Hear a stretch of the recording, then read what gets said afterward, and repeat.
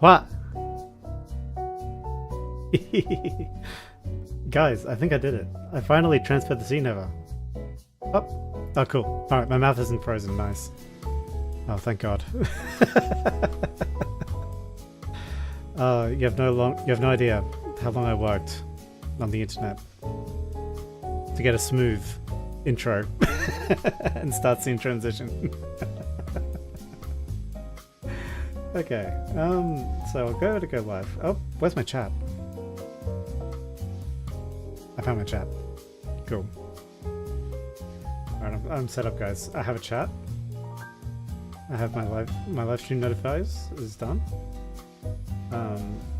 Everyone's having fun playing League of Legends. That's okay. Ha. Alright, we have the Chill Bossa Nova, which is like really, really cool. And yeah, I think I'm ready to start streaming. Cool. I was only 5 seconds late this time. Mistimed. Alright. Cool. Hello. How are we all? My name is Meme Driven Development. I'm a cat on the internet, and sometimes I code. And sometimes I code successfully. I'm a senior software engineer with 10 years of experience. I manage a team of developers for some large company.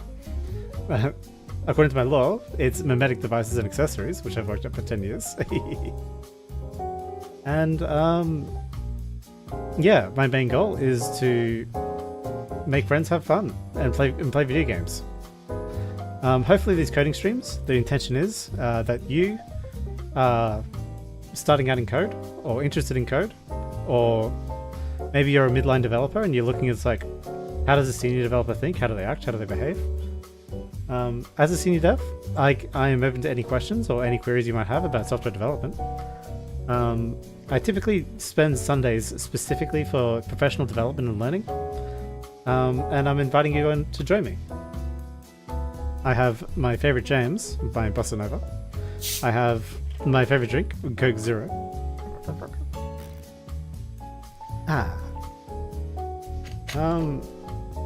And I have my project. So, my schedule, by the way, is indie games on Tuesday, music on Thursday, and software development on Sunday. It being a Sunday, and me being Australian, land of the future. I'm ready to do some software dev. Okay. So, I will quickly introduce the project. And I'll make sure everything's still playing. Yeah, I think it is. Alright, cool. You guys should be able to hear everything. Oh, actually, let's get a big chat. I'll put a big chat on the screen. Hello, big chat. Oh. Now you'll be able to interfere with my stream. Yeah. You guys can see everything? Cool. Yep, all good. Minimize me so I don't get distracted by looking at my face. I'll put you down there so I can still see audio levels. How would I... I can't see all audio levels, that's a bit annoying. Oh, I'll figure that out later. Okay, so... what the hell am I doing? Well...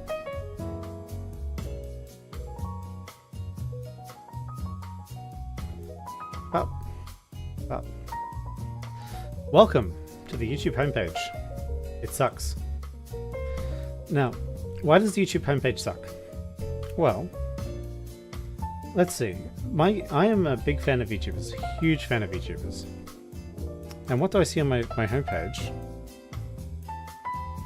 I see things that are not VTubers. Basically.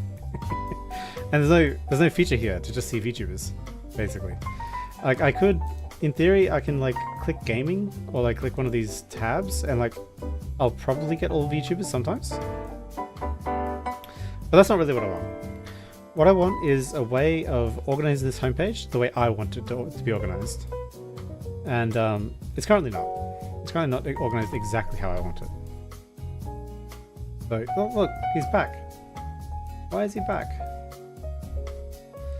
So out of 10 things on the homepage, like when I go to youtube.com, out of 10 things on the homepage, what I see is 1, 2 VTubers, other than myself, because I'm live right now. There's 2 VTubers, and if I want more VTubers, like this isn't even remotely close to what I'm interested in. The Japanese ice cream does not melt. I don't want this. I want this. I want my Oshi, Lisa, sorry. I want the world famous Fuji Lisa all over my homepage, man. I don't want this other nonsense. So one solution to this is obviously to go to the subscription tab.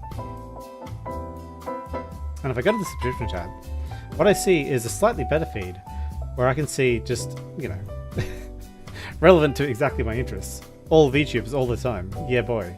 However, there is an issue with the subscription feed in that it's not it's reverse chronological based on when the VTuber themselves organized the stream. So, for example, 𝐒𝐥𝐢𝐚𝐥 has got a schedule post here. But this schedule post, I mean, this scheduled stream, it isn't happening on the 24th of September. It's happening at some other point. And if I scroll down here, I'll see 𝐒𝐨𝐚𝐥 has got a schedule one scheduled for the 19th that I might be interested in, called Deep Dive Family Vlogger Arrested. I mean, this looks like a really cool stream, man. I can't wait to see this. But in order to know that 𝐒𝐨𝐚𝐥 has a stream coming up, I had to navigate to subscription, and then scroll the fuck down, and then look for 𝐒𝐨𝐚𝐥. The only other way of doing it being, whoops, specifically going to a page and looking here. So I have coded my little heart up, and I've made a substitute for the YouTube homepage.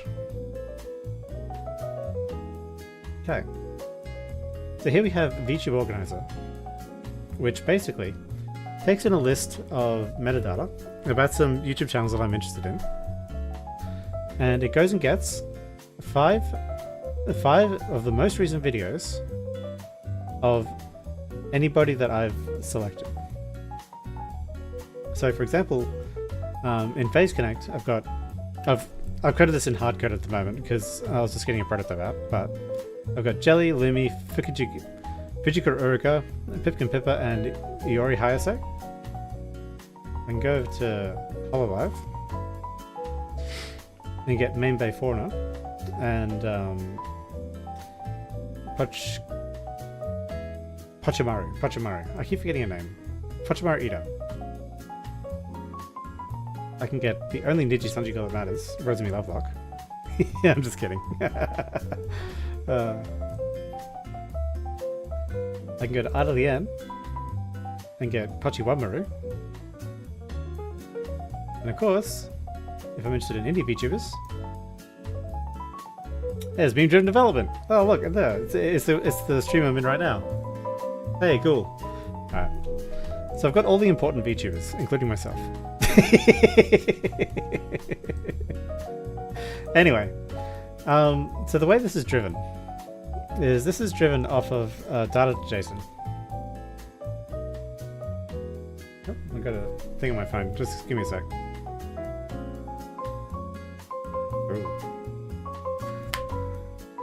Pachamaru Ida, that's her name. So,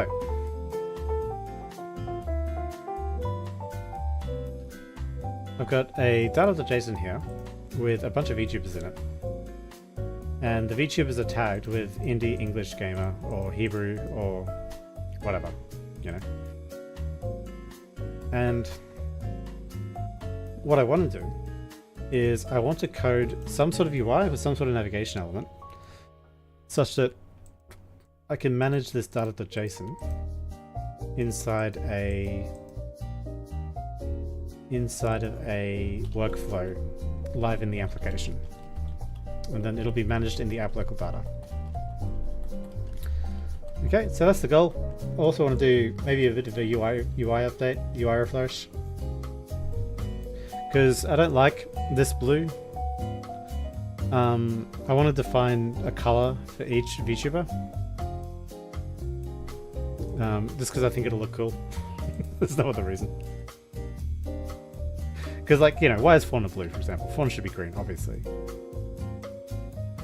And Rosemary Lovelock should obviously be pink.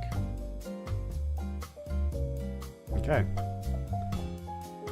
So, we've got everything ready. Let's get to it.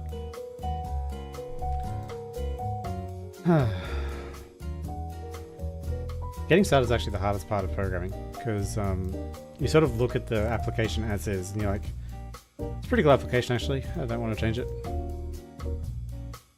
Anyway, the main goal of this app overall is like, eventually this will become my daily driver for looking up cool VTuber streams and finding out what's on.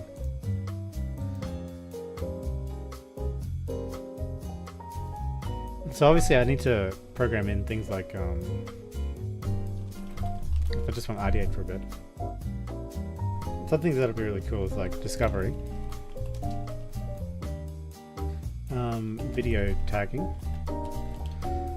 searching videos by theme by VTuber, and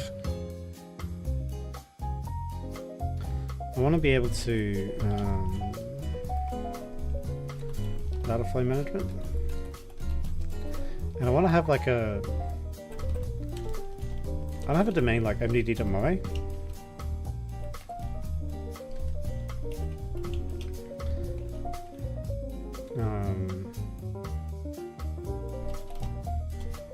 /tuber, something like this. I want to have like a web address like this, and the web address will I wonder if mdd.moe actually exists. I didn't check that.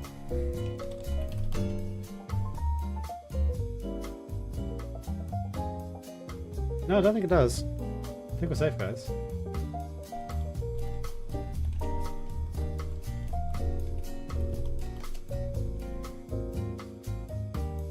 Yeah, I might be able to buy it, which is pretty cool.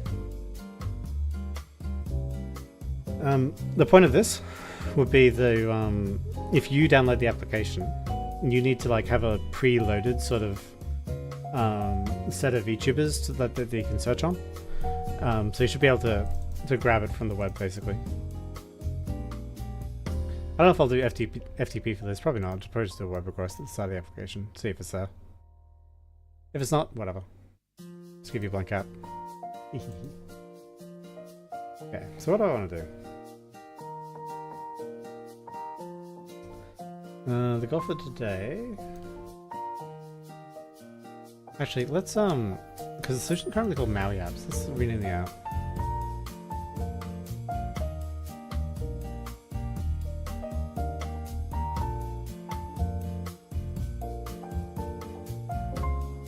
Doing something that's not necessarily useful but makes you feel better. It's always a good way to get started, you know? Especially if you have like the I don't know what to do malaise.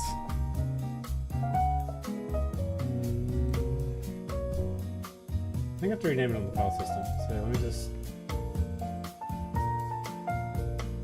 go to file system and do it there.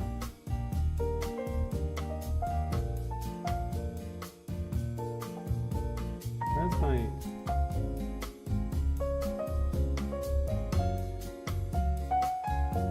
Those? Grab those? There we go. There you are. Alright. I'm gonna close this for a bit.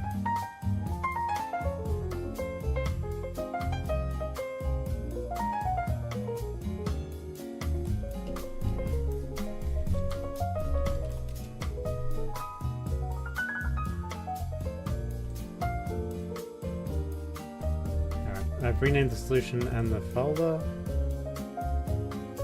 VTuber Organiser. Not VTuber Organiser. Very important to get everything correct.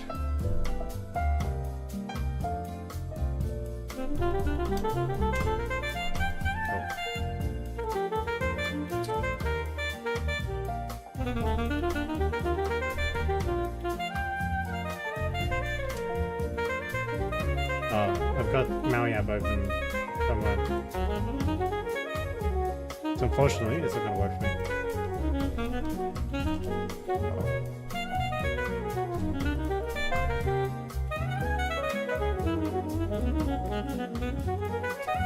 Launching away. Downloading 1,000 NIGA packages. Wah.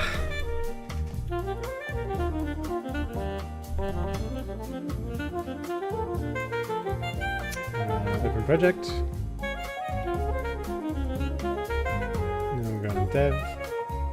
False, repos, you. And here we are.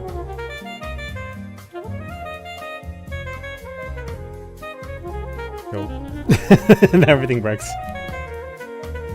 Alright, now it's called VTuber Organiser. Good. That makes me feel better. I should be able to... What's wrong? Can't be found. Ah, yeah, because it's called my app one. Gotcha. Yeah. One thing is you should never be afraid to just like change stuff when you're a software developer, because it all exists in the repo file anyway. And it's only by changing stuff that you sort of start understanding where everything is, what to change, what to do. So this particular one, I renamed the folder, obviously. I didn't rename the thing to the thing. So it didn't work.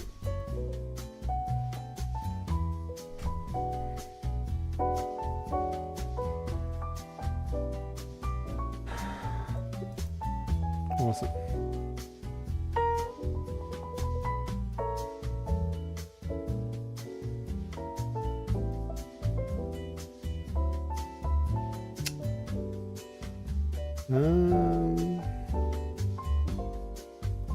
Does this exist?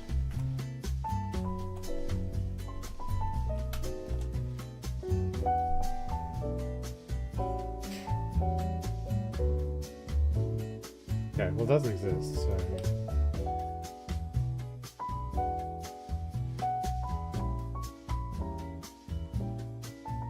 Must be because of the capitals. I'll just close this again. Open new encode. Oops. That's great.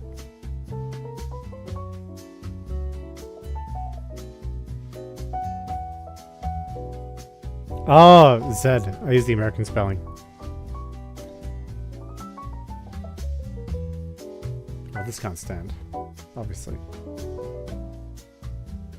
The man must use the Queen's English.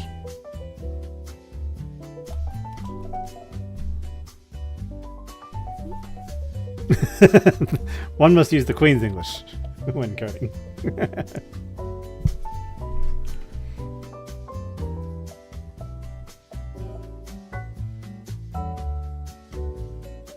Okay.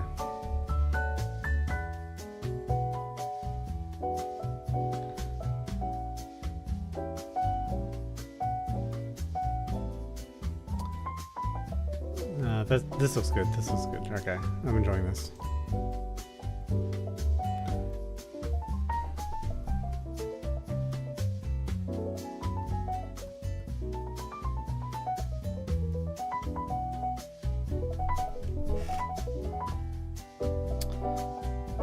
Okay, let's get some momentum. So,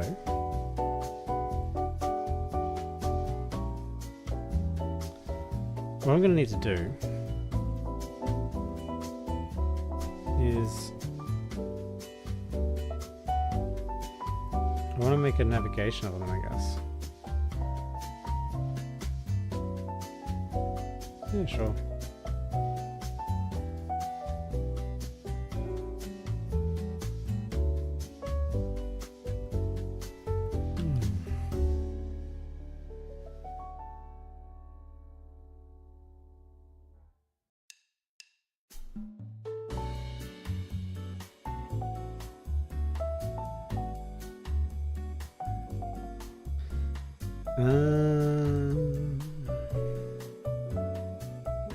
Ta-da. Cool.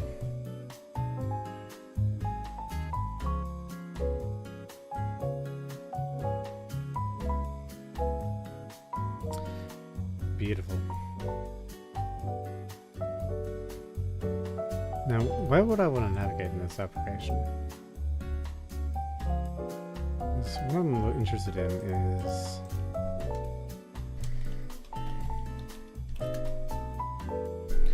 I need to make like a form, right? So I need to load the existing application data into like a view area.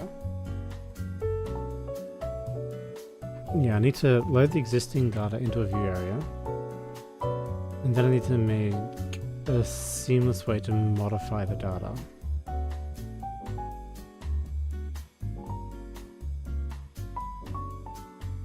How do I navigate?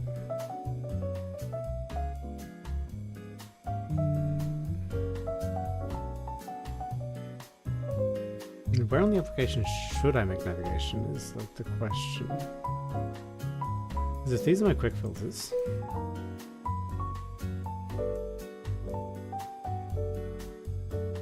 wonder if I can just get gamers. Does that work at the moment? No, I didn't make that work apparently. Oh well. That's alright.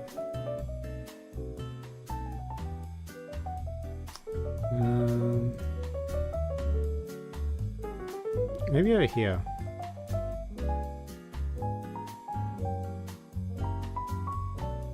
Yeah, this shows the currently active tag. And over here would be a setting wheel. And under the setting wheel, click it and go manage data. And then I'd have a load. Well, it would load on page load. So load, save, delete, update.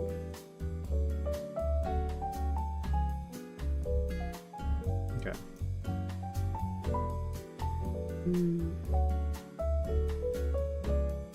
Yeah, so let's have a look at what they want me to do, because I'm pretty sure what I did for navigation here was I did a tab bar with multiple tabs.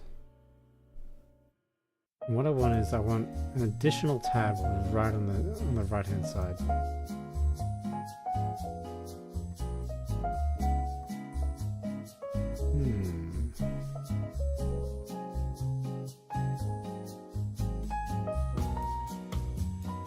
Because yeah, it sort of makes sense, right? Because like in this application, for example, you've got your currently active processes here. You can make new processes at will. You've got power page, and then you've got your settings over here. So your operating system settings and then your application settings. With like an ultimate settings here.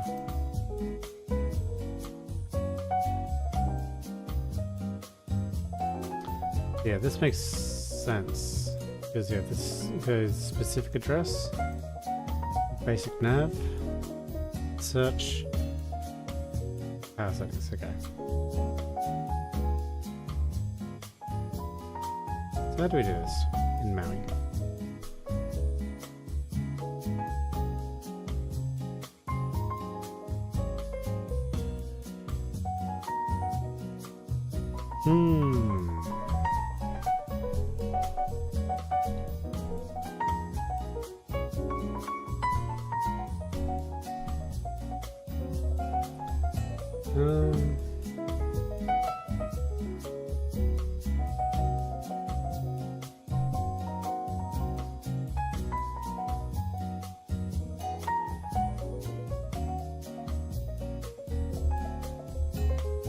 This is like about navigation itself. This is probably what I want to hear. Because there's a shell. There's an official hierarchy.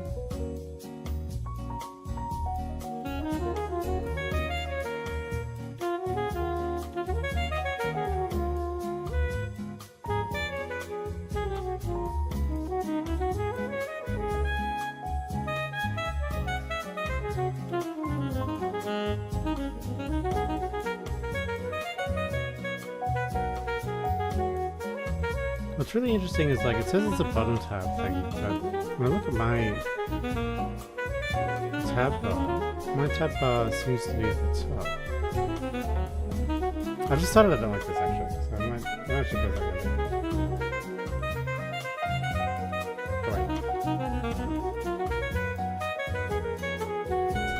It's blocking a little bit of my.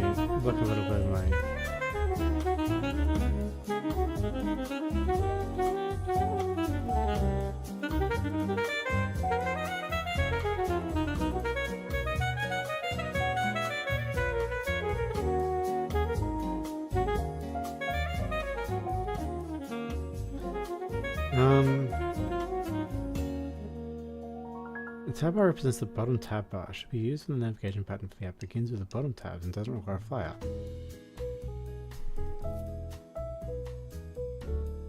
Tab which represents group content, navigable by bottom tabs.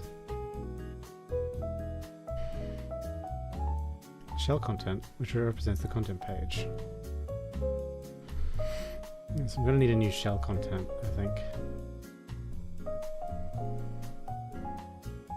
So this is the example of them doing bottom tabs. Unless... Is it possible, like... It thinks this is the bottom?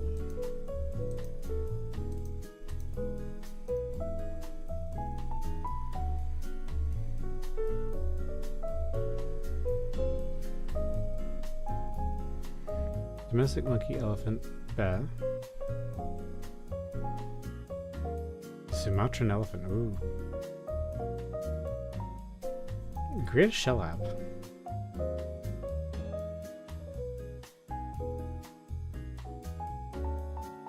The navigation experience provided by the Mario platform based on files and tabs. Top level of navigation in shell app is either a flyout or a bottom tab bar. Navigation experience tab begins with bottom tabs. Child of the subclass shell should be a tab bar.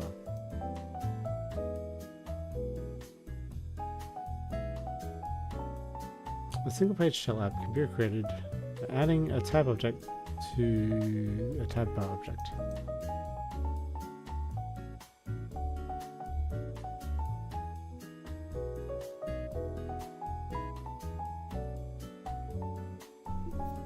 An Arabian Mao. I wasn't aware that Arabian Mao was a cat.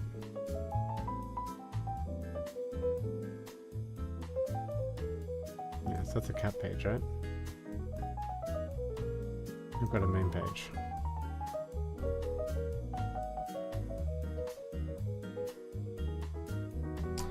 Well, in that case, can I do a tab?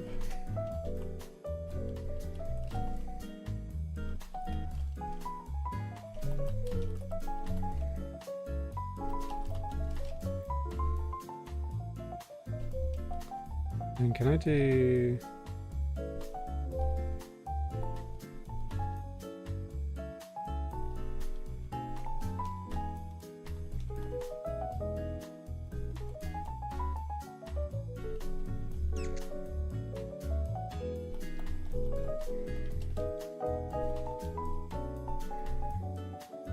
hamburger?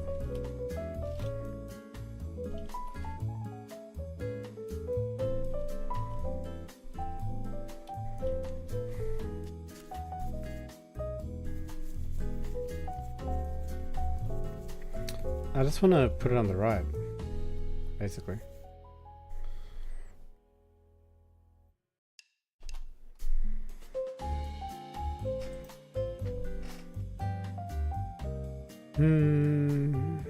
Yeah, like more here. When there are more than 5 tabs on tab bar, more appears. How does it do that?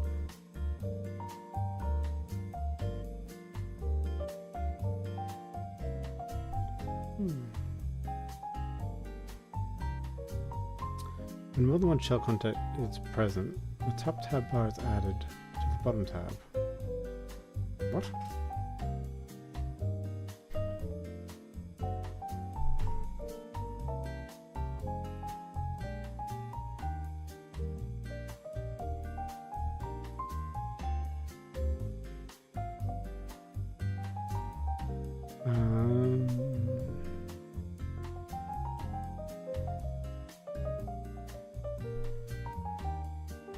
Let's go coding woo. So currently the task is I have tabs here, and I want to get an extra tab over here. Orange to the right, which is my settings tab. Because what I want to do is I want to be able to put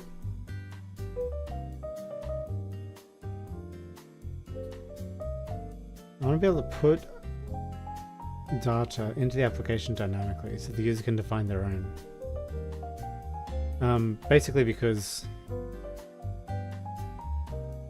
well, I could in theory write out all of this in JSON. I don't really want to. And I don't really want to deal with JSON as an end user application.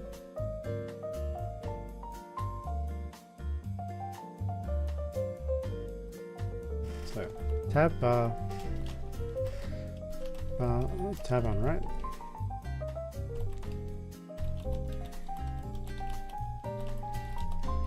Settings menu.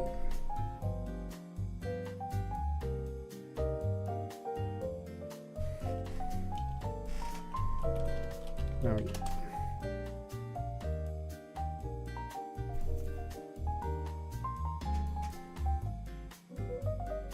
Yeah, how do I do that? Tabs at the bottom of the app. Align perfectly, filling in all space evenly. The tabs at the bottom are aligned the way I want, filling in all available space. Those are aligned to the left. Okay, how's he done that? So he's got dashboard, sessions, schedule, speakers. Okay, well that's on the bottom. He's got 11, 7, 8, 9, 10.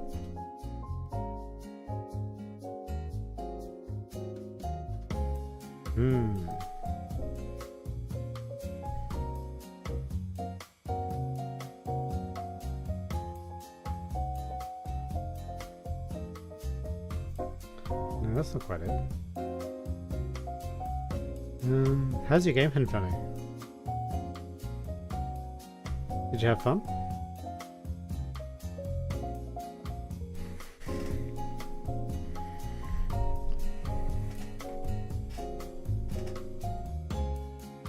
Oh, tab count.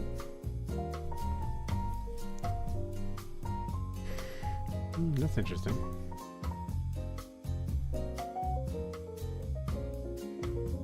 We've got a shell renderer. And then he overrides that to get a width. To define the width of the tab.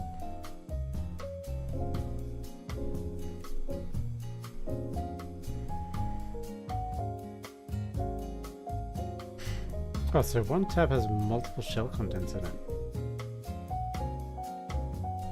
Hey! Nice, nice, nice. It sounds like you killed him. Good to hear.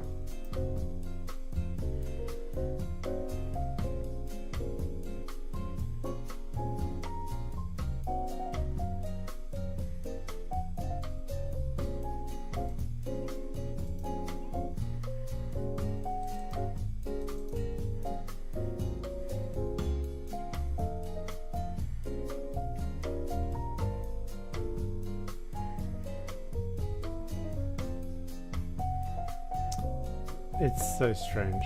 Like, it's like my Maui app doesn't act anything like anybody else's. Because when I look at mine, this is completely different to what they all get.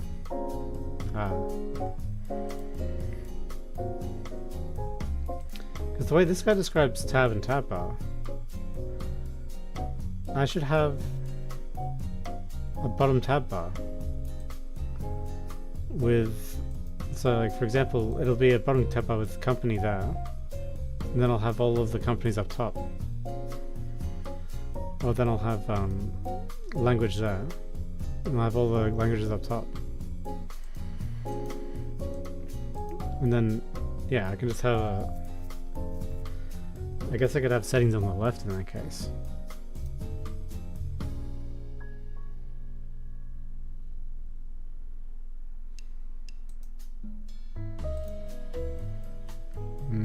Interesting.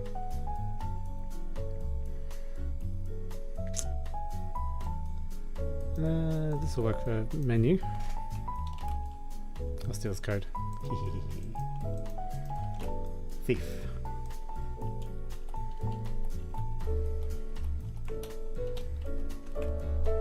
It's going to be using Font Awesome. It's easy enough.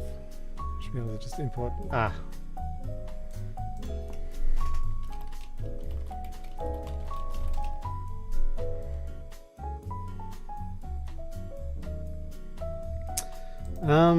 Yeah, like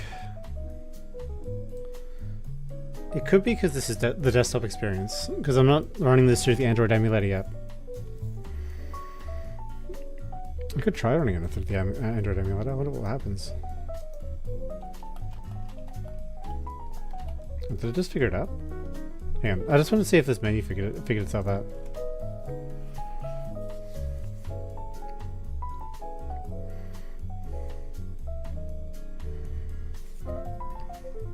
Because yeah, Font Awesome just like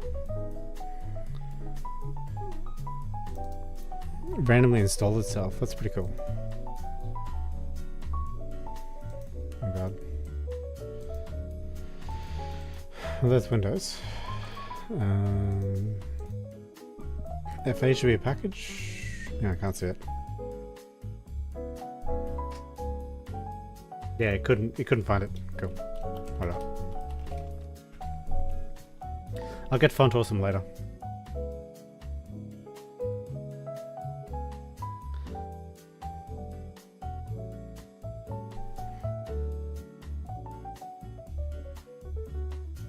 Uh-oh, I can't see. Do I need a shell content? Yeah. Dump a shell content into my tab.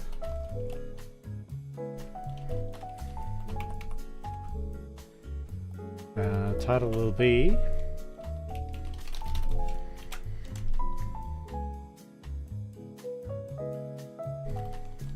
use data.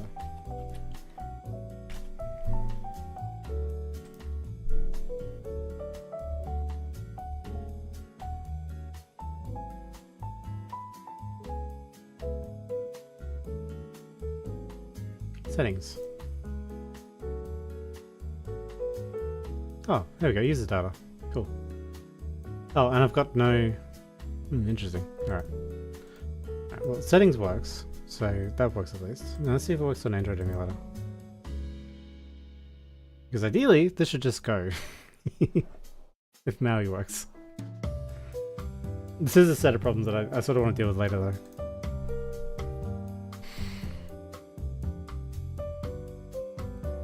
Yep, that's my device. Ooh, testing on a Pixel 5 API 33. Let's go.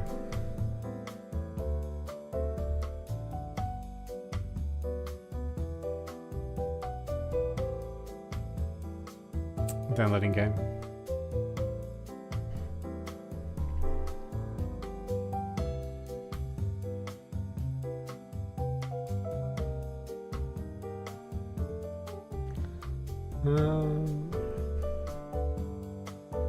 Yeah, this must be in emulator. This is how it works. I'm using WinUI 3.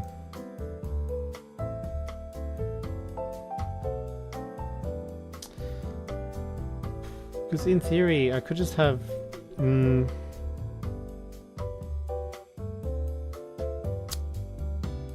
theoretical way to fix this is I take the window width and I add padding.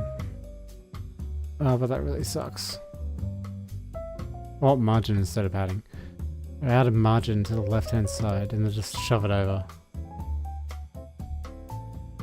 Based on the amount of space left.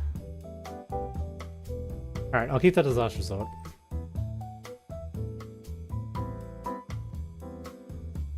How are you doing? No, 20%. Well. I'll read some more about Maui. Maui tab bar. Windows 10.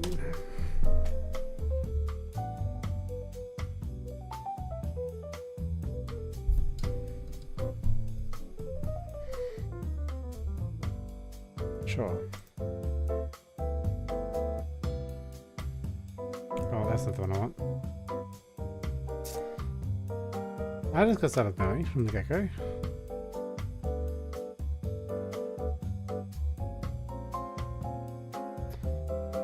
I'm trying to implement a tab view that looks like this for the desktop version of the app.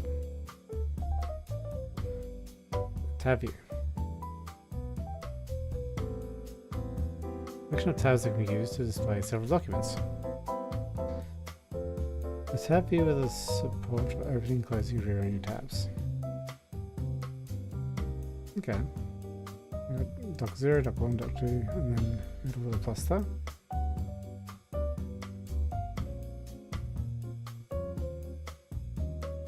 Yeah.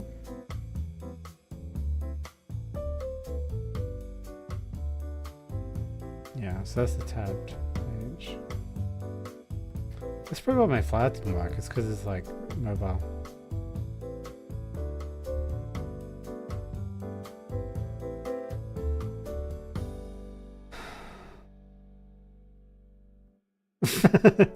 What difficulty are you having specifically? It doesn't work. That's the difficulty.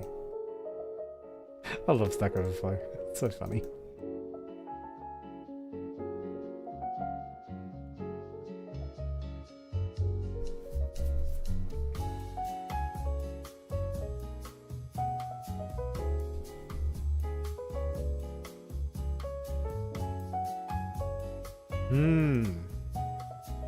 Can't add and remove tabs. That's interesting.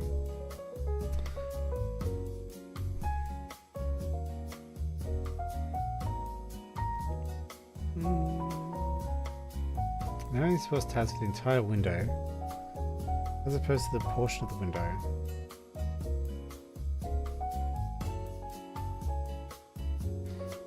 It's possible if you use Uranium UI tab view. Wow. Well, how'd you do it?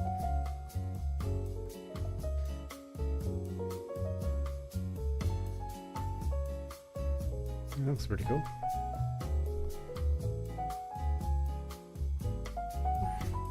Oh, awesome. A mere 10,000 lines of code will allow you to do a tab view in Maui.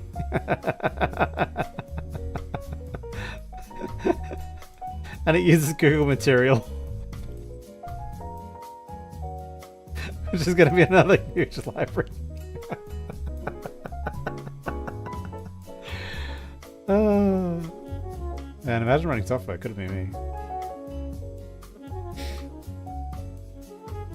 I mean, the irony is, I'm using a C++ application here, which is like perfectly fine.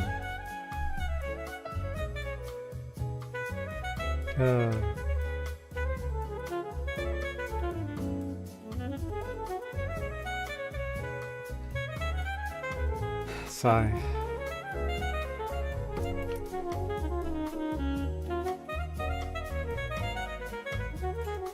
It must be. Hey, my pixels available. Cool. Let's go. Running on the Android emulator.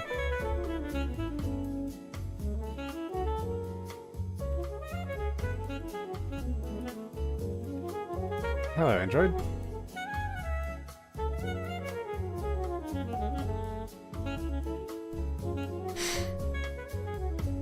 You starting up?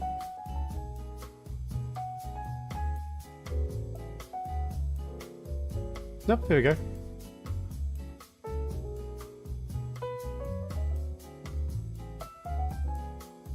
Just takes a hot second.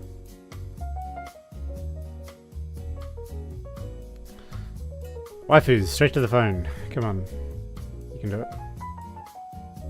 Oh, you probably can't do it actually, because you probably can't access the data. What a pain.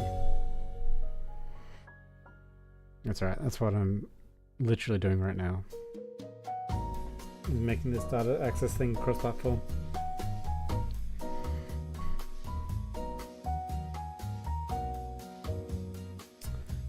Okay.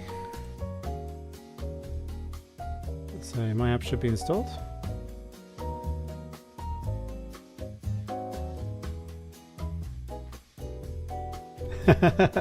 Thank you, 𝐒𝐤𝐢𝐚𝐥. Thank you. I appreciate the like, man. I appreciate the like. Come be part of the notification squad. Where are you from? Kamusta?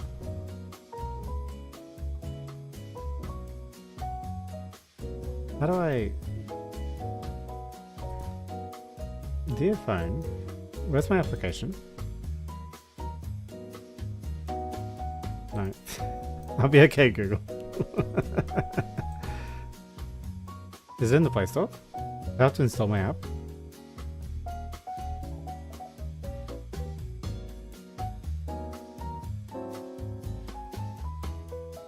Android setup, pairings for setup.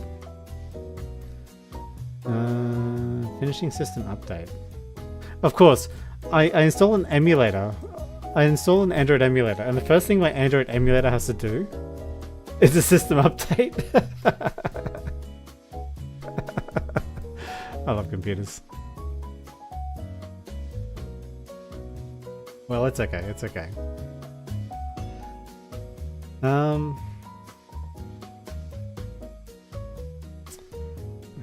There must be a way to do this. I'll do it the dumb way. So one of the things I always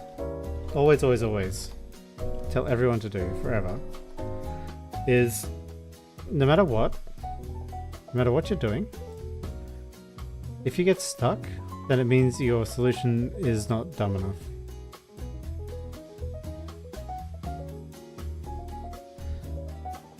So basically, what I need to do is I have a thing called settings and I need to shove it over to the right. And the best way to do that is to give it an absolute layout of some kind.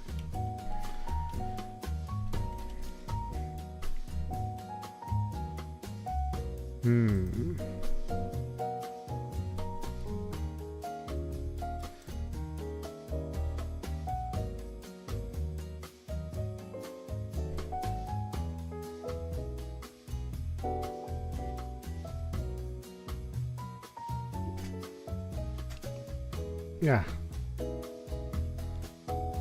Such.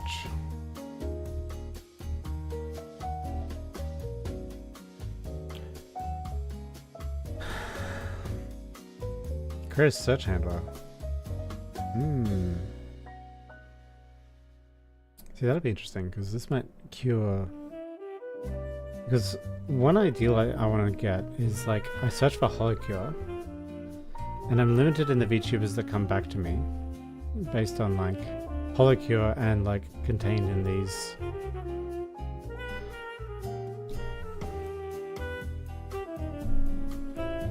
Okay. Let's have a look at search handler.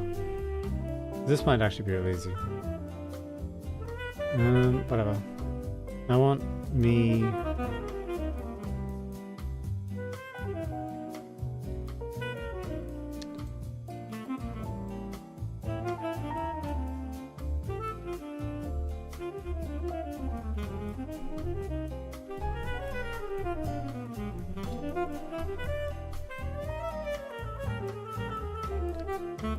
Got a content page of the search handler. And the content page would be not this. It would be you, right?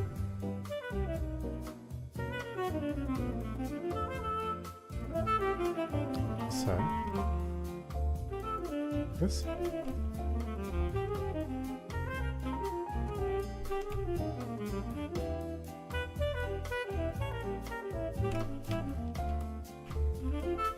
That's on shell though. The shell's over here.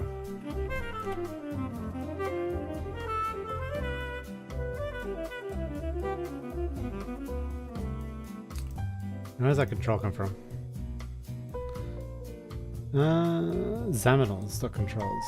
Well, I don't have 𝐒𝐤𝐚𝐥.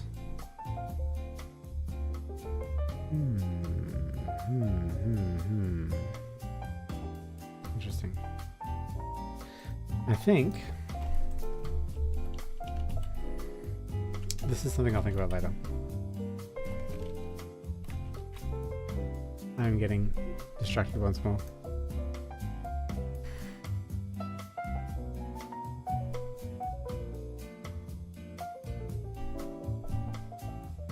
Where are you going?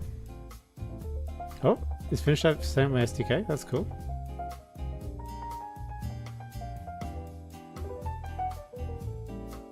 Have you got my application installed?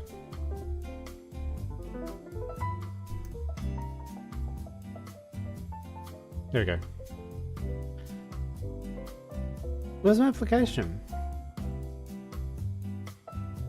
Files?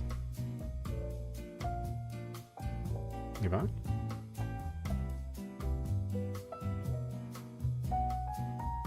Also, this isn't fair. How come in the Android experience I can do this, but in my native Maui app I can't do it? What the hell? Excuse me. Excuse me. No, I know you're fucking with me. This is a fly out.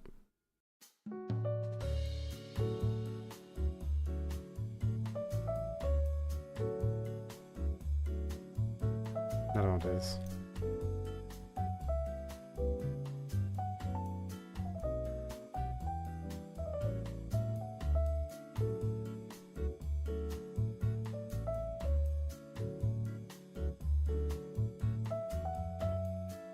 Alright. I can't use the emulator.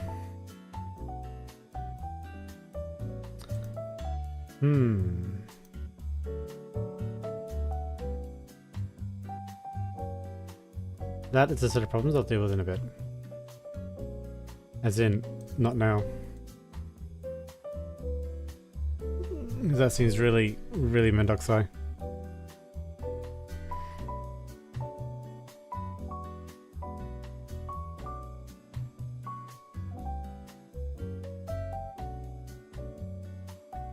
How do you want me to do it? So.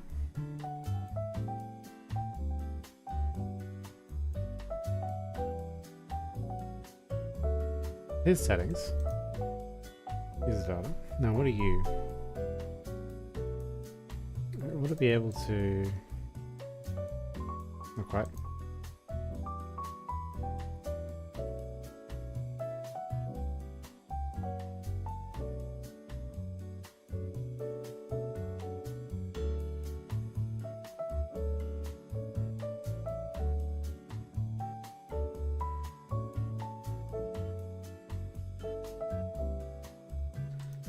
This is my tab. What's my tab here?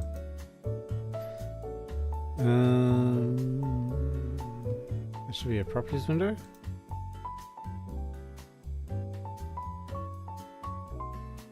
Is there no properties for my tab? Oh, there we go.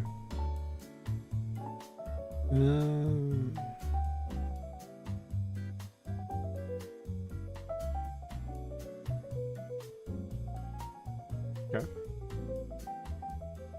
Cloud icon.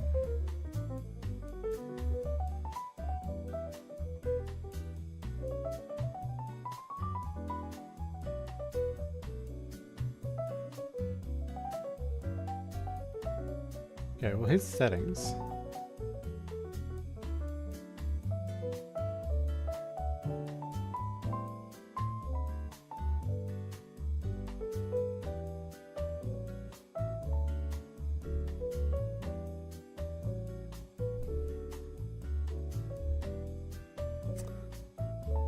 Layout icon, class ID,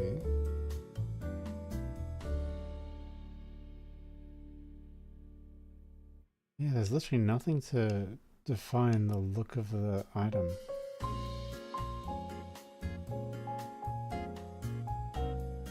I've never seen this before.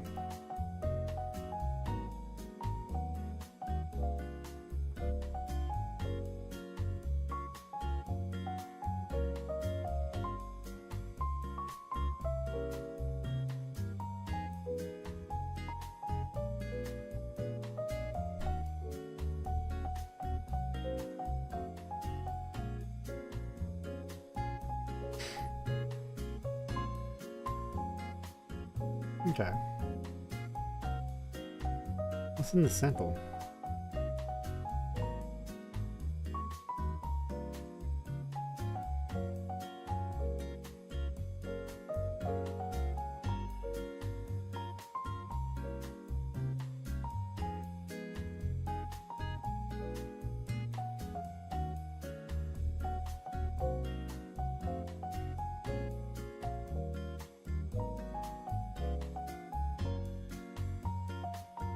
Mm-hmm. Mm-hmm.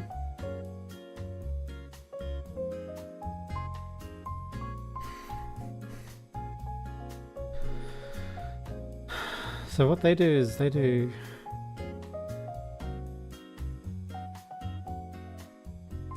have a flyout, and they just have helping about at the bottom of that flyout.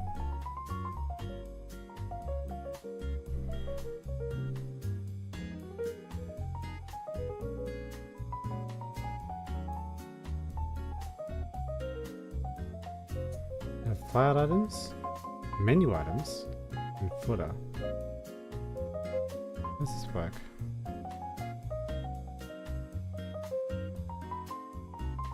A flyout is the optional route menu for a shell app.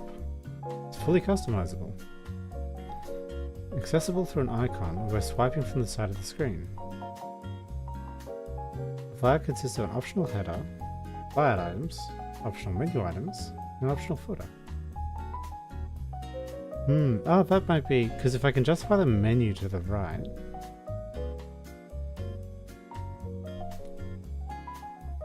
Okay, so maybe the truth is, what I ought to be doing. How's a flyout look on Windows though?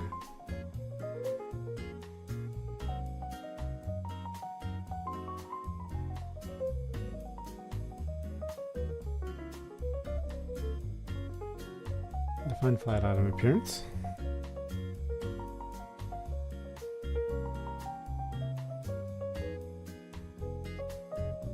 This looks more like it.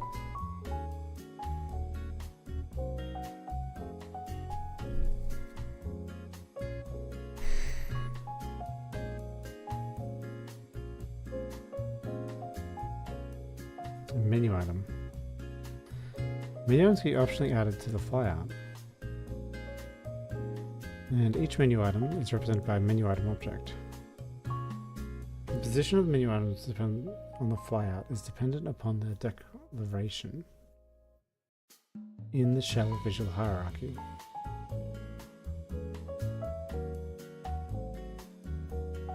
Any menu item objects declared after a flyout item appear after the flyouts. Menu item objects enable scenarios that execute an action in response to the menu item being tapped. Menu item objects can be ordered to the flyout. This adds a menu item called help.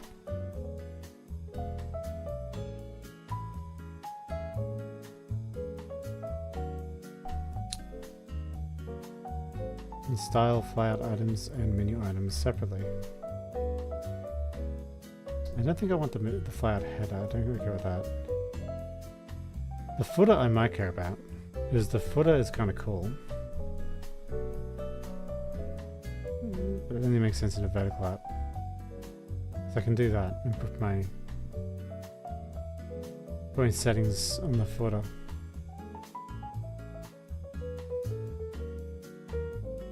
Yep, beautiful, beautiful, beautiful. Flyout width and height, flyout icon, flyout background image, flyout backdrop.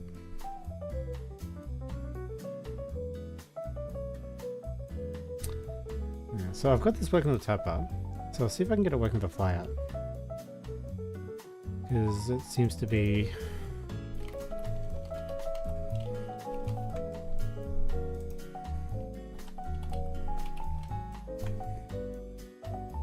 let's see if I can just do this first. Do a little cheat.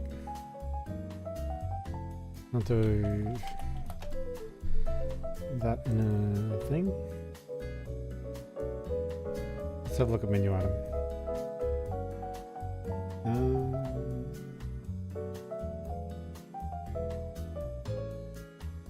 Alright. I'll just check my live stream because I'm a little bit paranoid after my last live stream got taken down by Google. Menu item. Text.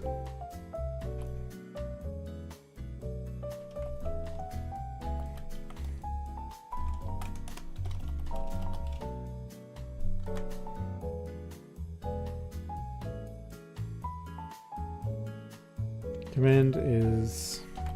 Sure.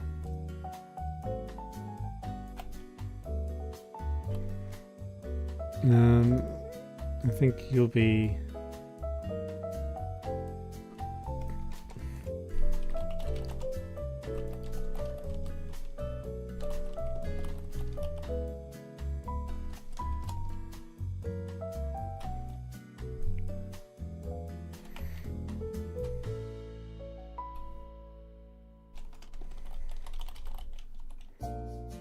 like this, right?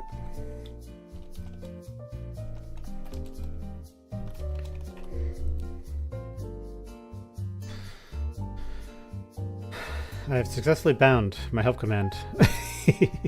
Oh no!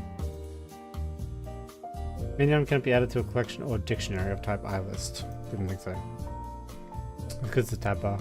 Yeah, alright. So, I can't use a tab bar. I have to use the fly up.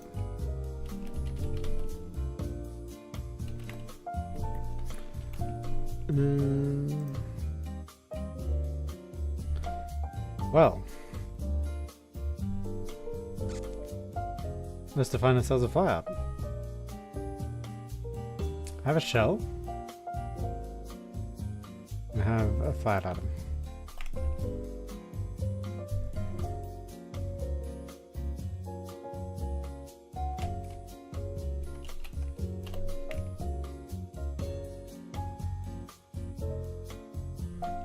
Let's see how the scaffolded code works. Views will be replaced by local.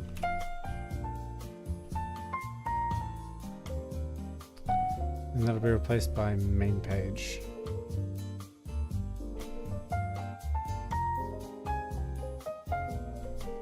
No such thing as dog.ping. No such thing as cat.ping. Cool. Let's see how this looks. Easy one.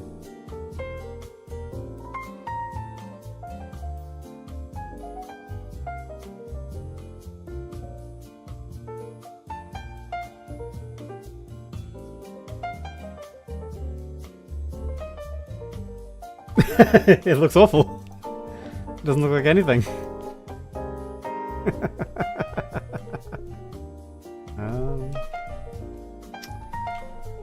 Fire. Fire, head of behavior, crafts and scroll? Sure.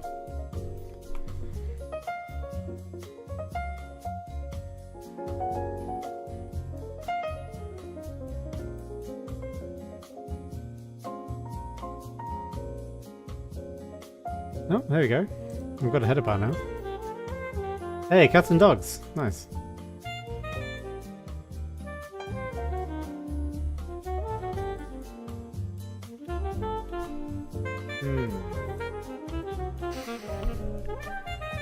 Maybe I'm okay with that. Because it does give me a little bit more screen real estate than last time. And I can always put it on the main page. I just put a button on the main page.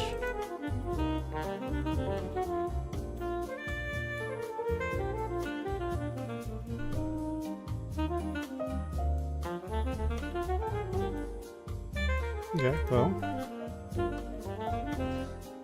A tab with a shell content in it. I wonder if you have more than one shell content, so let's do...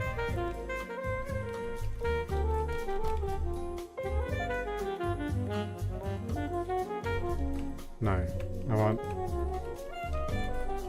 the one thing to have multiple tabs.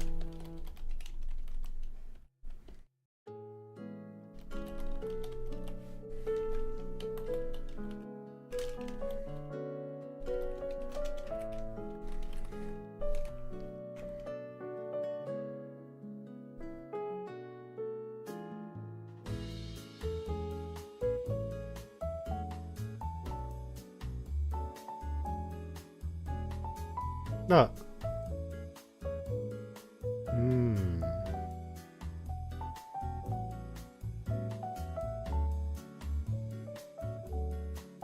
Oh, that's interesting.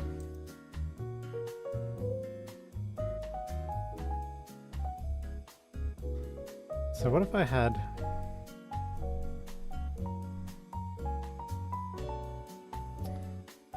that one.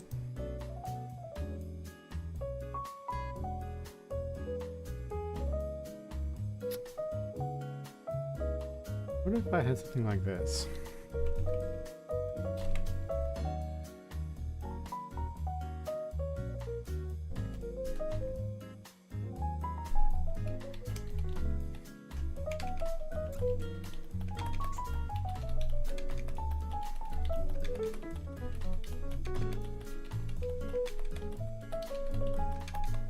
Ta-da! Now wrap each of these into a tab.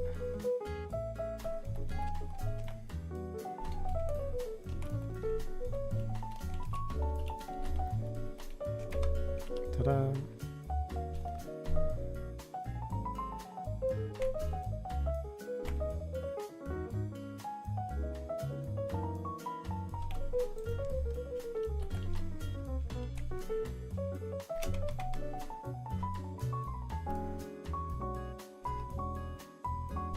Now, facecam should obviously be first. Let's not mince words here.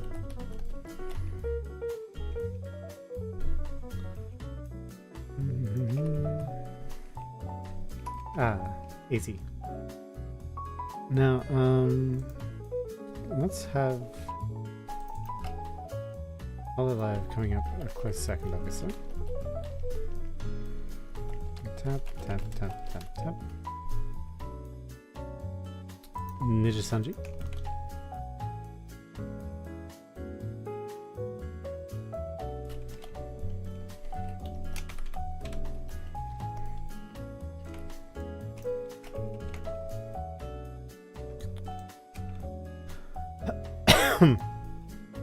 Adeline.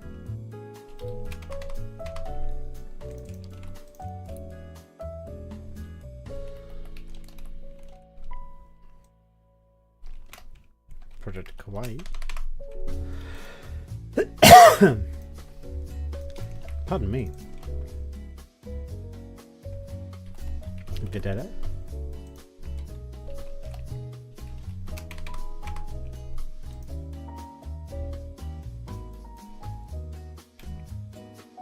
And of course, Indie, to which I belong.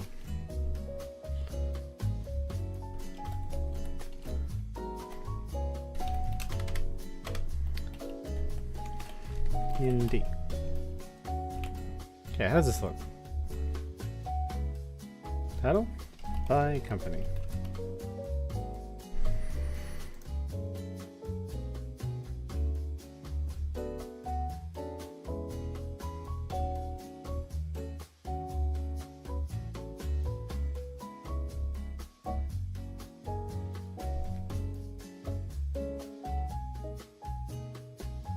Dogs. By company. Let's connect. Oh, live. 𝐒𝐤𝐚𥥥. You know what? I actually like this. I actually like this. I like this a lot, actually.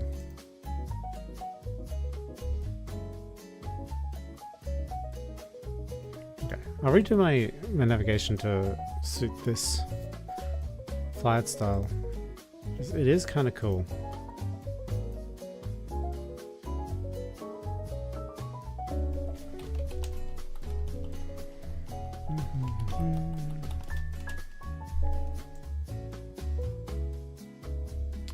Okay. That.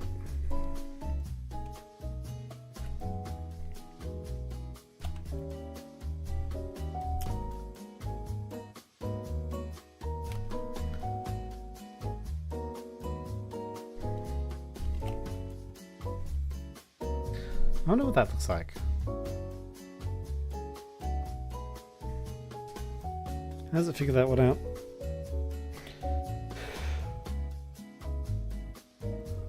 Oh.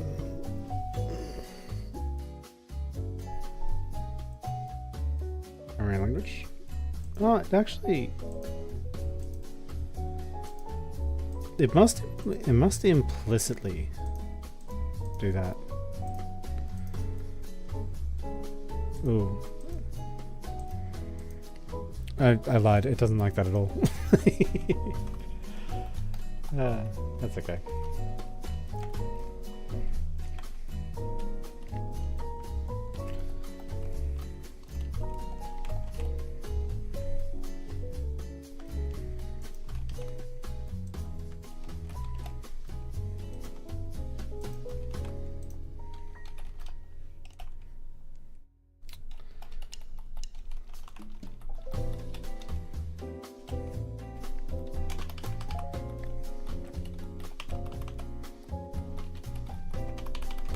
Easy.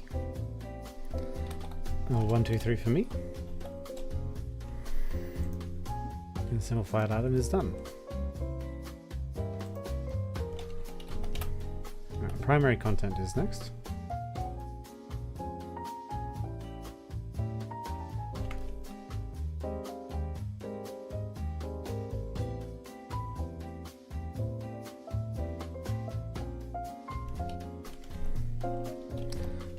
Flat item. That'll have tab on tab.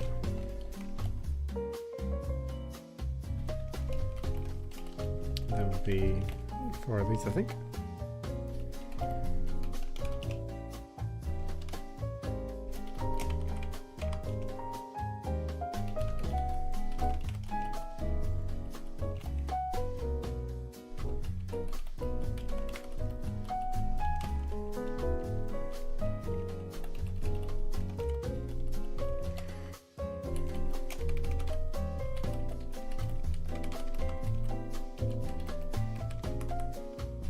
Excellent.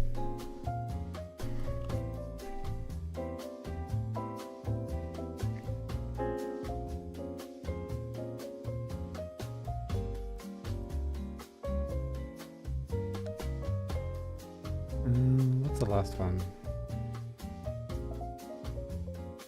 Oh, I think that might be it. Cool. These are all the categories I had so far.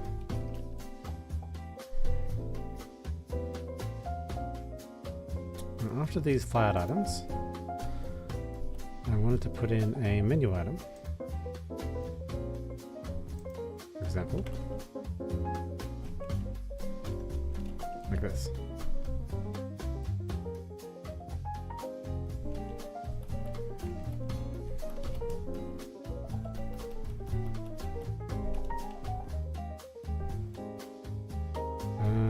I don't think I need that tab bar there. I don't think I need that comment. What's that?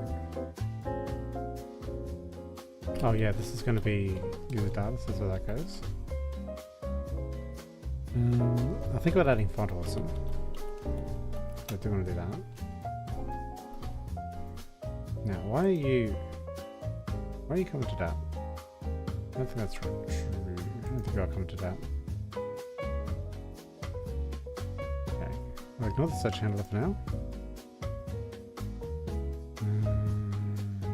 Cool. Okay.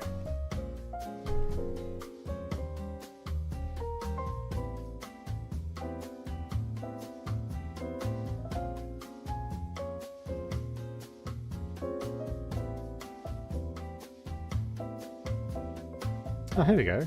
My company, program language, and settings. Passed the first test, I didn't go blind.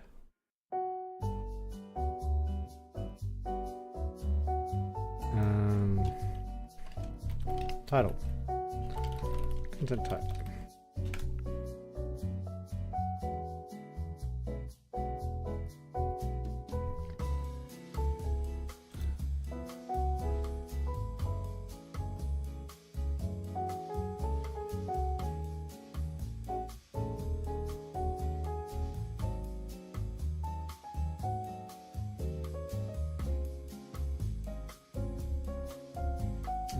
Has there been an error?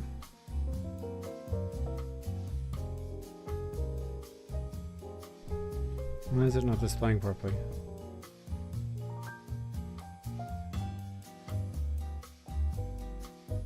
If that works.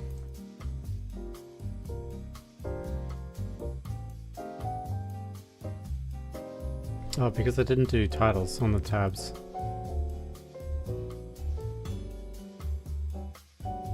Yeah, I have to do a title on the tab as well as the shell content.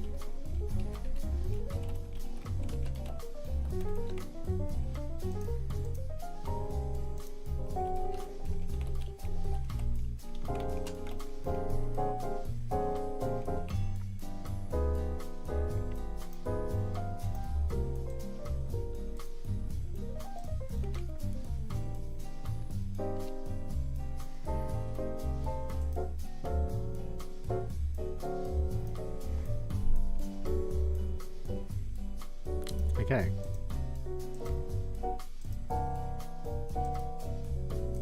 Oh no, why doesn't this work?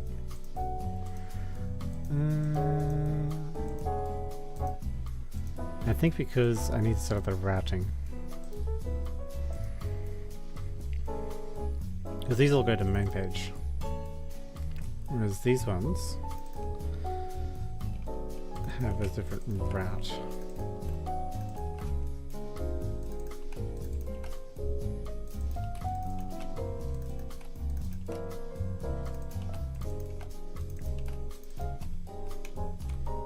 Like so.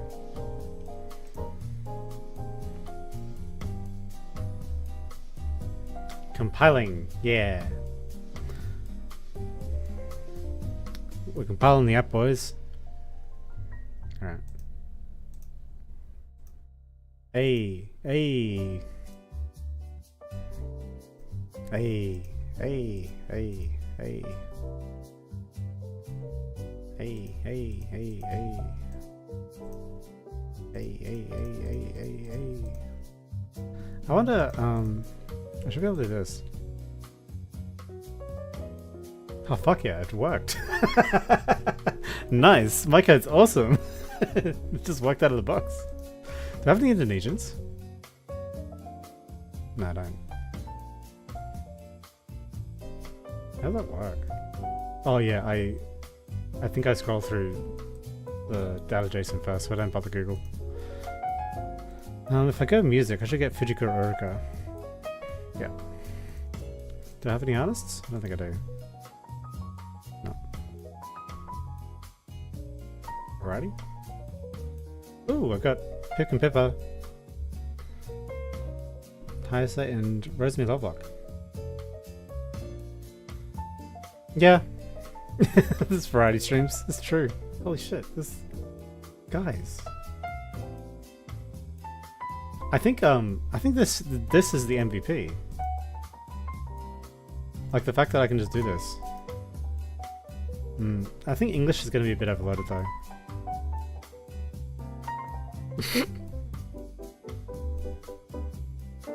It just keeps going.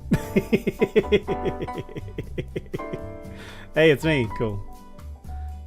I think gaming is probably going to be a bit overloaded as well.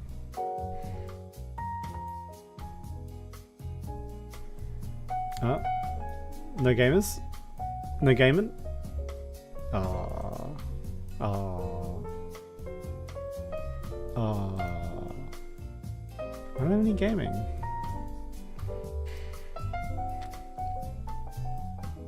Oh, because I said gamer, not gaming. Gamer. Well. If I change gaming to gamer.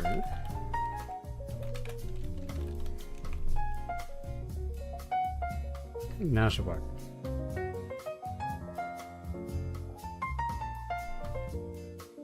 You gotta be careful about gaming versus gamer.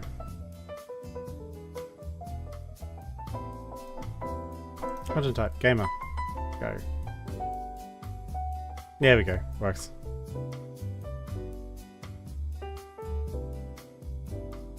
Yeah.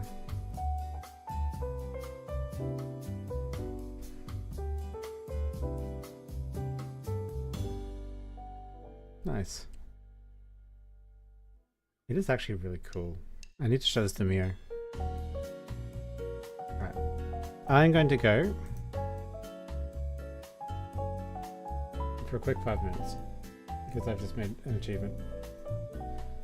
I'm going to put some text on the screen.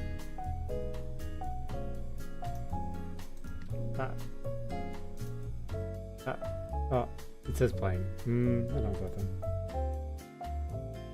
Remove.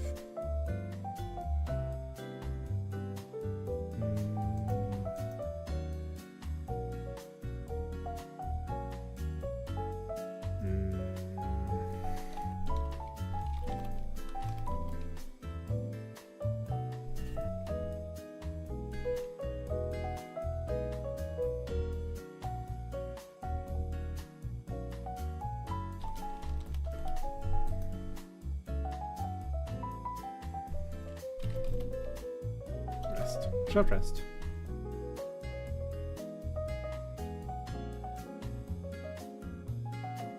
And I'll be back in 5 minutes.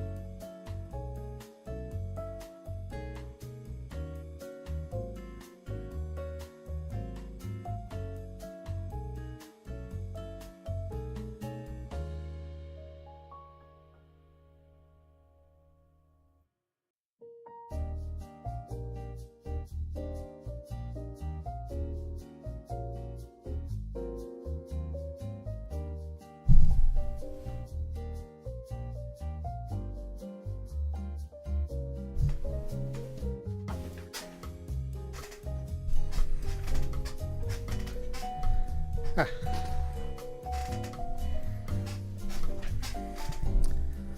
Okay. What? Hehe. I have appeared. Ah. Ooh, I'm a bit closer. Oops. Is this right? No, I'm sitting way up. No, I'm too short. Nah.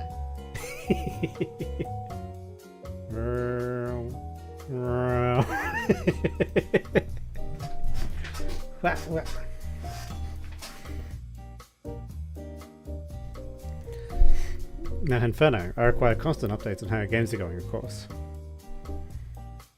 A man does not simply provide background coding for one's League of Legends games.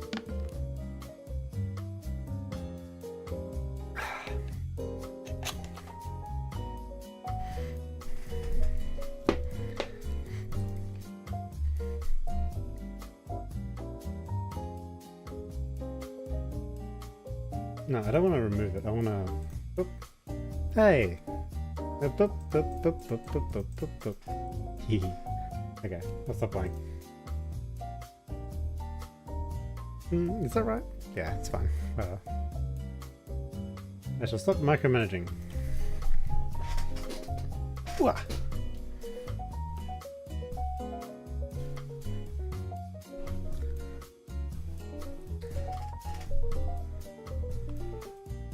So,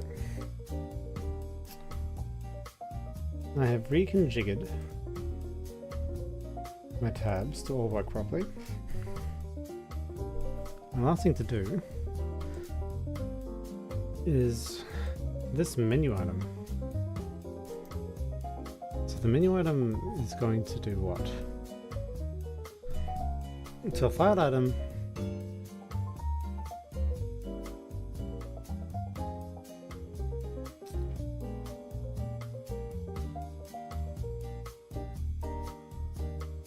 Here's at the top.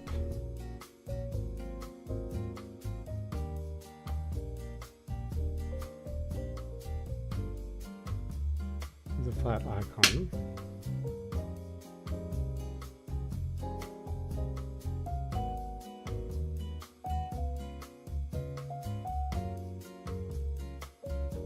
Now,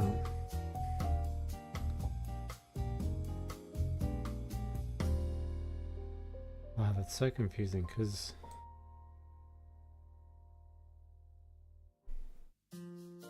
he does flat item as multiple items, and then so he does flat item as multiple items, and then there's domestic there.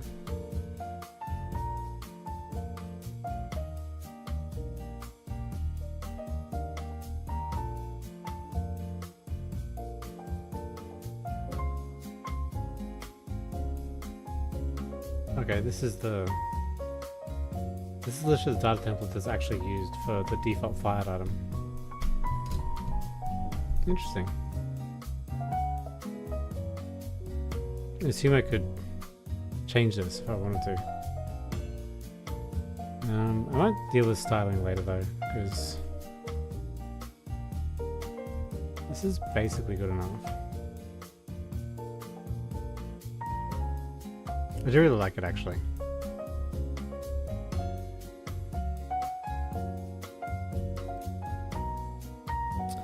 It is very minimal. So how does the menu item work?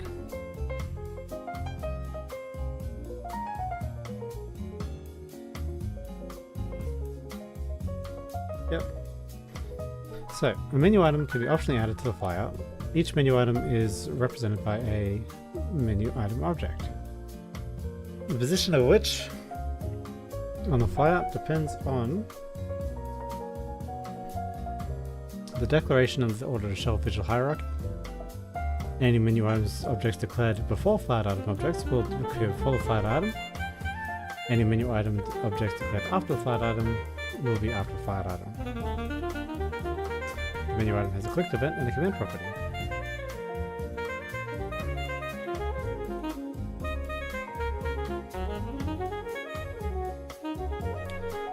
Yeah, so I guess ironically what I want to do is just navigate, right?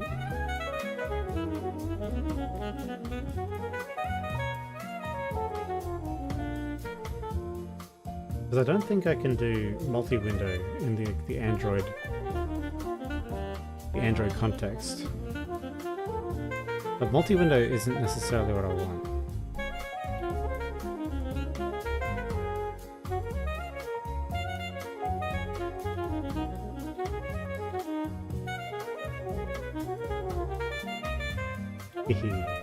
I really like seeing my software work.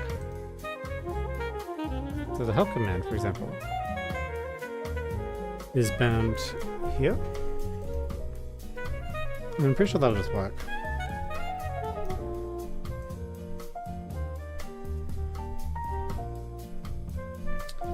Oh yeah, because I should have a view model. And you have like this. So we may get like this.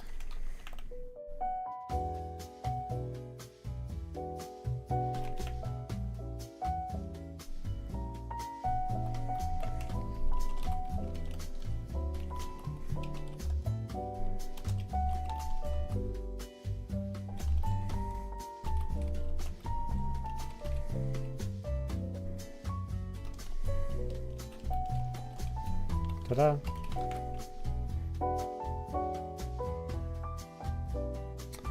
One should never write code without copious amounts of copy pasting.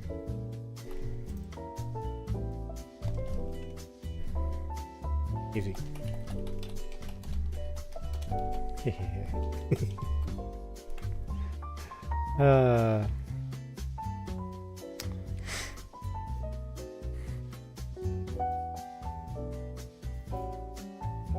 So it's not help. What it is because the help page can just be a bunch of static text. So I could make a help page.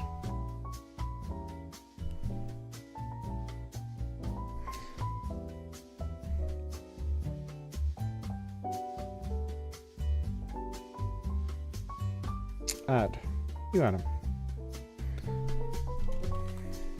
Help page. So.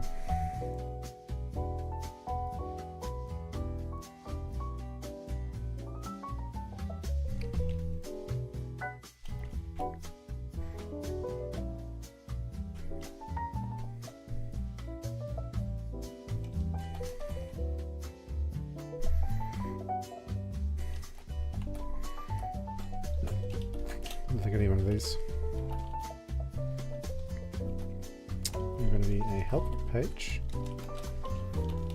Like that.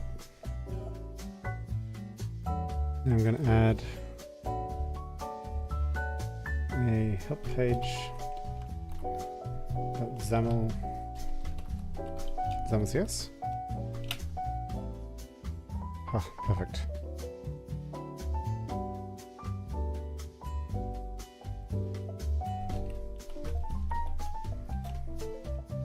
Oops.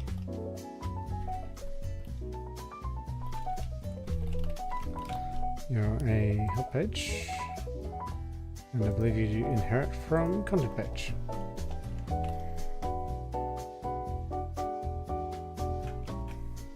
Ah. Cooking with gas, coding with the entire .NET framework at my fingertips. Stop.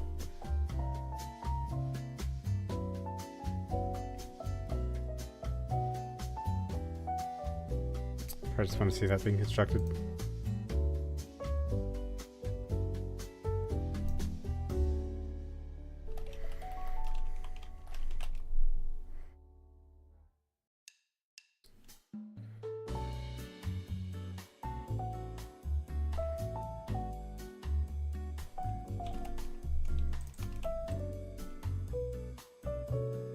I don't have a view model.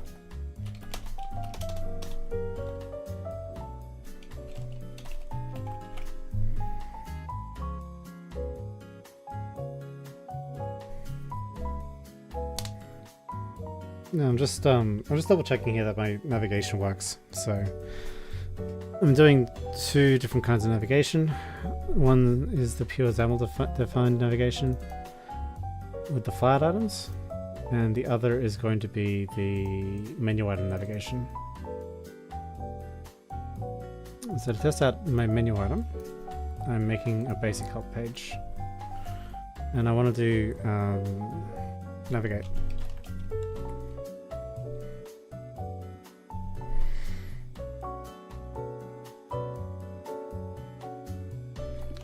Maybe this dot navigate. No. App dot navigate. How do I navigate? Now we need navigate. Shell navigation. It's like this dot app shell dot current item dot navigate.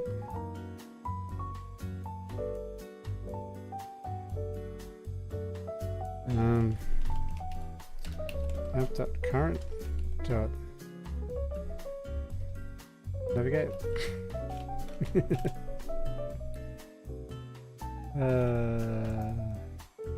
Shell dot current state. All right, I'll try. Let's see if it's in the shell object. Shell dot current dot navigate. Navigation.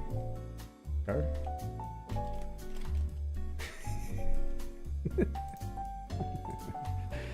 I'm just guessing.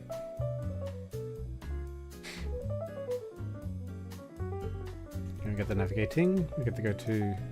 Navigation is performed by invoking goToAsync method from the shell class. Okay. So shell dot goto.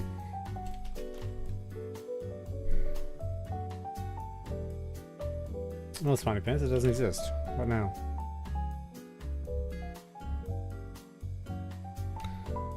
Form navigation. perform navigation and gets the shell. Cast app current main page property to a shell object.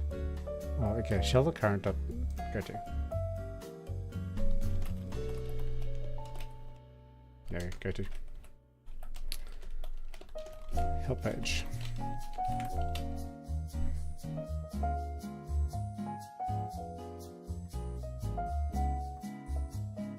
You should be able to figure that out.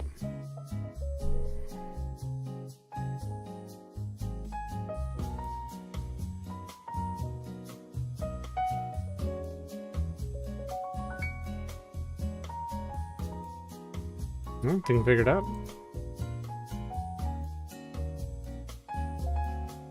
I'll click it again. No? Didn't figure it out? I can help callbacks not firing.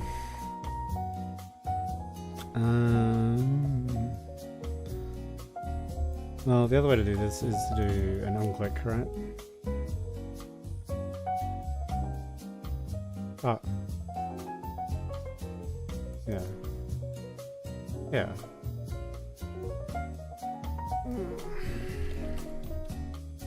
Clicked.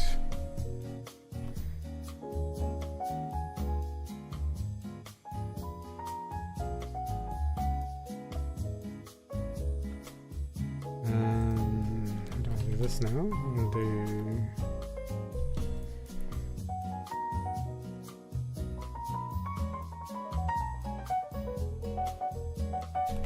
You make it?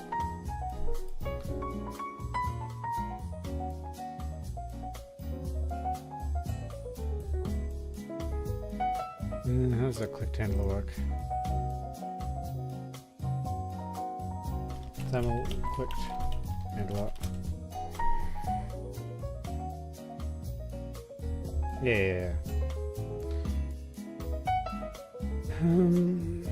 Button, content my button, click, button, click, private void, send out. Okay.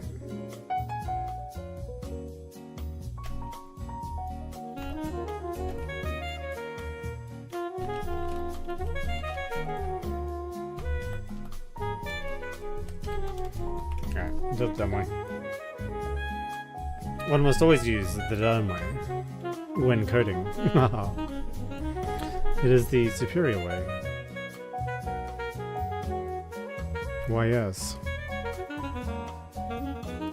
I don't always code, but when I do, I make sure it is the stupidest code I've ever written.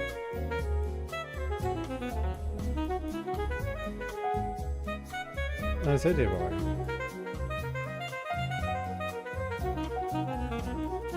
There is an event conflict. Oh, get stuffed. What did I do wrong? What did I do wrong? What did I do wrong? Ah, right. Can't bind to it. You just say it in plain text.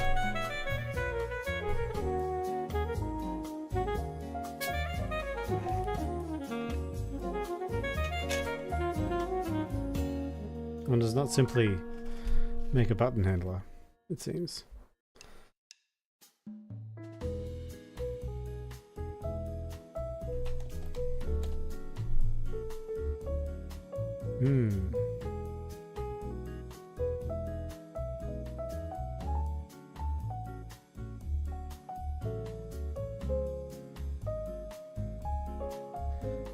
I mean, I could make a view model, I guess. But that seems a mighty fine way of wasting time to me.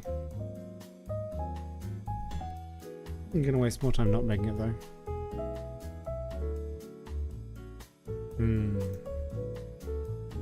The pain having to make a view model for this nonsense.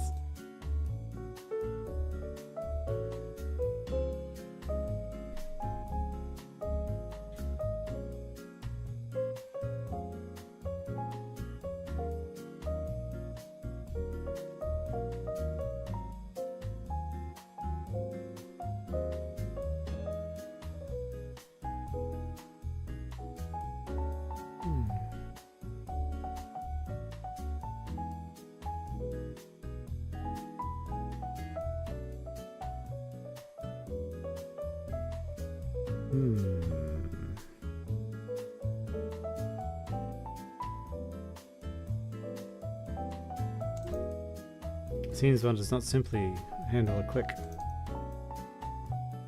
in 2023 software development.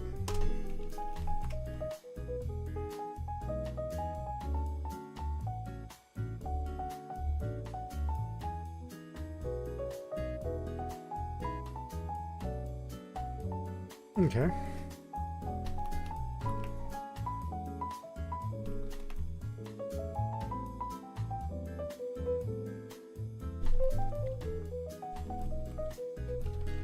Can I just like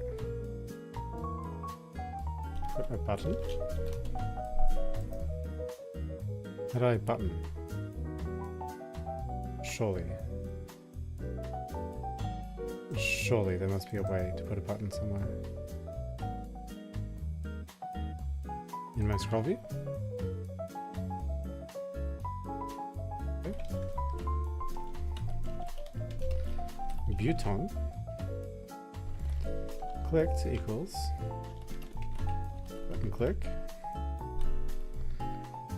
event handler.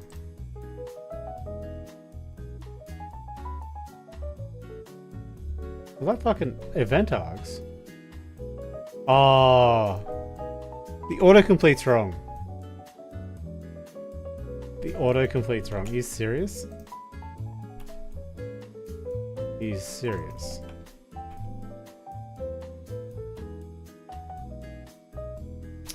Dear Bill Gates, please come back and fix your company.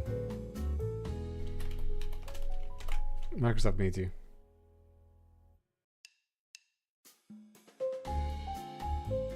That's not an issue anymore. So, one ought to be able to handle one's event handler.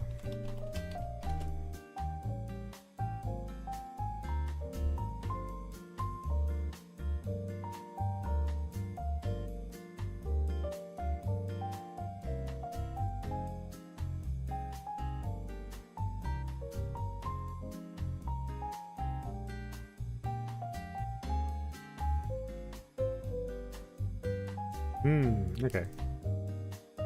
I've got help clicked.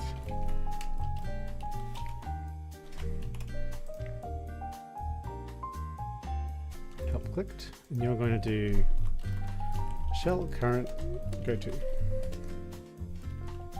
You're going to go to help page.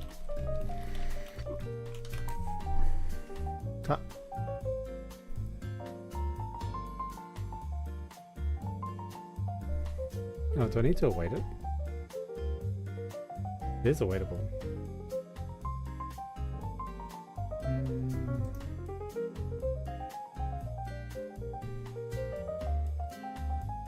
Okay. Hey, that works. Nice. Alright, so that's not awaiting. So can I do that as a task? And then just await. And then async. Is that possible?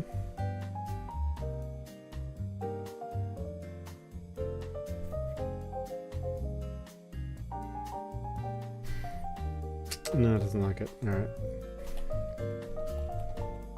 So it's going to be void. Can I do a sync void? I'm going to wait for it then, but let's see if it works.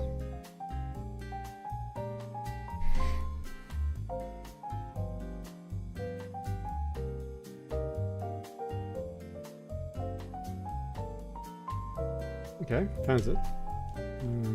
Let's go. Mail to forget roof help page.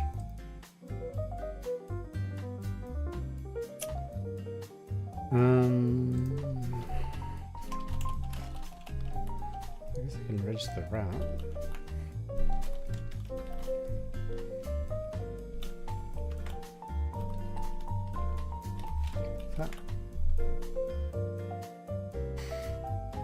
It is a little bit annoying that like, I have to do it this way, but like, is there any way to? Where does the routing module live? I wonder. There we go. Cool. Then I go back.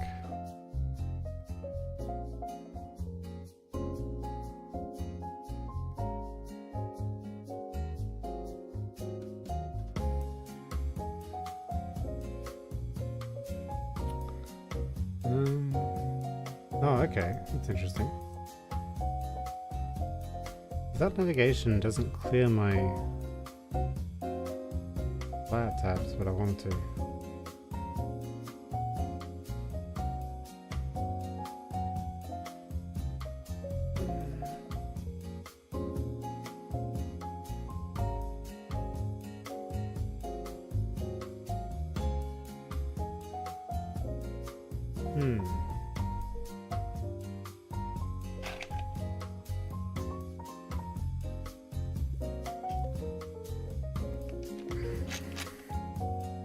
Now, one way to do this would be probably not using menu items at all.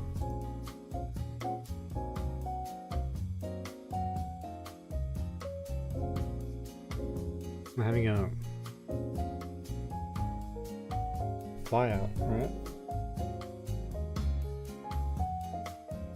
So yeah, these tabs. It's like whatever the previous tab collection is going to be up there, I reckon. If I go language in settings, is the previous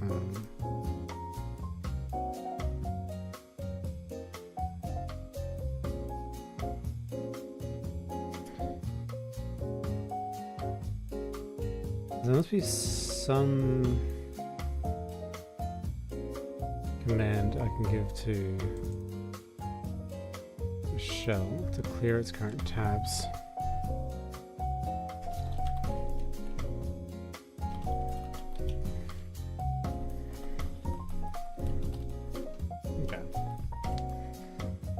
Let's have a look through these. Arrange. Okay.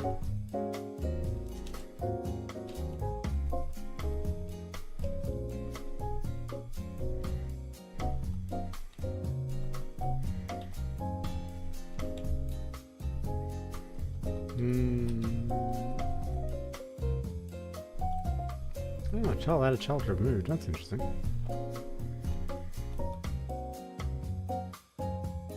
Clears any value.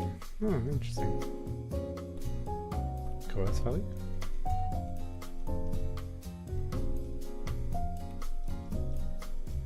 Display a lot. Oh, cool.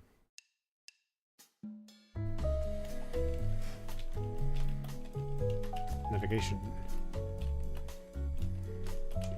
You have clicked on help. Dispose.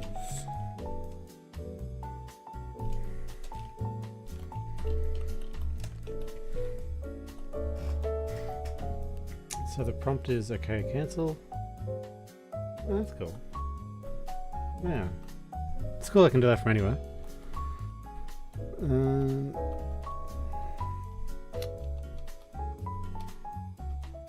Content, flat footer, flat header, flat icons, not items.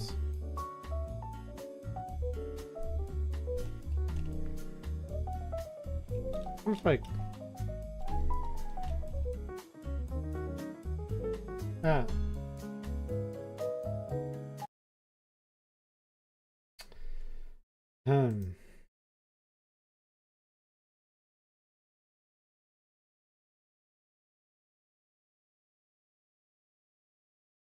And once again, Sinbind.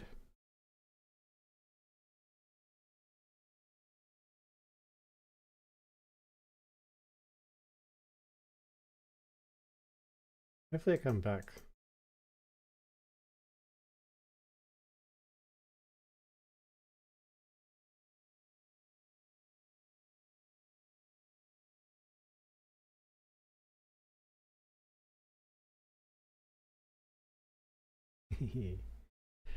I am Jiki.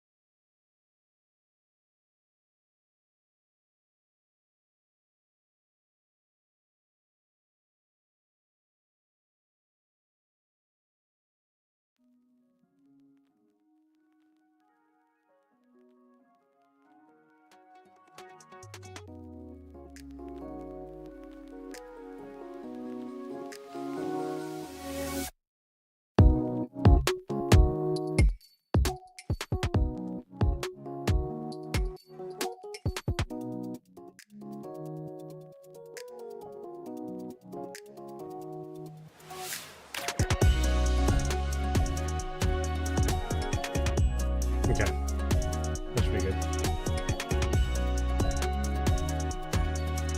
Come on, am I available? I need to know.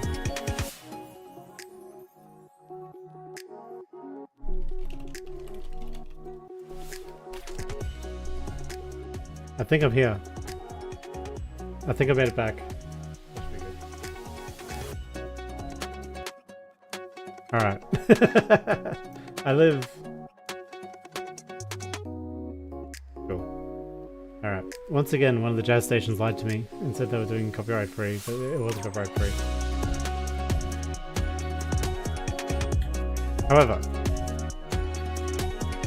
this current track is definitely copyright free, according to the creator.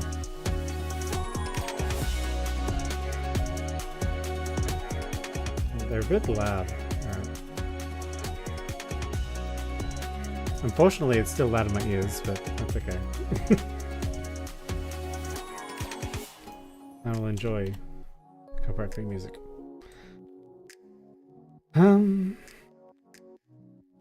Load from XAML. Of type. Generic LURP. Generic LURP. That's interesting. The current task. Hello, welcome back. The current task is. So, I'm gonna click one of my flyouts. I've got all my cute little sub-menu items. When I click settings, the flyout stays, and I need to get rid of it. I'm currently figuring that out.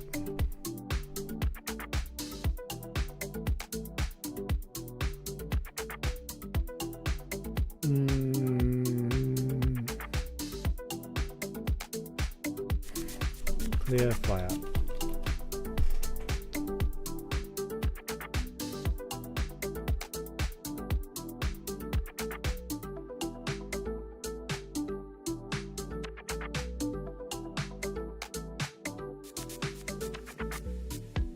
My flyout.hide. Ooh, that's cool. Oh yeah, nice. It just has a hide. Let's give it a name.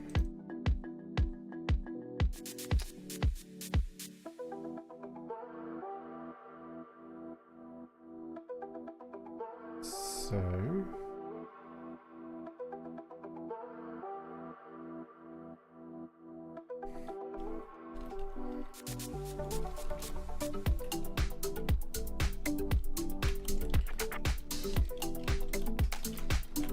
we've got a thing called company flyout. Let's see what that does.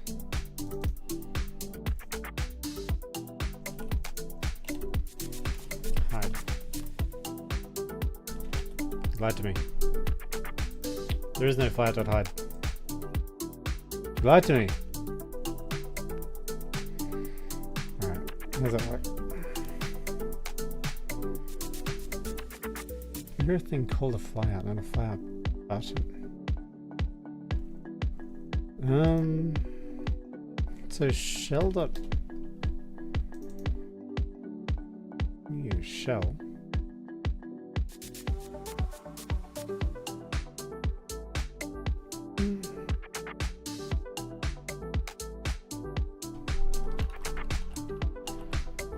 So shell dot current should have a flyout.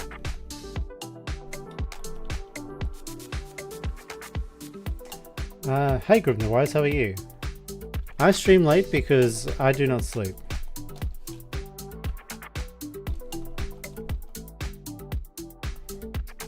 And it just sort of suits me, you know.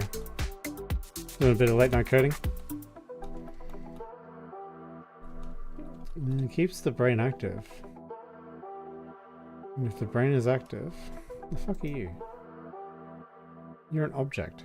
Well, if you're an object, that's useless to me, isn't it?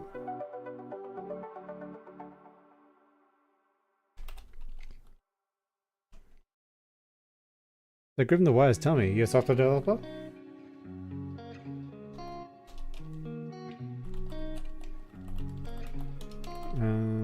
Fly out content.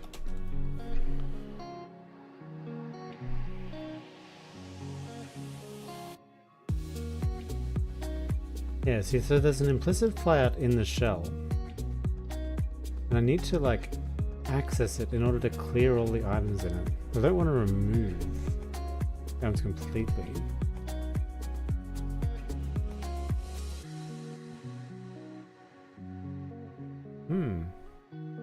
Cool. This conversion open grabs each shell content in a new tab, which is wrapped in a flat item. Oh, okay. Kinda cool. Not what I want though.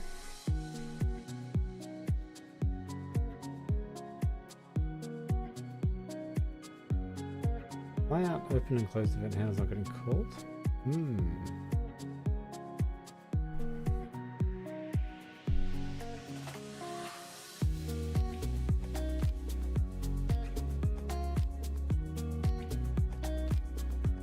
It's like a dismiss behavior. Yeah, it's a good idea. Page resources, fly out.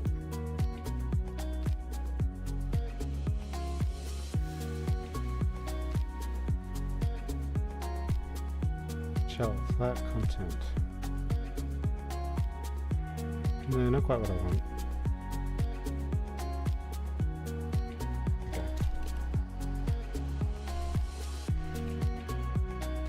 That's cool.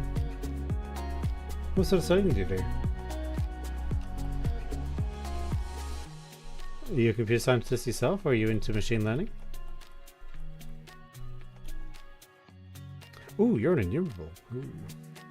Wow, items.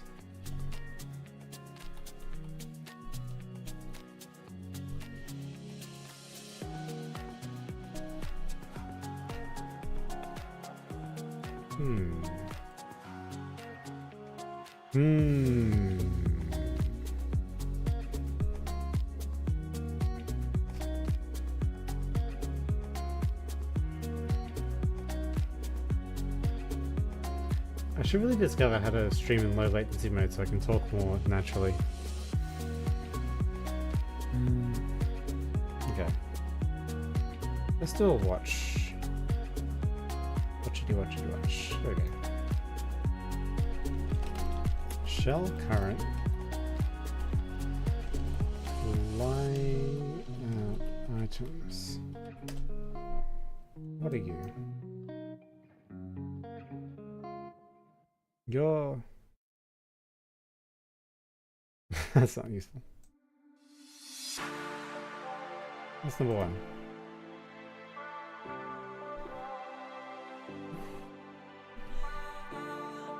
It's not quite what I want.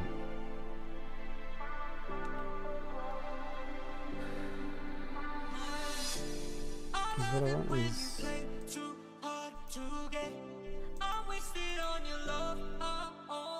Oh, actually, yeah.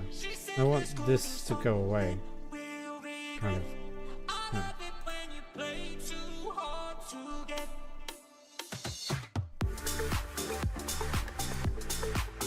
Oh, hell yeah.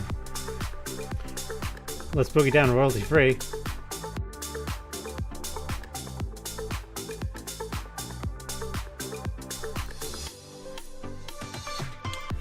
Royalty free. Music brought to you by Studio Royal. Whatever. This problem's actually boring. Couldn't be fucked. I was gonna ship it with no issue. Alright. Let's nice. Nice, okay. Beautiful. Let's build up the help page. And build that page. What are we gonna do? I'm gonna do a bunch of text boxes. Yeah, probably just one text box. Label.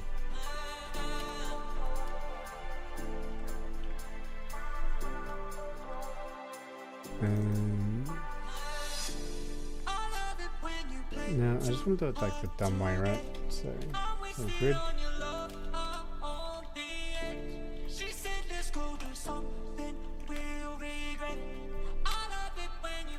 Doesn't like it.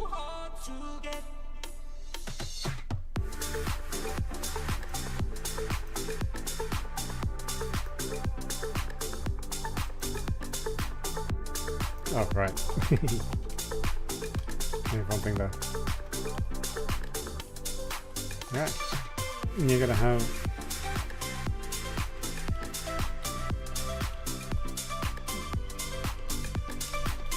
a row definition.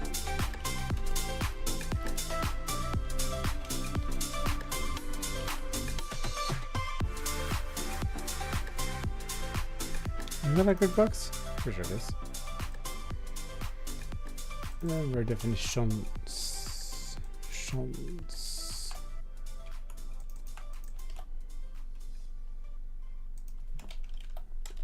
Dot.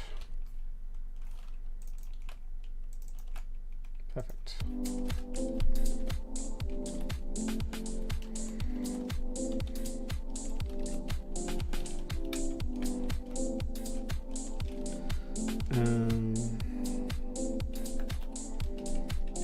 Let's have a label.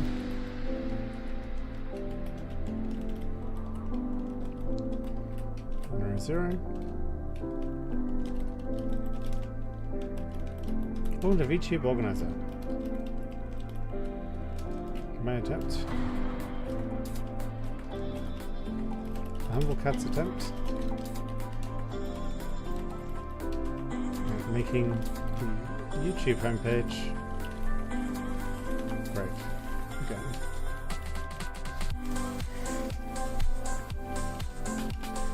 VTuber Organiser.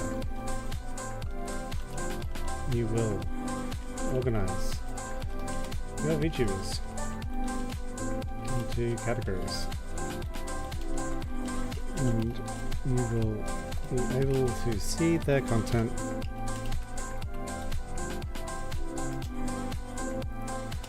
by category.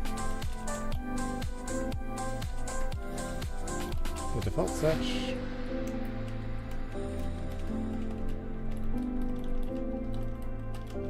is 5 videos per VTuber.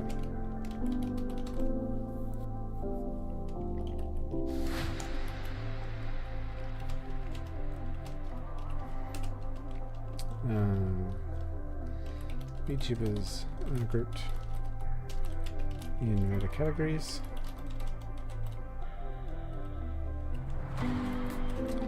Those categories are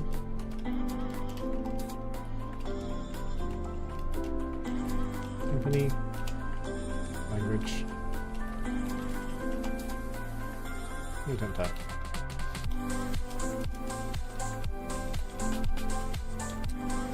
English VTubers,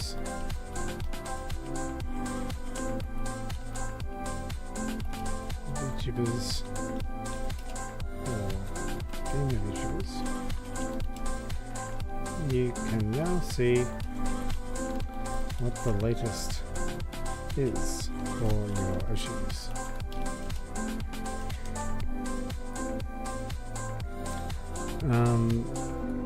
Features coming soon. Alright, let's see how this looks.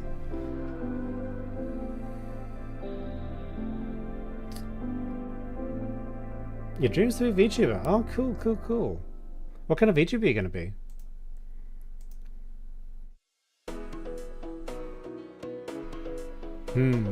Not quite.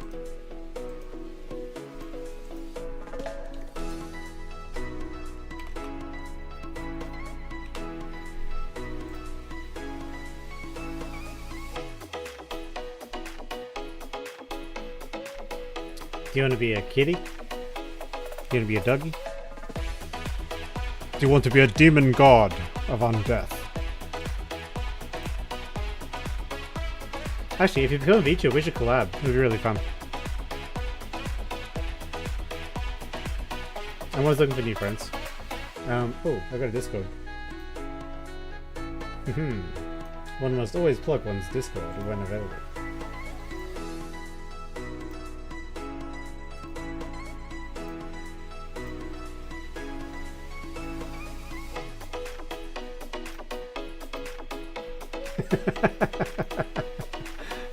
Not making me laugh. That's not good. Bruh, why is this being nonsense?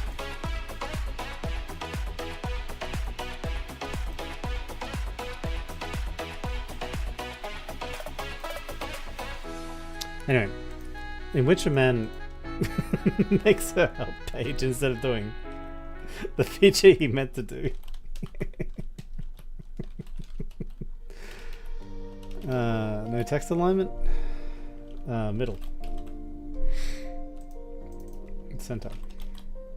A demon fox lives in space. Oh, have you heard of Remy the Dream Fox?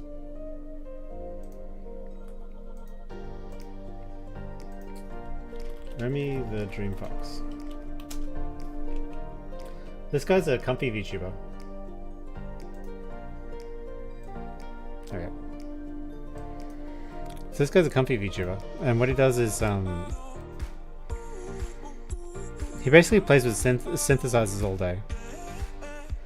And he's really cool, you should check him out. But basically, I'm like in his streams at work, and it is so relaxing because he's always happy, and I'm always happy to listen to him. And he has like sick thumbnails, man. Whenever I see a Remy the Dream Fox thumbnail, I'm like, oh, thank God, Remy the Dream Fox is streaming. Yeah, he's really cool. So why does your demon fox live in space?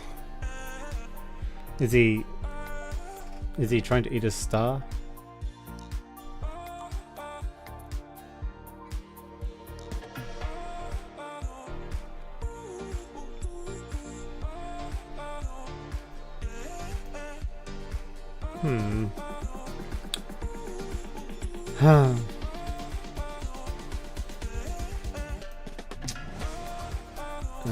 I need to quickly do this label.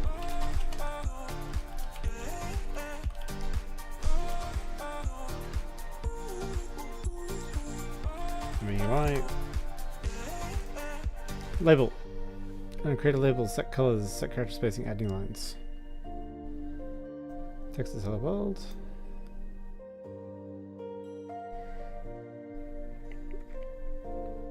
That's a good idea.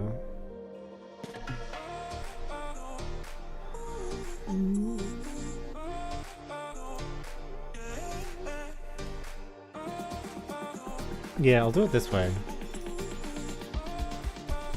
So I'll do label text. Because if I do it this way, then it'll be a little bit nice. It'll play a little bit nicer. Because the way XAML works is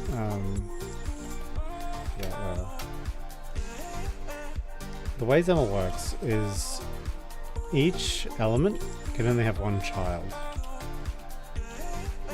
Except for a grid. Grids is special. So this page, you can only have one child. And that child happens to be a grid. And the grid's only child is a label.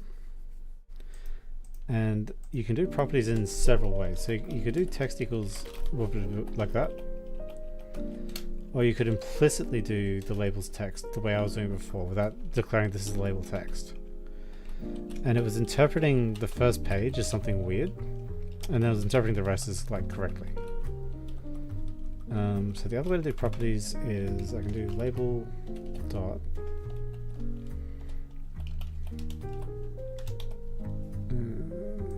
intelligence doesn't like me. Why does intelligence hate me?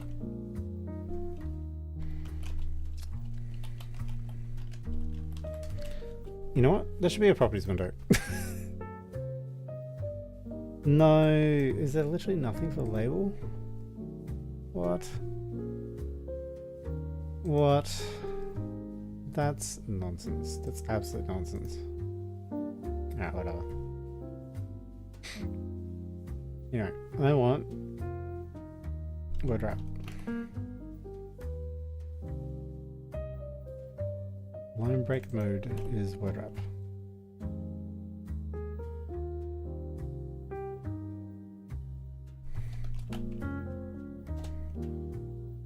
That's what I want.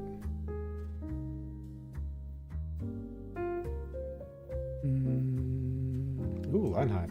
Yes, line height. Whatever. Yeah.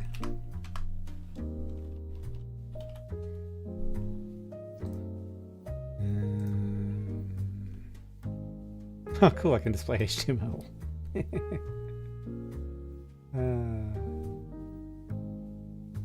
Has the internet gone too far?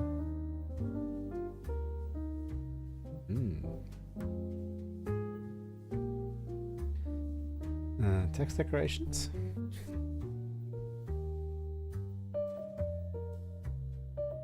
Ooh, I can do uppercase.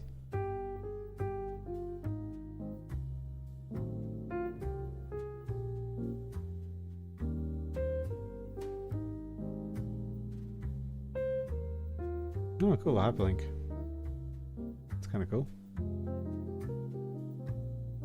Oh, okay, you just do blue underline. Looks like that.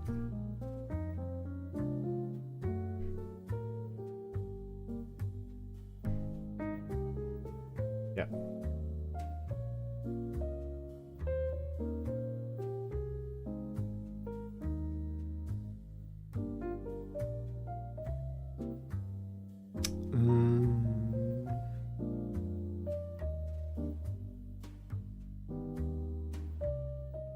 Oh no.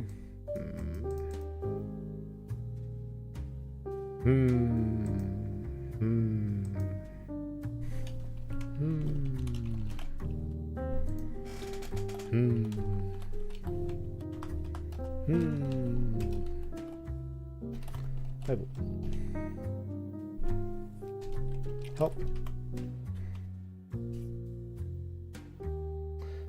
He's banished from hell for fusing with the devil of desire named Vice. Oh, that sounds cool. So if you got like a sort of an edgy anime design, like sort of like, you know, he's got the angular eyes and he's got like a sword like twice as long as him and stuff. That, like, that's just really cool. Actually, important question: does the demon fox have a tail, and is it fluffy? These are the things your viewers want to know.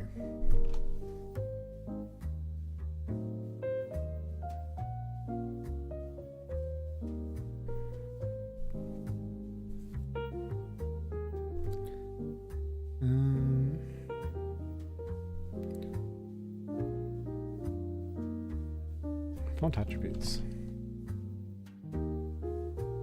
There should be a way to do header label.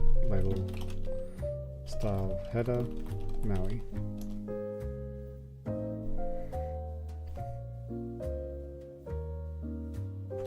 Header.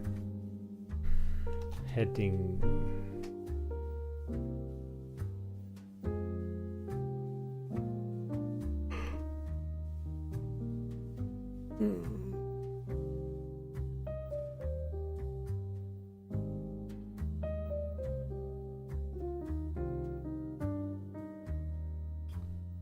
Styles.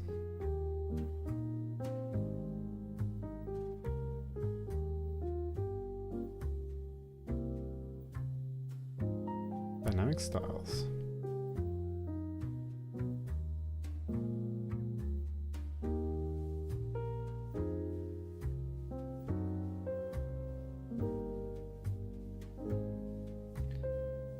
Why does it do that?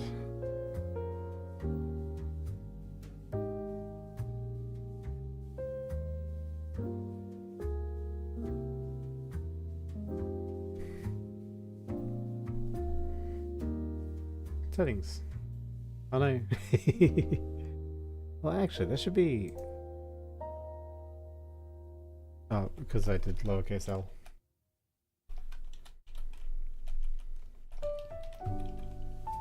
Up.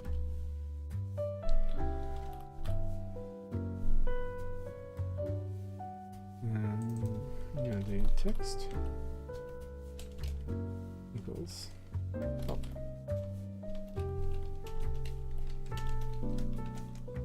Bad.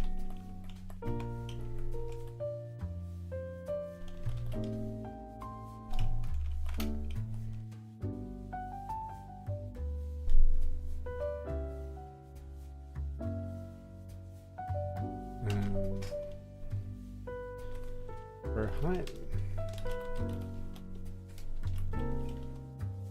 it'll be 40. And your row height is going to be start to fill you up.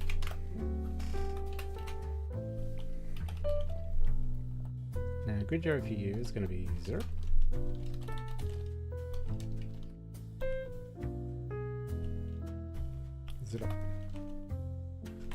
Zero.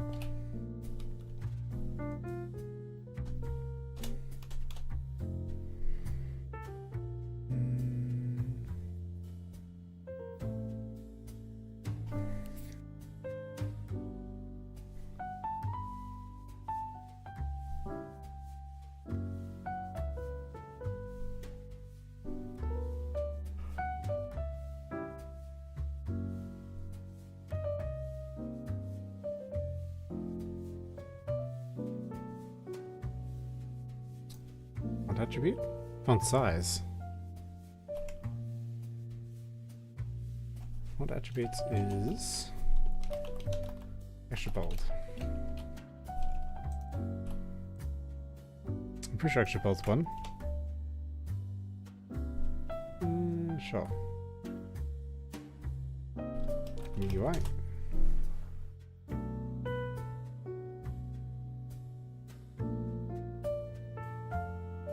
Bold, italic, none. Bold.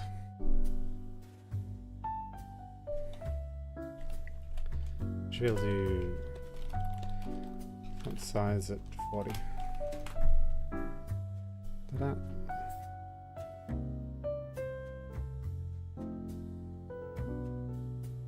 I should be able to do horizontal alignment center.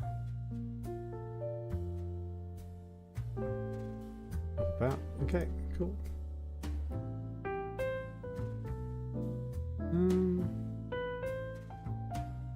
Let's just do...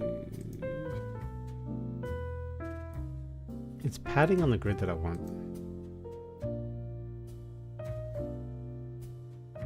Or it's margin on the label. Margin.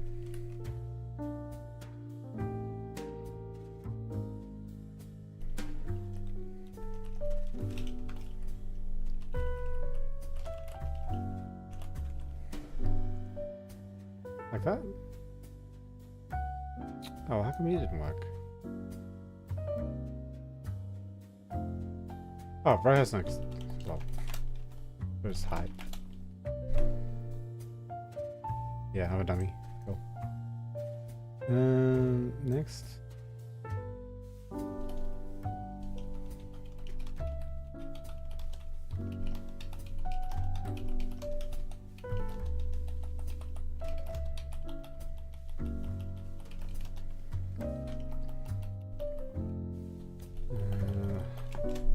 Margin should probably be 300. Whatever.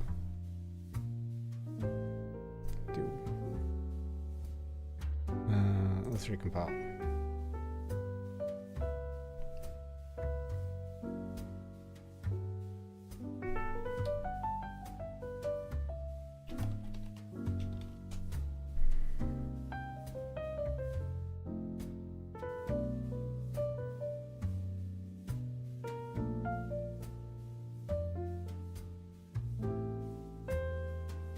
I'm gonna go help. Pretty good. Pretty good. I just need to make you 50. Make it a bit higher. Burns, burns, burns. The ring of fire. Oh, easy.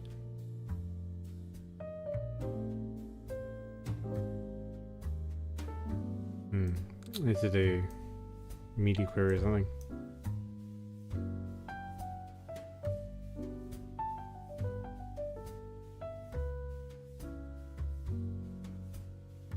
Yep.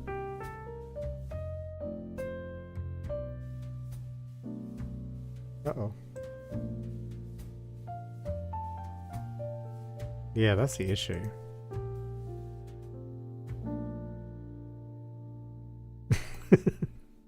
Oh no. Navigation's so fucked up. Alright, the good news is this works.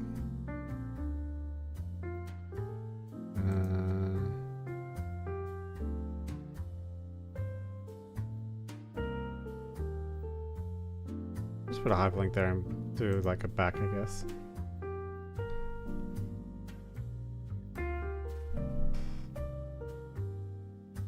I do a span there with a clickable thing. Alright, that's good enough. I don't have to make that perfect just now.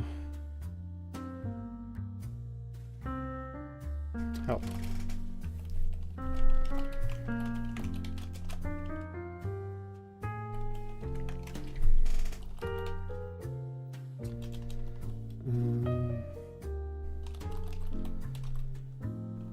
Define.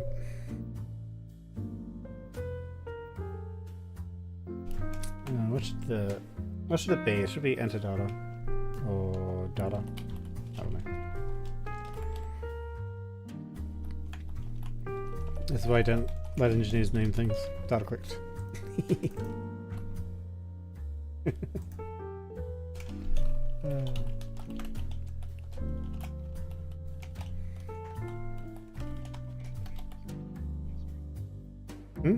Oh, is it suspended again? Really? God damn. Thank you. No, thank you. I appreciate it. Yeah. Have fun. Yep.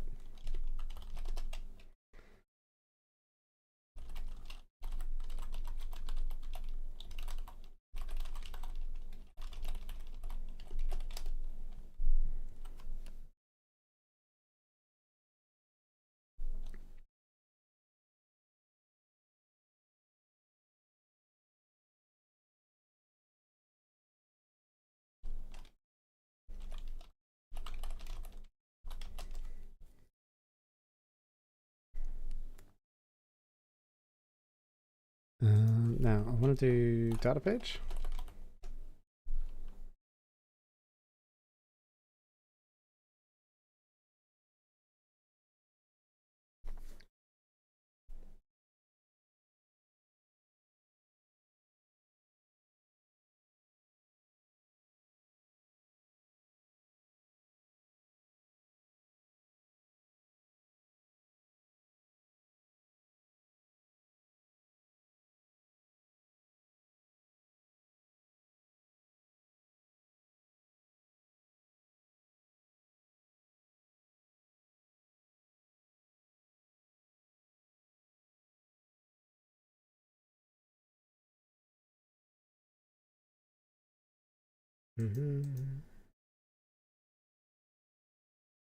Do.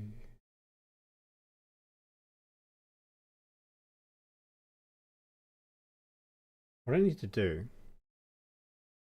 is make my own. Oh, later on a radio. Can I play that?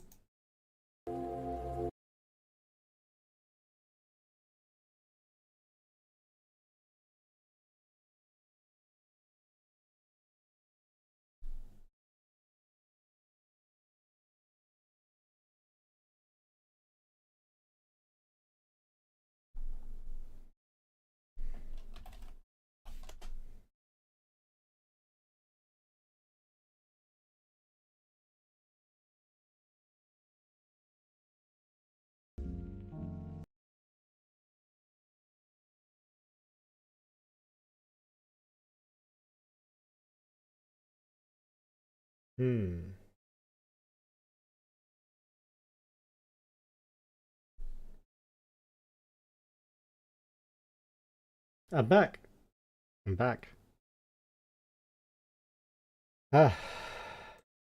Well, I'm gonna try the next. Supposedly free uncopyrighted music track, okay?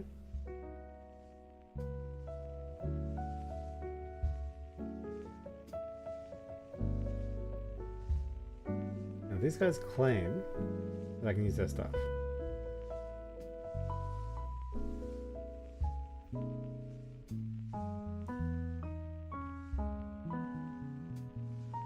But we shall see together. We shall see together. Well, thank you, Henfano. Thank you. Also, Henfano, I'm going to say, without the Discord noises, You suddenly talking in my ear is a massive jump scare. That was so fucking freaky. Streamer mode, man. Like it's like I'm in a survival horror.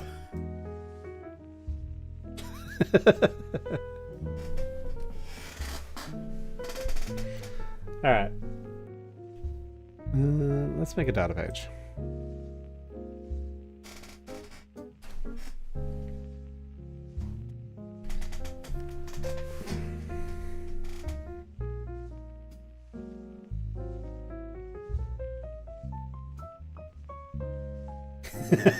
I know you try your best, you bum. No,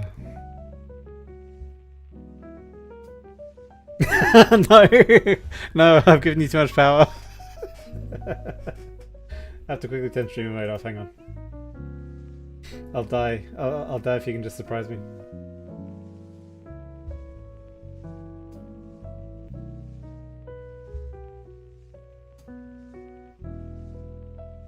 Alright, stream mode is now off. Oh, alright, cool. I'm gonna have a notification if you fucking join now. The reason I turned notifications off originally is because I was listening back to the VODs, and basically whenever I get a Discord join, I would check my Discord because it happened in the stream. So I don't know. I think I'm gonna change the Discord join notification on the stream so that I'm not jump scaring people. Although actually,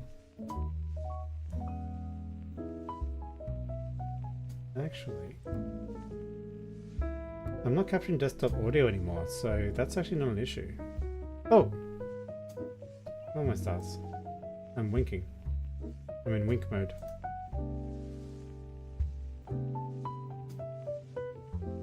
Okay. Alright. Apparently my coding streams are the most scuffed.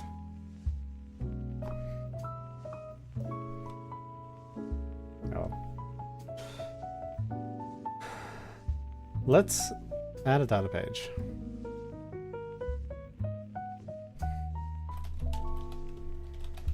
Data page.xaml.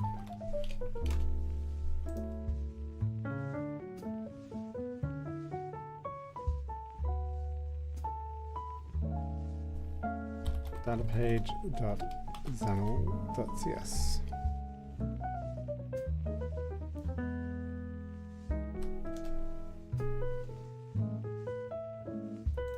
Rename Linux. Rename Linux.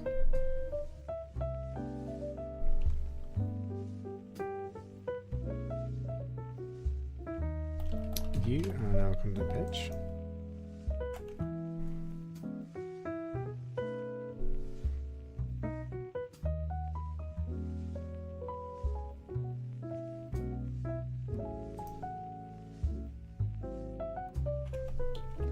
Ba ba ba ba ba.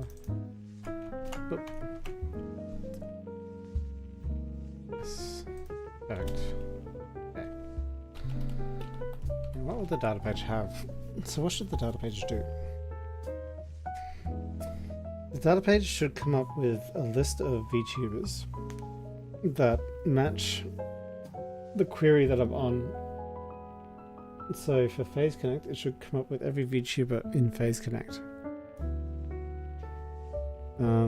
It should allow the user to modify each of them and add tags willy-nilly.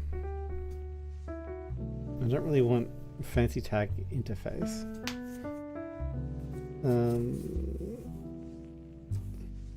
Upon hitting the back button, or upon navigating away, no, upon hitting a save button on the data page, there should be a save to app local storage.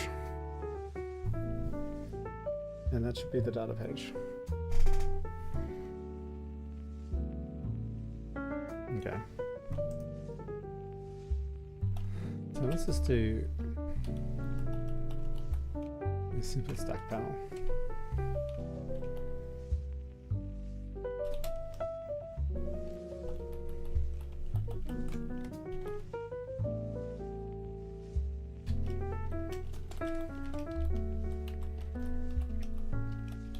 Data for face connect.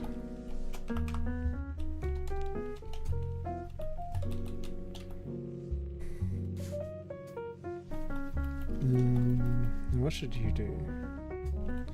Well, the next thing should be a stack panel.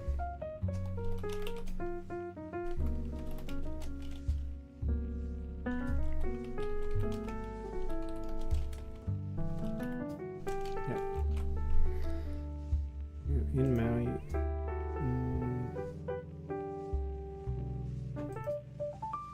No, that's not gonna be.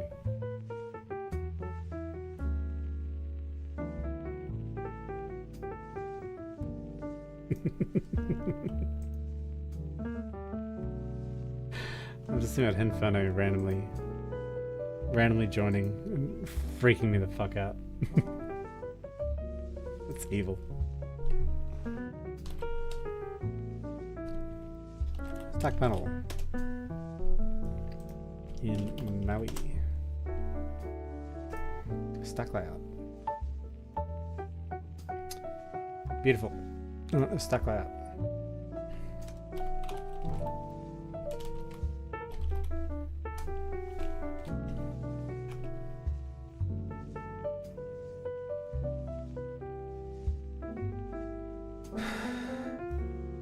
The content page must have a stack layout. Orientation is vertical.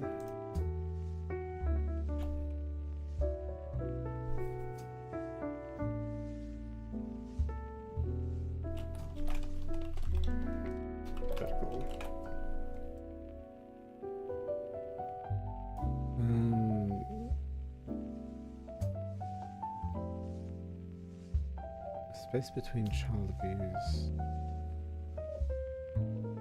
Net request. Okay, so you go like. Yeah, cool. Hello.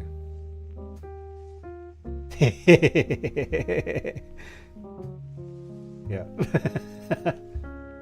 Just breathe. Just like breathe into my ear.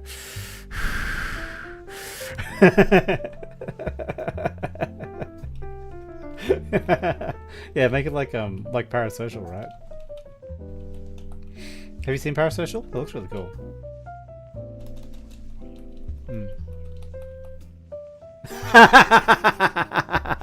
Oh, beautiful, beautiful. Oh, actually, I'm not sure if people can hear you, because I don't know if I'm capturing audio from Discord. Oh yeah, it's just I'm like talking to myself like a weirdo.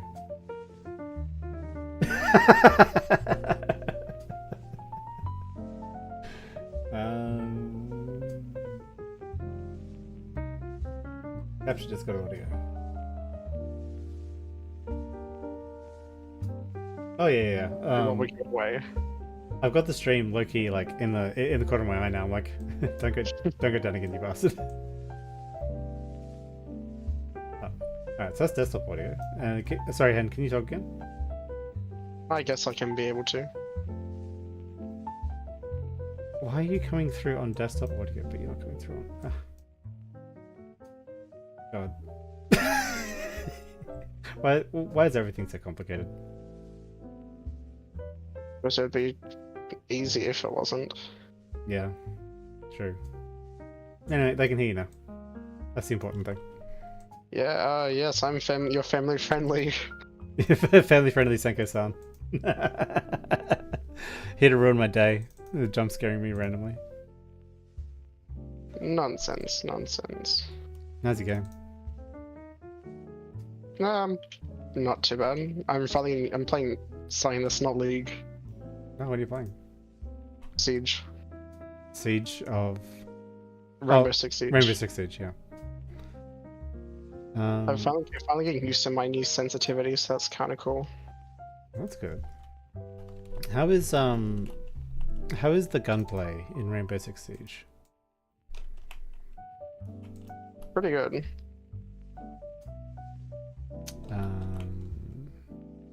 What is the difference between Rainbow Six Siege, Call of Duty, and Medal of Honor?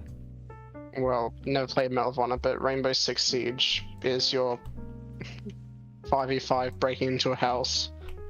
So it's like Siege as opposed to just straight up 5v5. Okay, so like in Counter-Strike, for example, you have like a terrorist team and a... It's the same, but only the terrorist team are in a building. Yeah, okay. And like the terrorist team will have to like hold down the building, right? Correct. Isn't there like isn't there a mode in Counter-Strike where you have to rescue people? I think so. Yeah. But this game is a lot more focused on the actual like proper breaching clear type stuff. Okay. Well, you're meant to. Do you feel like it succeeds? For the most part. I've actually been recommended to play it. Yeah, it was me. Oh no, it's someone separate to you. There was a while ago. Gene is a teacher. Nice. And he was talking about the games that he plays, like with his students one time. And this little snot put his hand up and said, "Sir, don't you play any good games?" And to which he responded like, "Well, how do you define a good game, Jimmy?" So Jimmy is like the standard kid name because you obviously can't use like kids' actual names. Oh yeah, oh of course. Yeah. I always refer to everyone as Jimmy. Yeah. Well, yeah, we refer to all kids as Jimmy. Whatever, I call everyone Jimmy, no matter who I'm referring to. Any unknown name, I just refer to as Jimmy. Anyway, so Jimmy goes, "Oh, like Rainbow Six Siege, sir. It's the best game ever." I wouldn't go that far. Look, Jimmy says so. And, Oh, then you get Jimmy's case then. I'm taking Jimmy's word here.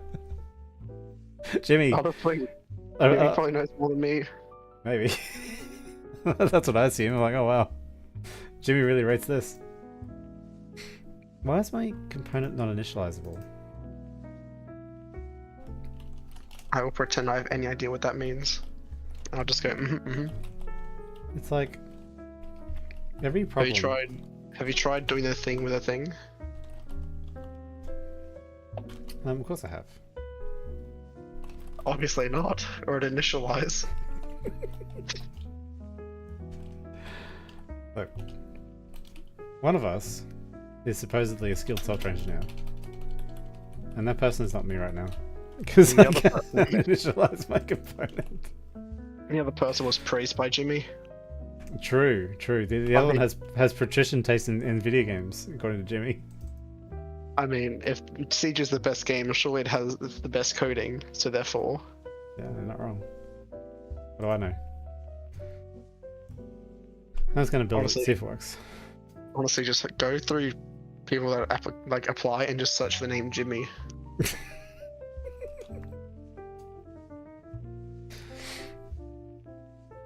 The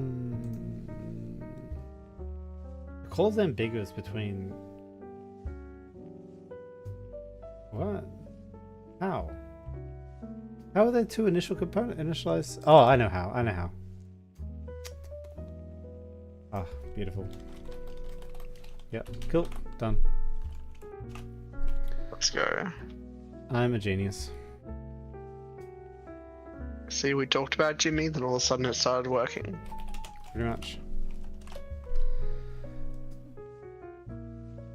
Also, my years of experience tells me, like, when I've just done something dumb. Also, the little notifications in the bottom tend to help too. Look, the people that can read these notifications at, like, speed and understand them are paid a lot of money, okay? We call them software developers. So does that mean... does it mention having to understand them? Because I can read them. I can read them quickly. No, sorry, you can read them. You have to read them quickly, and then fix them. Like, you have to make them go away, make software work. So, can I get like half pay or? No. You have to do everything. Asking too much of me. I'm gonna take you to court for it. Oh. I'm sorry. It's alright. I'm not gonna answer any more questions until Jimmy, my lawyer, steps in. Well, Jimmy won't step in. He'll besiege the courthouse. And he'll rescue all the hostages. Do exactly what he's trained to do. you go on like Facebook Marketplace, get some dude called Jimmy to represent you in court. He comes in 5 minutes late, breaks the door down, like throws a flashbang at the judge. I'm sort of imagining, do you remember The Simpsons, how there was like a dodgy lawyer? Mm-hmm. Like a dodgy lawyer character? Well, what was his name? No clue. Troy, it was the same voice actor as Troy McClure. This is Troy McClure, he was the dodgy actor. And then Lionel Hutz. Lionel Hutz was the dodgy lawyer. We'll call him Jimmy, give him a flashbang, and that's him IRL. Pretty much. Oh, Well, yeah. I shall take my leave assignments to do. What are you up to? Lesson planning and teaching. That should be fun. No, it's not. Look, man, I'm trying to just like give some light into your life, okay? If I say it's fun, it's fun. Understood. Now get in there, soldier! And you have a good So time. When do I get to work? So if I bring Jimmy in to help like understand the code, No. He can be blind as long as he understands it. Jimmy is the legal team. I'm the software Jimmy is development the legal team. team. Exactly. Woohoo! Oh, cool. Just My careful navigation works. that you might talk your way up from a parking ticket to the death sentence. I'm not sure if I want Jimmy to represent me now. That sounds dangerous. He's really talented. He could go either way. Alright, have a good time doing your assignments, or like try to. Ooh, assignments. Enjoy your stream. Hopefully, you don't get kicked again. Yeah, yeah. Let's hope so. Ciao, ciao. So yeah.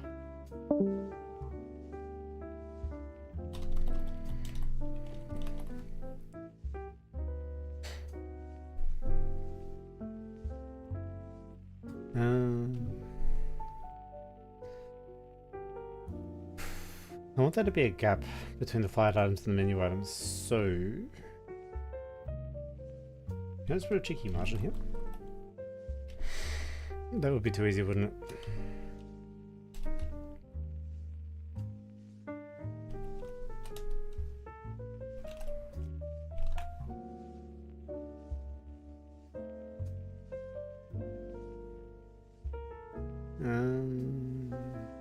Margin was not found in menu item, yep.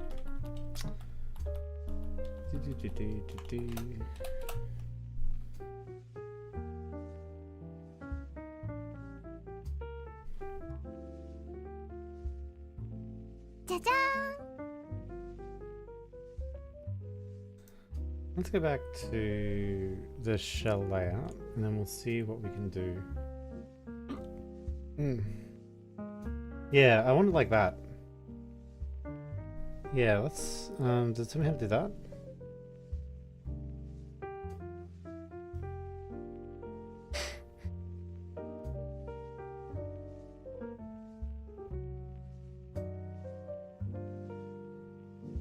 Attach a data template to each menu item.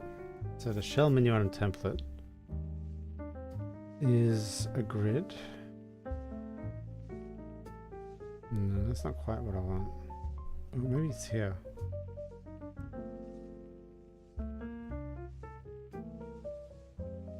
Menu items. Menu item objects can be added to the flyout, as shown here.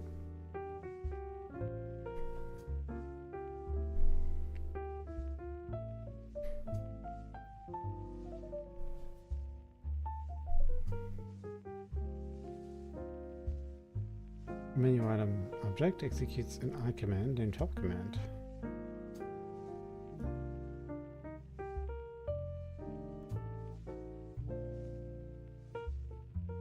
Now, actually, now that he's gone, I'll turn desktop audio down and turn up YouTube.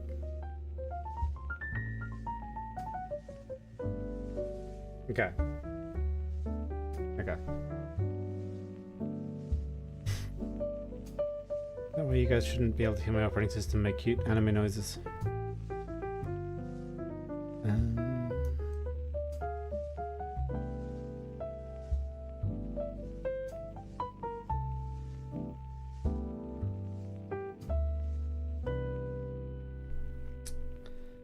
Look at me.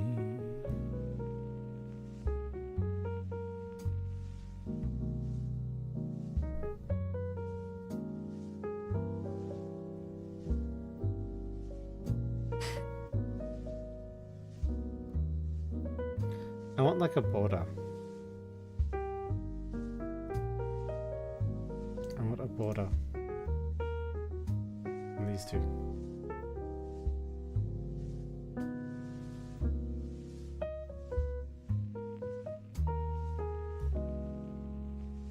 Discord's jump scaring me now. Define data. Oh, that looks pretty good.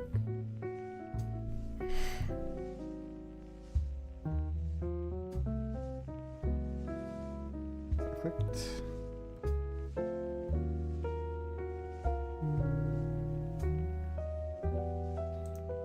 Data page / yeah, then I can wildcard. I could pass in like phase connect here.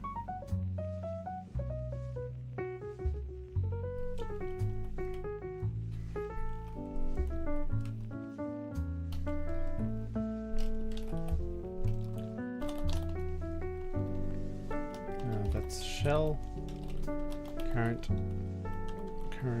item. Or is it? Current state location original string. Okay. It's like that, right?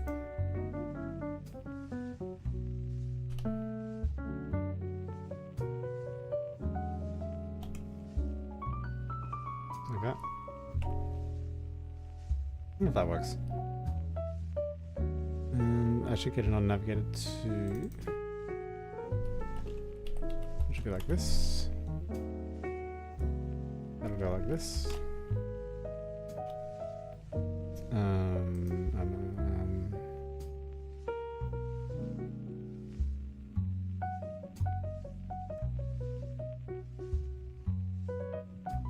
I can just define a data context, I think. Data page, have a data context. You're gonna have data. Yep, beautiful. Main page, you're going to have a data page view model. Boop, boop. Boop, boop. Add data page view model.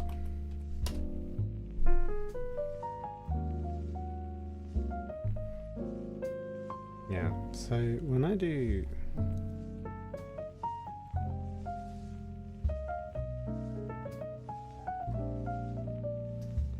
I think the best way to lay this out in terms of folder structure is probably going to be like main.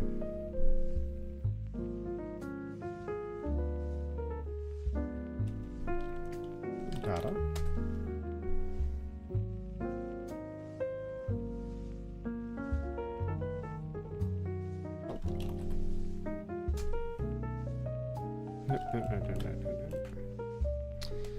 No.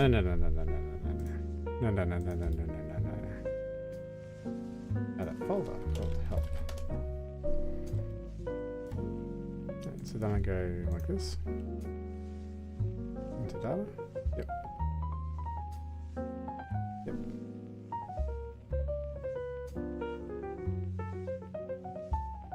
Like that. Yep. And then like that.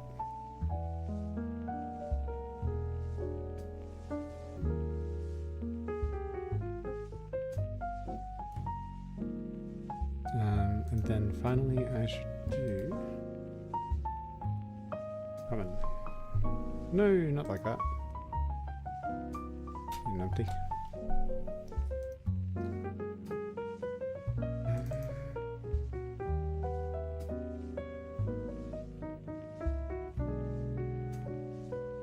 Memory program.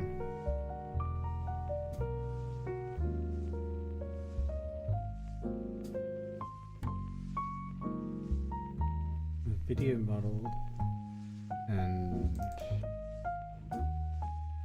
oh, this is a data model, I think. Yeah, that's a data model. So it's going to be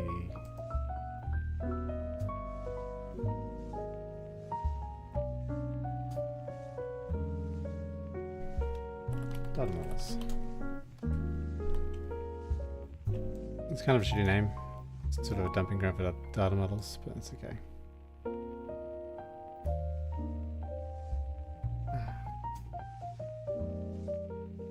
Nice.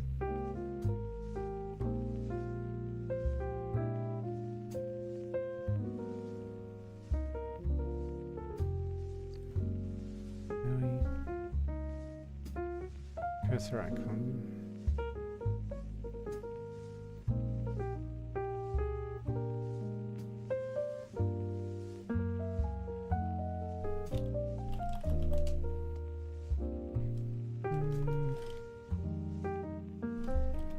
Let's do common.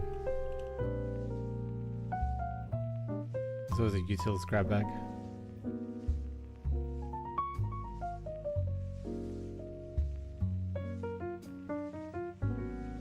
Now, Maui app has to be in there. This is my app shell. And now the program's a lot easier to reason about.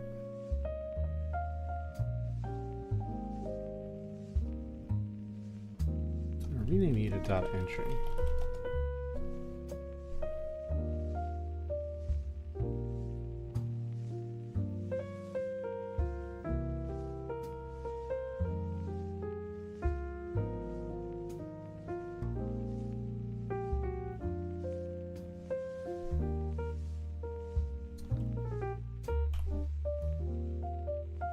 Add an item called data page model. Oh, already exists. Alright.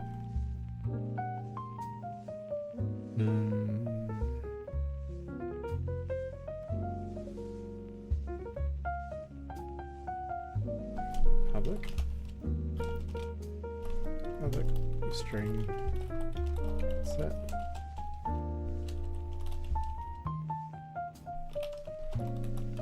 Hashtag.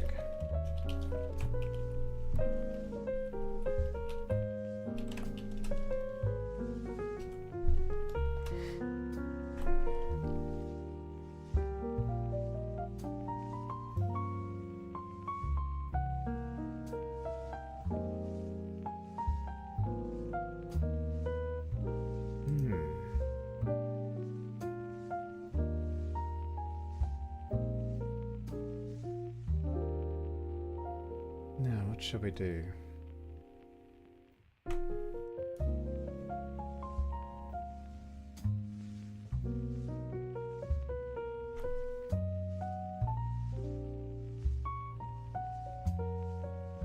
Actually, if I navigate by button, that means I'm not that means I'm not going to be changing my shell's current state location. Maybe. Let's find out together.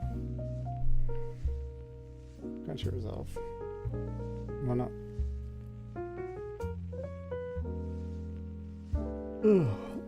Well, clearly you're not you're in the .main.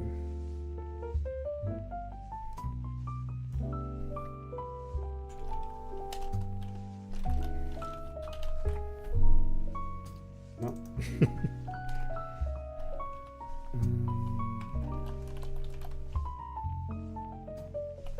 What's the main?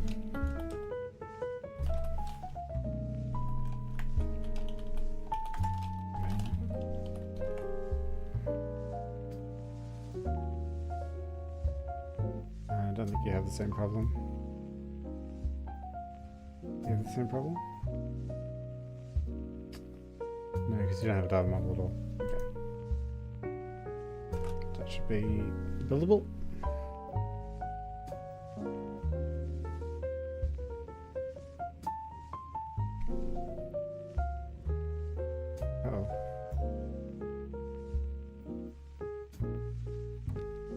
when your directory organization breaks your application.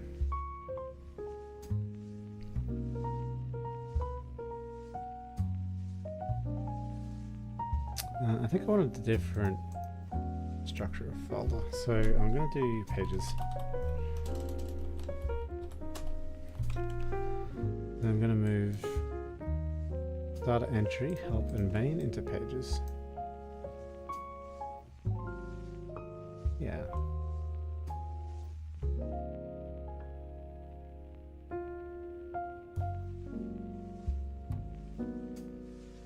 I have common, I have data models, and I have pages. Platforms and resources. That is a clean application structure. Very nice, very nice. And it's completely fucked me.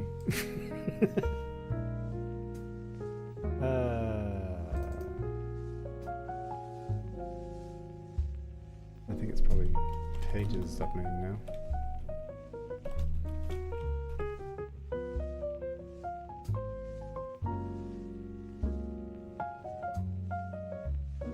Local dot. Okay, so it's now under that. It's now in cursor. It should be in VTuber Organiser dot comment.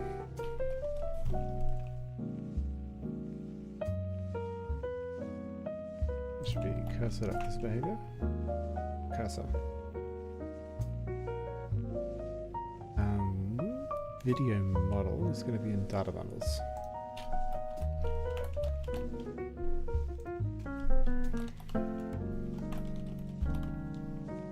Yep, in data models. And so video is going to be in data. We're going to be in cursor. With an R.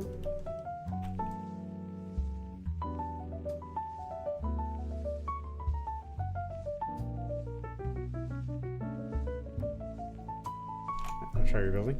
This should work. I'm still live. I'm still live, guys. I'm still live. Holy shit. I'm traumatized by going down so many times.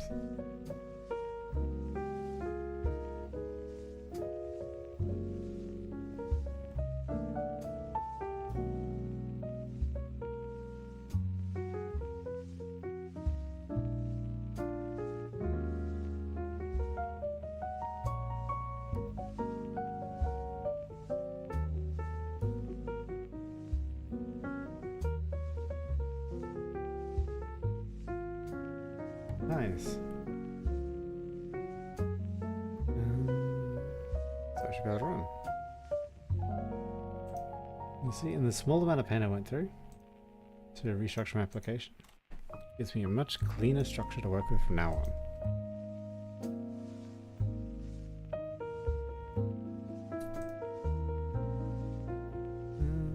Define data. So what happens with define data?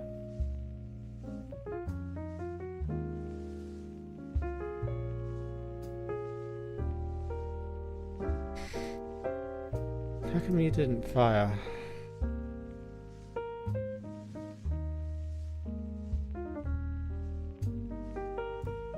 If I went to help page, you would have found.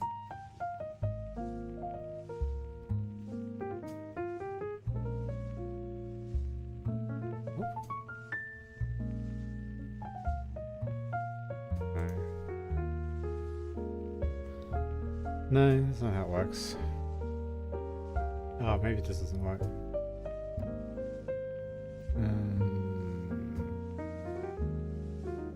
App shell. Yeah, so there's no rat called that, basically.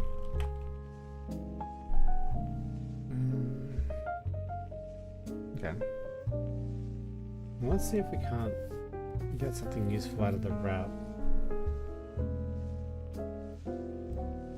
Good connection. All right.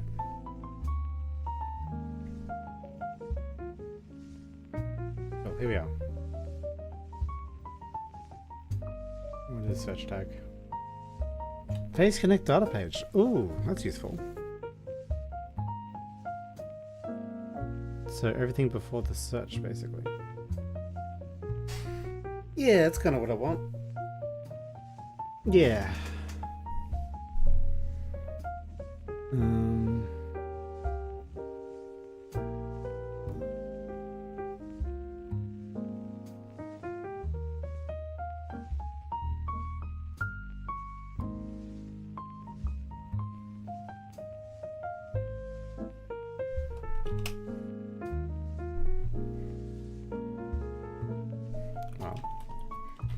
I'll give you a name.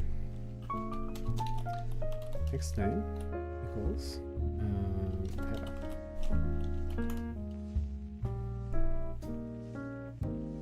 Now when you navigate,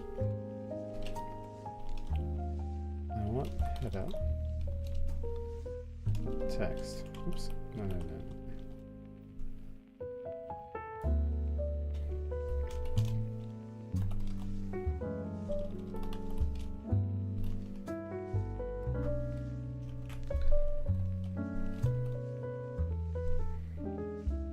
Header's a bit of a confusing name.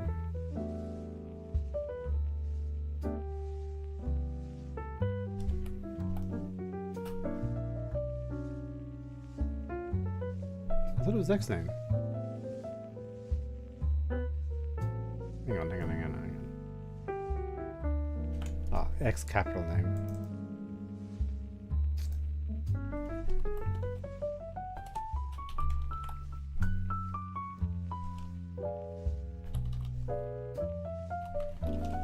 Text. The text equals VTuber search tag.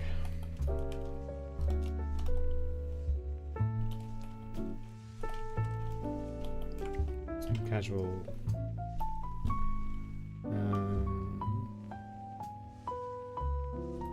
Data 4.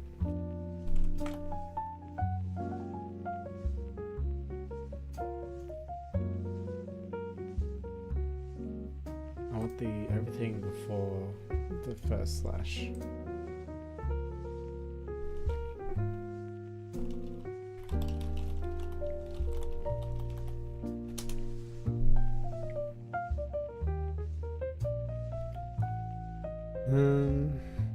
Get until? Oh, it's got a helper. Gross. Split 0. That's a good one. Split.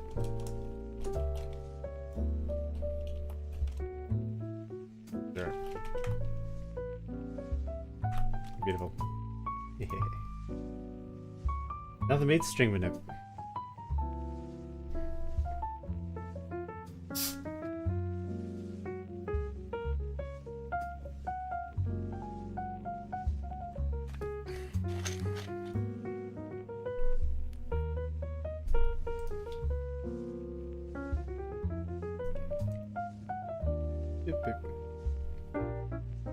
Not a face connect. Okay, now what I should do is I should have an observable collection. The observable collection should be linked to my stack panel, and then I should populate it when I make the view model with the data in memory. Whatever it might be. And I'll navigate back. Actually, no, don't navigate back. When the user saves.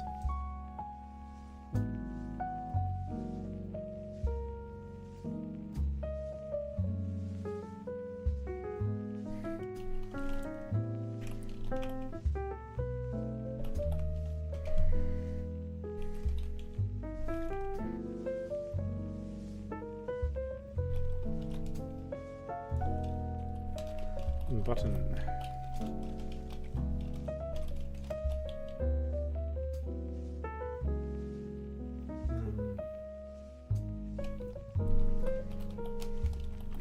Text is of course save. Command equals Binding. Save command. That does not work.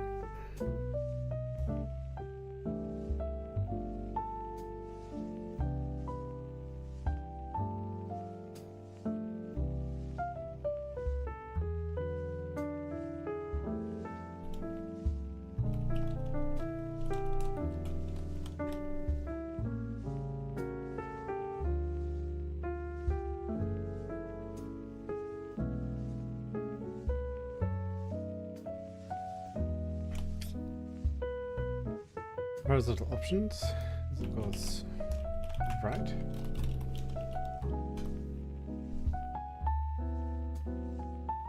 That's interesting. What's horizontal options?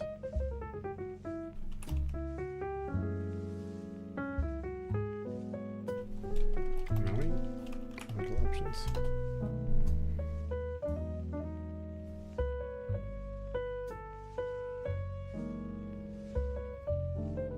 End.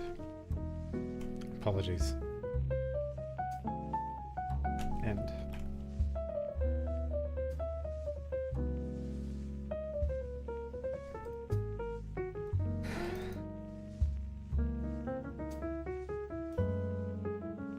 Oh, there's nothing called save command.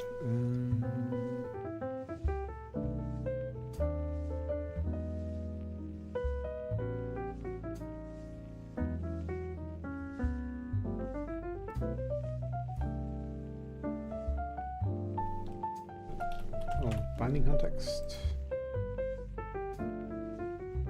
is going to be that.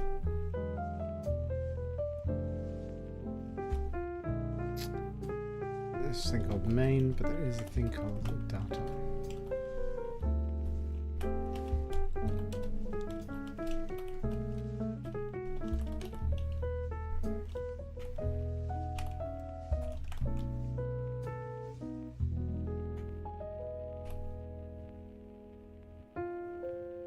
Hello, Tia Rin. How are you?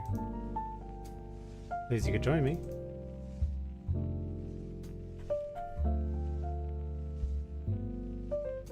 Oh, that's of course a data page. View model.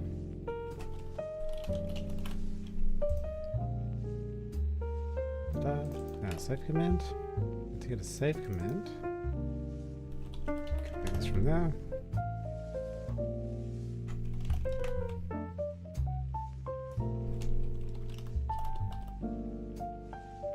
Save callback. Going to be save command. And you're going to call private void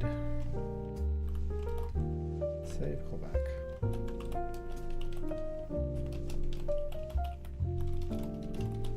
String header. Sync task probably.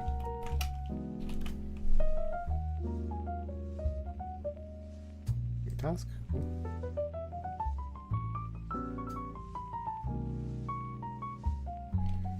I'm going to return task dot complete task.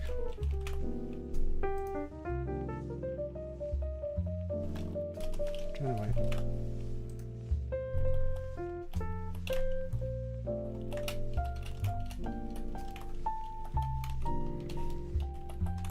No gross returns here.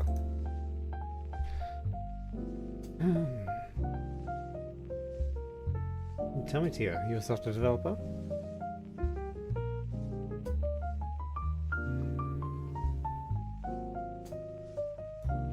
Okay, so we go to the save command. Let's see if it fires. What am I doing? Okay. I'll show you in just a sec because I'm about to actually build the application, so you will be able to see. So this is my application. This is a .NET 7 MAUI application. Quite a simple one. It's very small. Doesn't do much. What I'm trying to do is I'm trying to make a better YouTube homepage. One that I like. because the current YouTube homepage, I don't really like it because it doesn't organize data the way I want it to. So what I want to be able to do is I want to be able to like categorize my VTubers in certain ways and then have easy searching for those VTubers. So if I want all of HoloLive, or at least all the features I'm interested in HoloLive, I simply click HoloLive and go get, and that gives me all the HoloLive. Alternatively, if I want to watch a variety stream,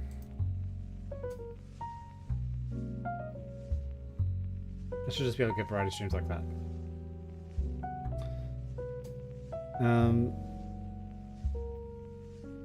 And what I'm doing at the moment is basically, this is data driven, and my data resource is a JSON file like this.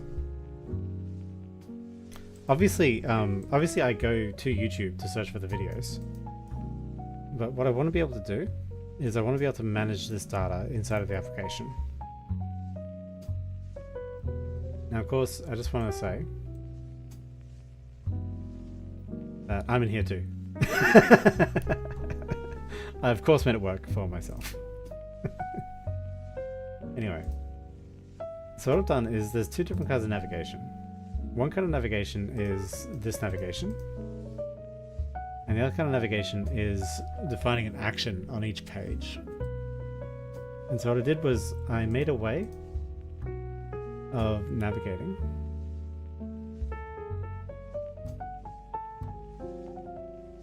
I mean, that works at least.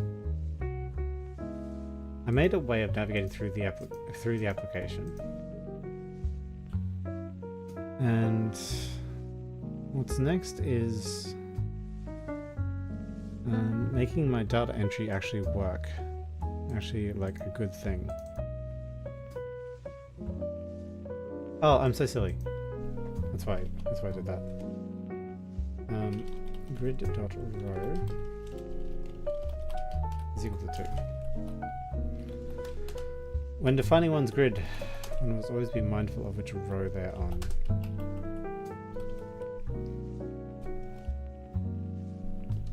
Grid row is 1. Grid row is 0. Easy, easy, easy, easy.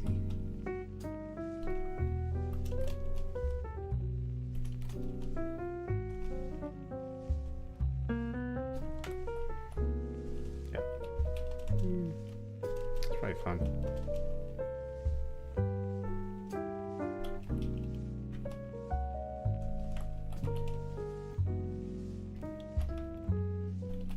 I have certain orderings which I like my things to be in. Having these sorts of opinions is what separates the men from the boys.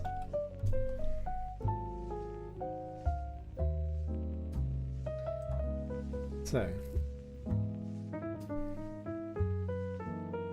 next is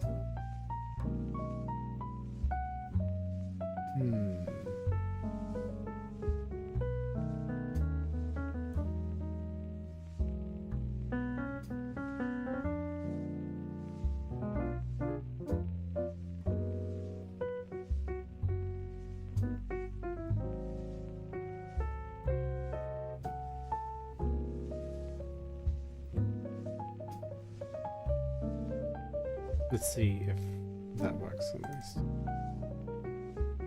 The item source. The item source for my stack panel is going to be something. It's going to be an observable collection. Decent. A bit big.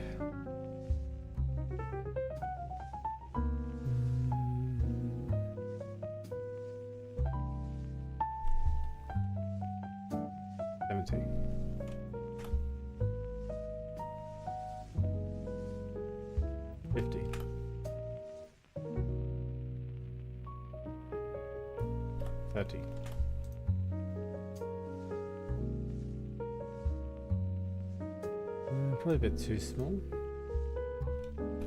40. Okay.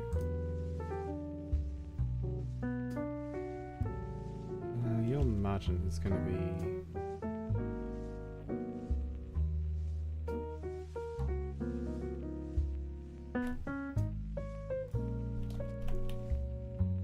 Not 30 knot.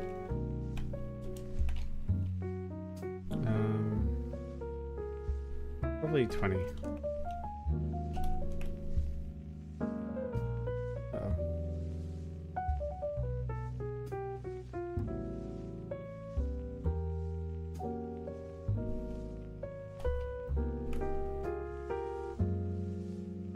$80. $60.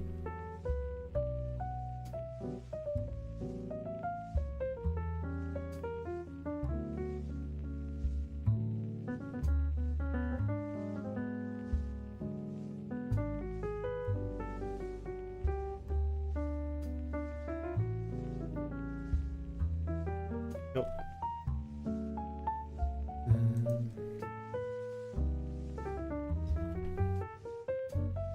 Okay, next bit is to do my stack panel items.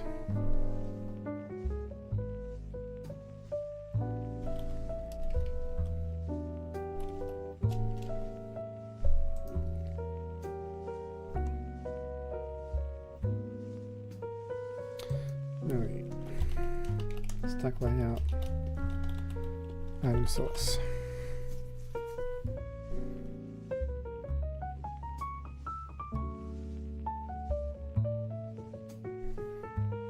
How do I grab?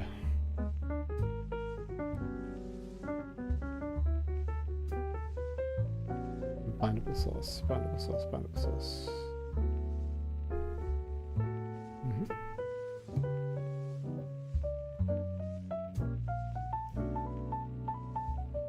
Ah, beautiful, beautiful, beautiful. And that's my stack layouts. Nice and complicated.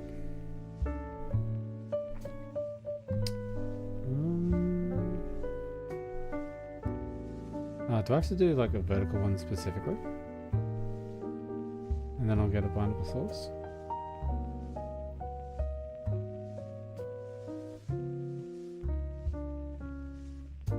I'm pretty sure that's what I used here. No, I used a flex layout.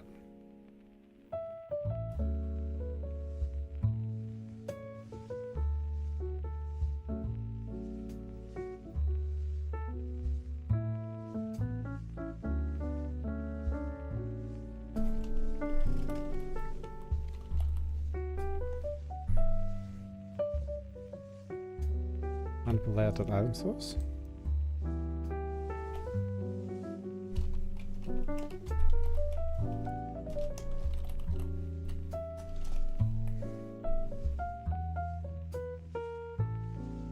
Okay. Binding.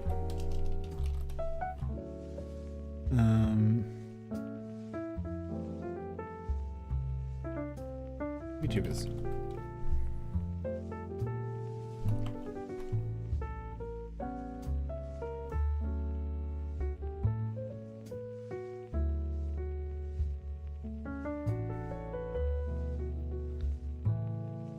Then you do an item template there, like this. It's nice and easy.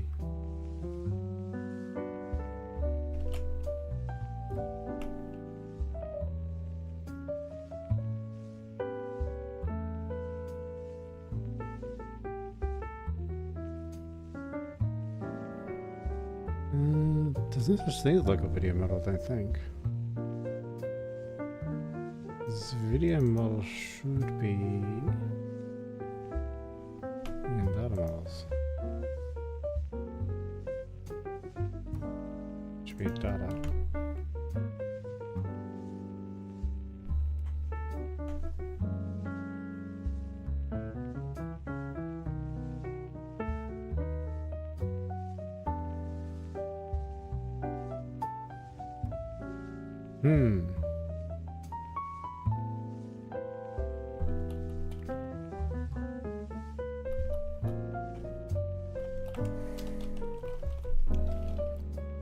think it's data type. This video model. Yep. There we go. Ill-defined XAML. Gross.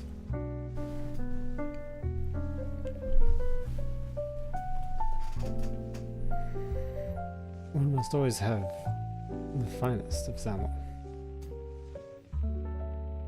Ah.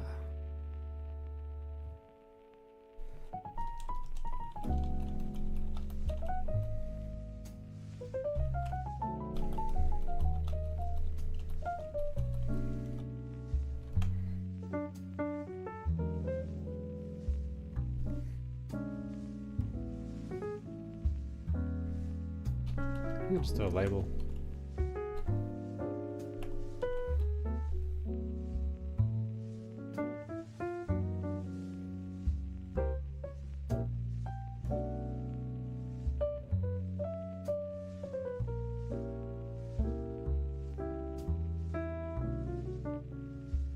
Oh.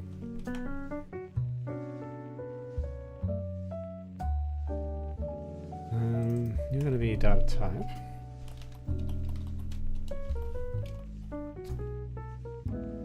And you're going to be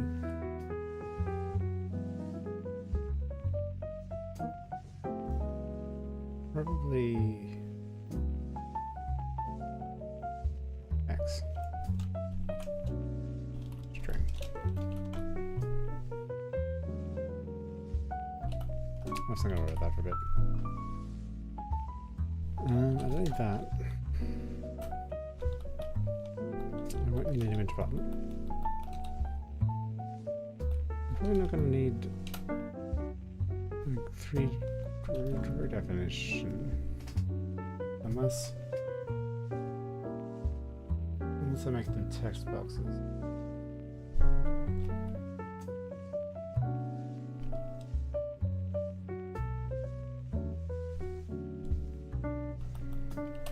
Yeah, I'll just try making it a simple text box at the moment.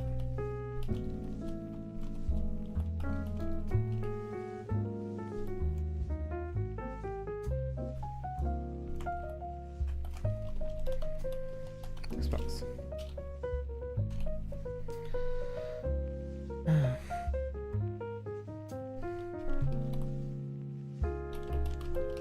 Text box in Maui, what is it? Entry.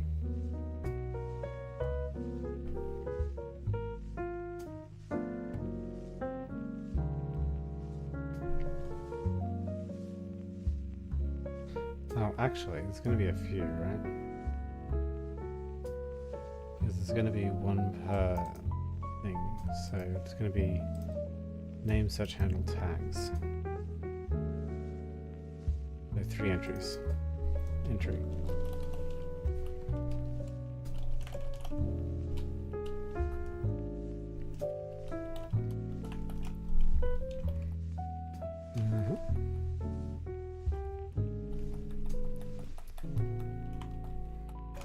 Name, search handle, tags,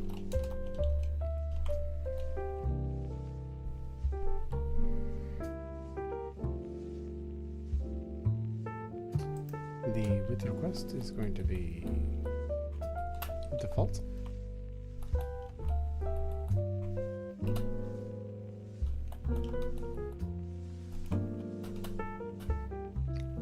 Mode will be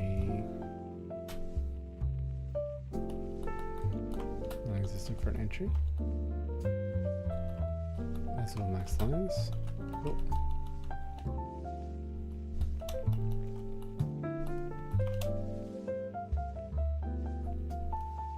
The binding will be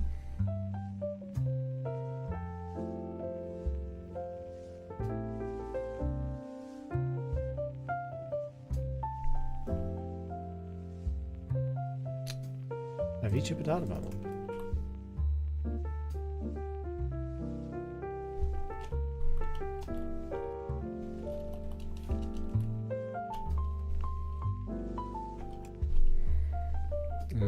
You're going to be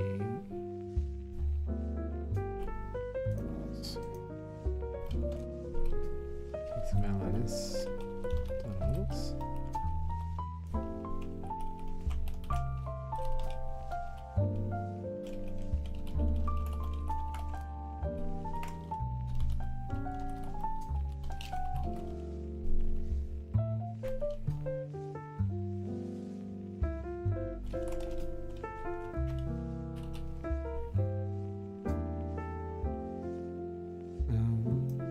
You're going to be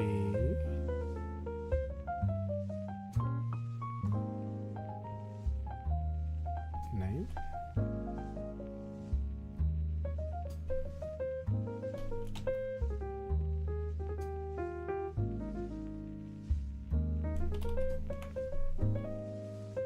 Search handle.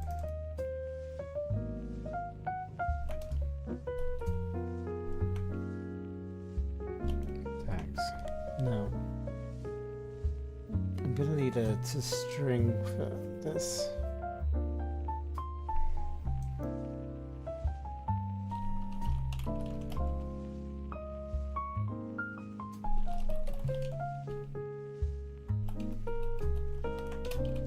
That's the easiest way to do it.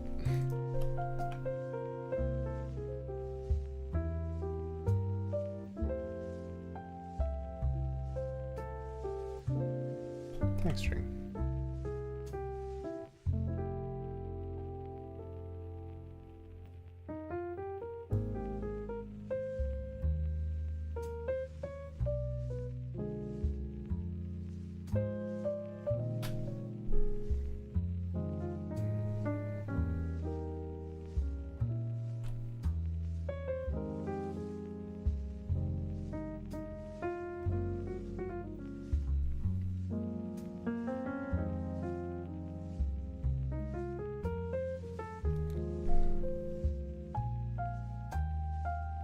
And I set the tag string. Reach.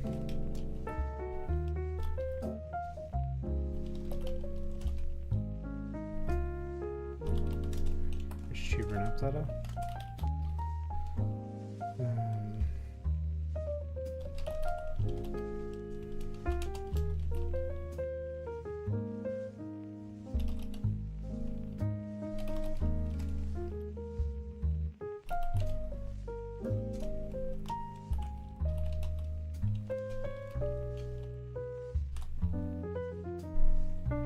Doesn't that work?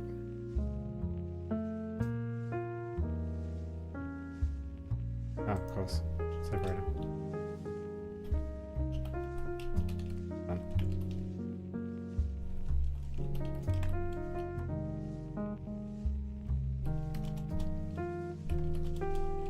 I'll do one more.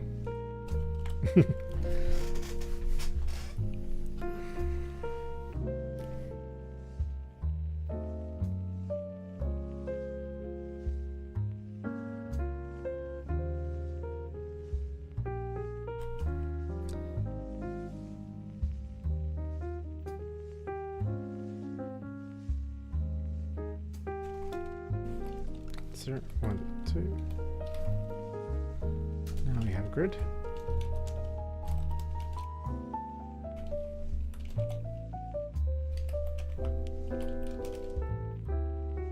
Grid.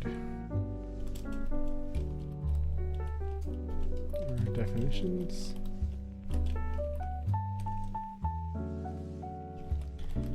Grid. Definition.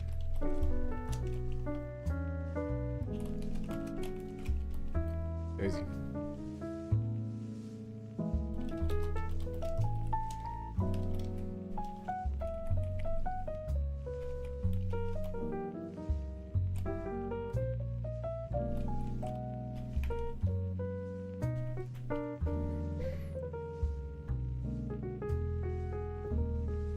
Oh. Close.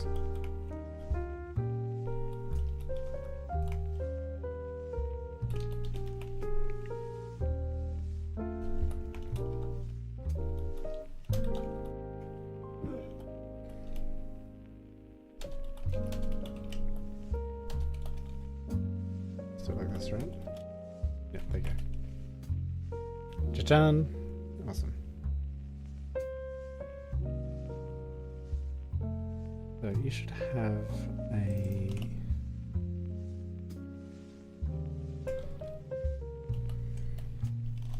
public VTuber data model called VTubers. And you're an observable collection of them.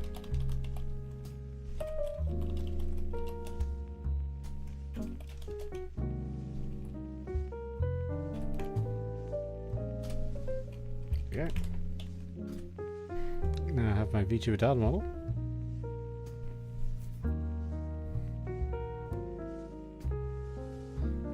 Let's see what we can't do about it. I think probably I want to do view model dot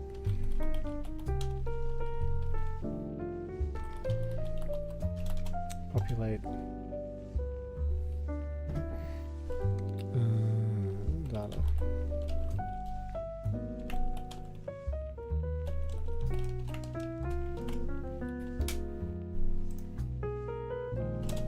Here I want to do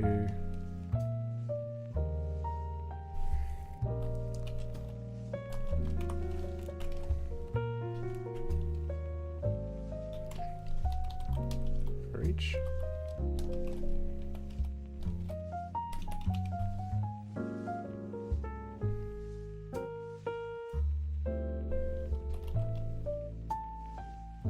VTuber in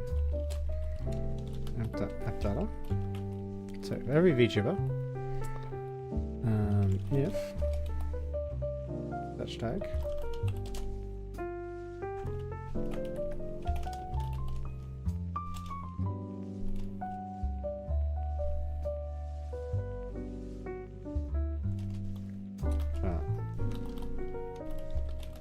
such tag equals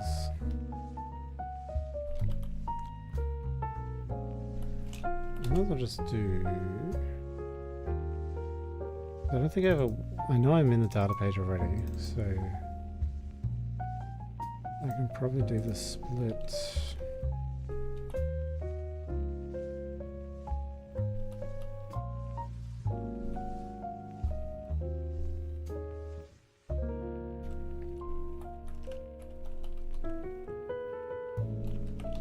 Probably do it like that.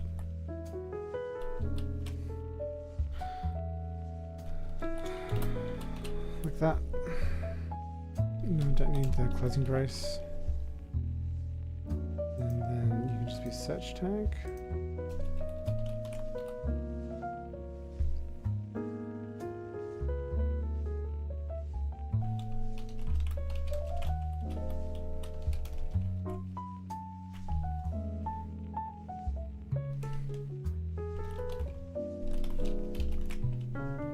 Nice.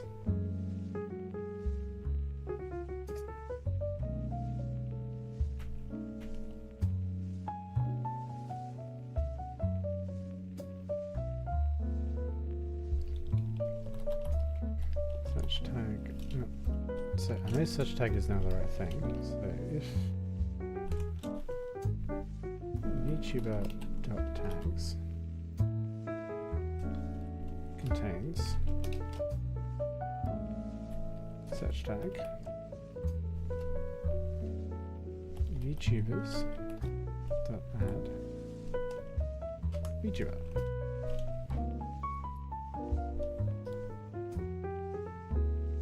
Easy. I think that'll just work actually. Curious enough. You always get to a point with these where like you sort of have a sixth sense for working software and what it looks like.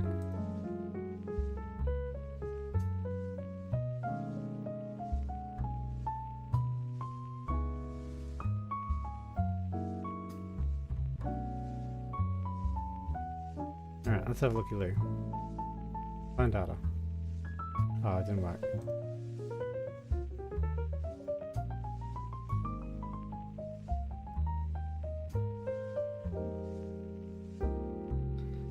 Let's check for live.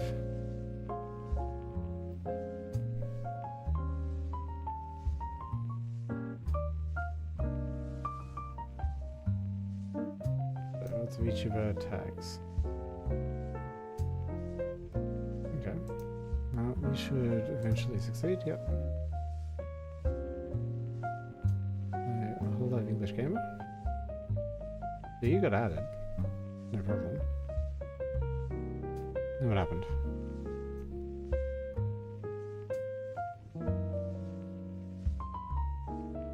Did my binding fail?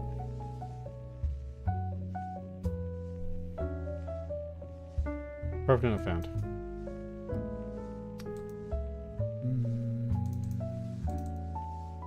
Oh. Capitalization.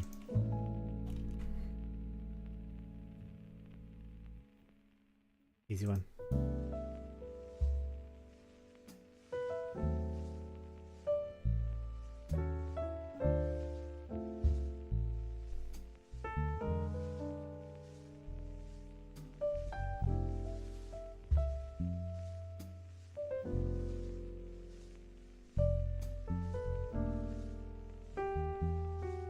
Okay, not bad. I just need to...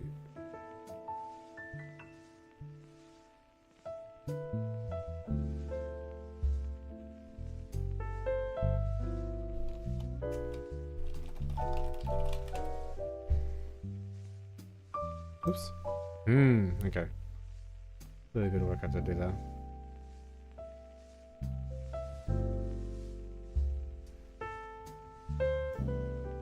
Let's work on that data template a little bit. So, I want to do a border.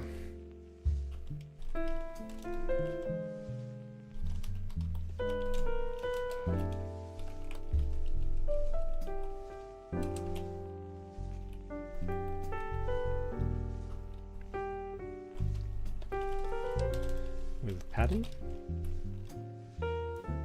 Probably 20. I'll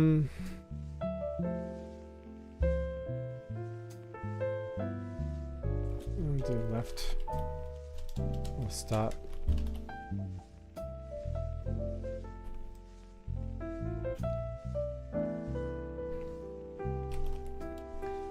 Minimum width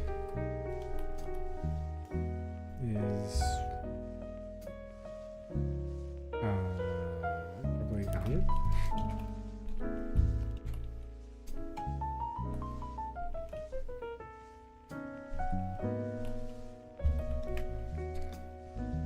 Entry does not have a minimum width. Entry, let's do.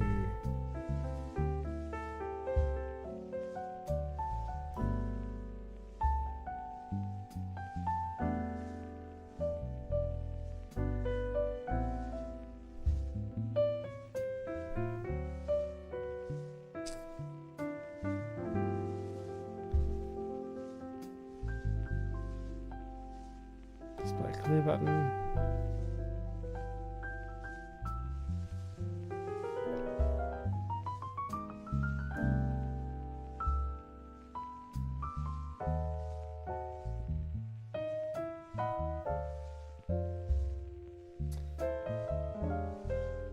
Customize return key.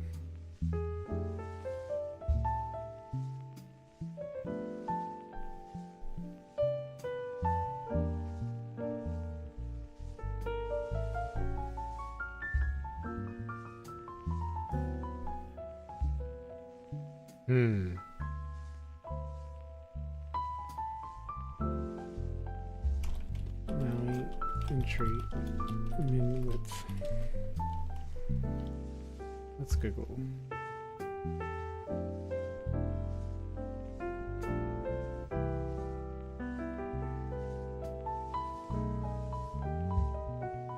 Min width request.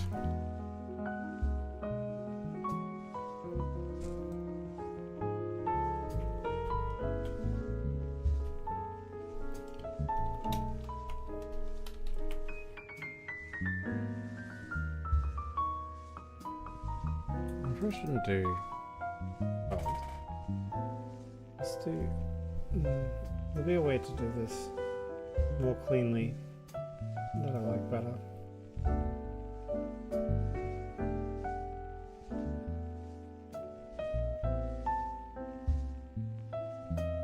Define data. Okay. Not bad.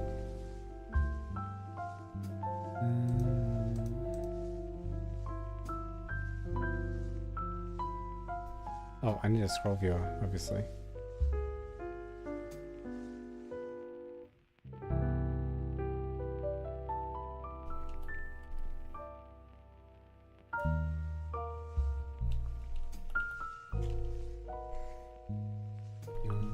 I think I'll do it out here. Scroll viewer. Scroll viewer.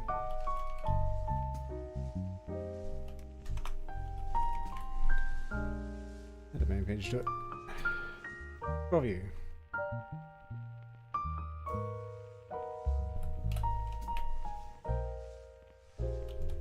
Ta-da!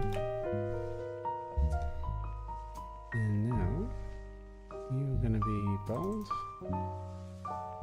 You're going to be normal.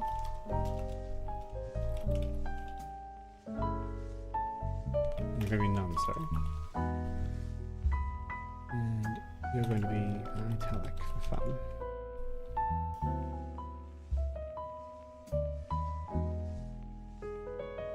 Why are you in the middle?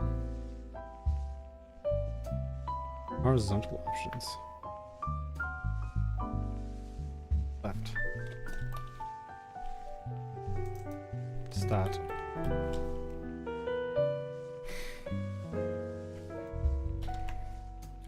Everything is just slightly different.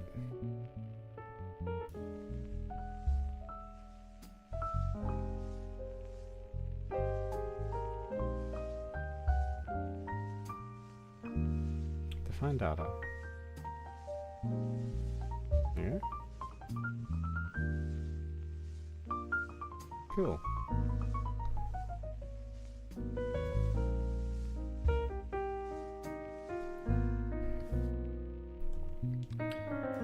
Bus. Save. If I click save, what happens?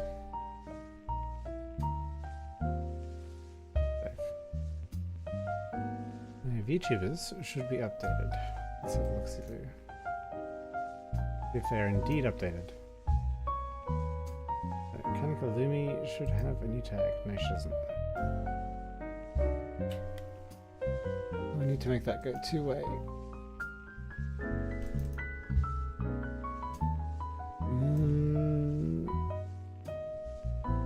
Alternatively, what I could do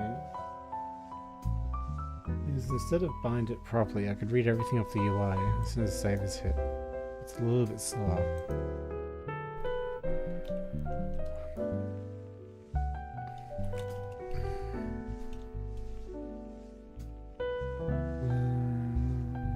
Binding name.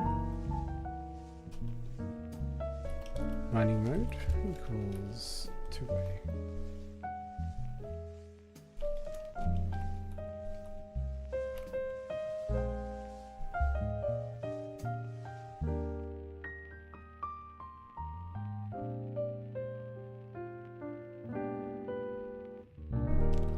Binding mode.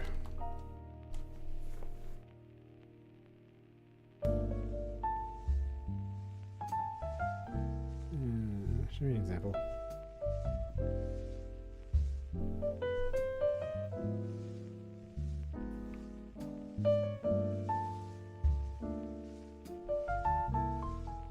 Yep.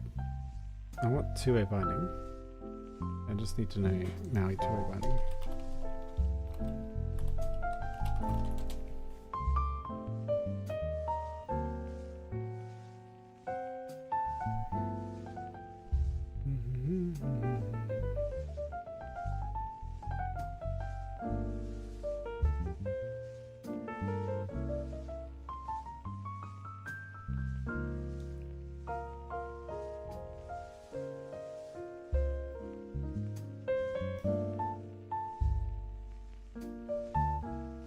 Binding.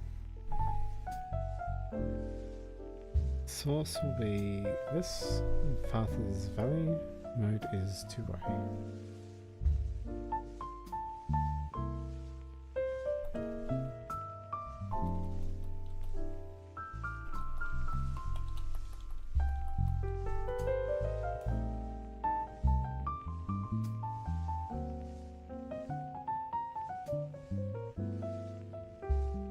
Just need a comma there.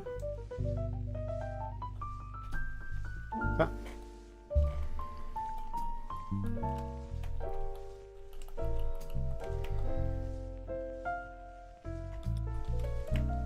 Two-way binding set up.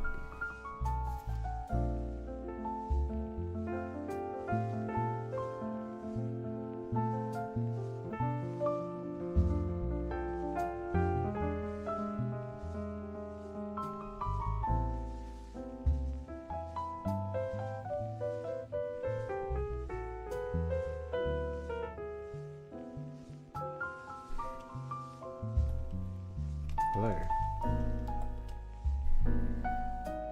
Save.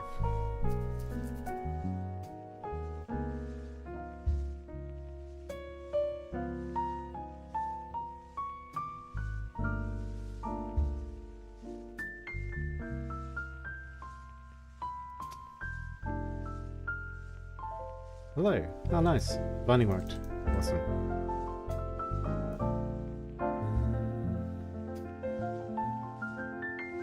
Now, the best way to do these cards is probably...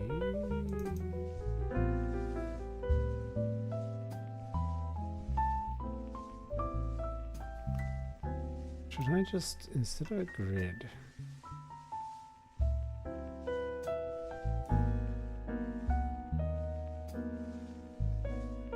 I've got like a stack layout here. But nobody says I have to stack layout. I could just do... a casual flex layout instead. Might be better.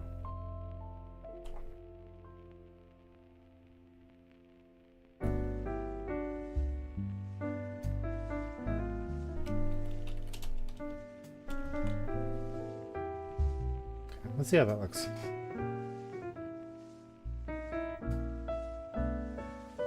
Yeah. Oh. I always have to be careful of using my numpad because it makes him soy face. Wow. I'm back. Yeah. Alright. Let's have a look at Rooney. Find data. Oops. VTubers does not exist in the current context. That's not good.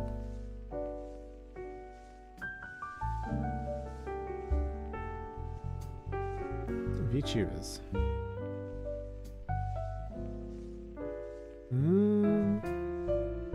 Is there a flex layout? Surely not. You work.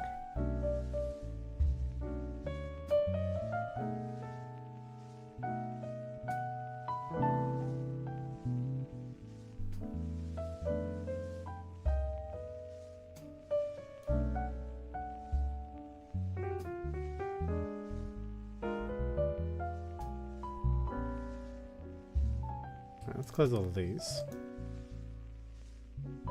and see if we can't get something slightly better.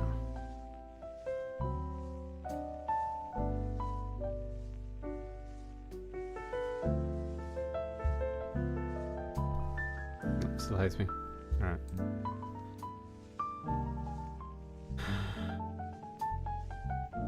Why do you hate me?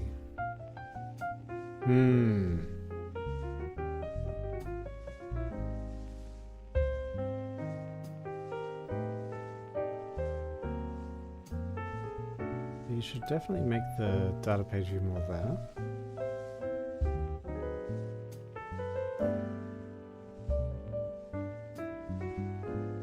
Right.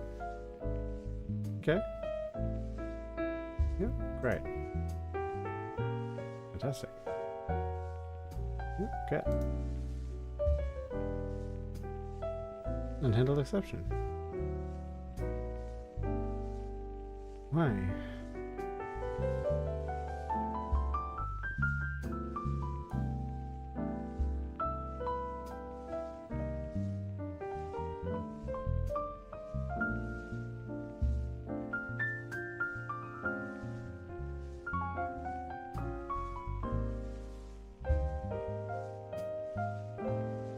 do you have like say a direction?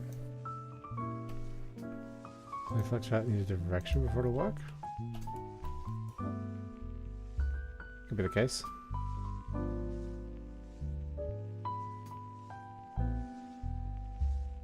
Wrap equals wrap.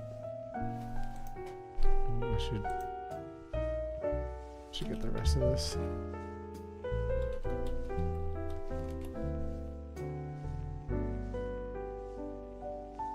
Just grab all these.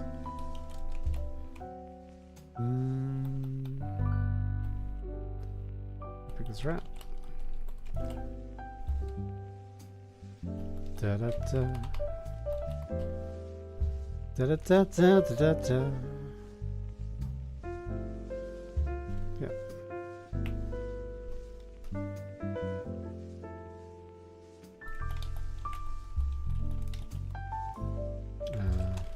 Fill and expand.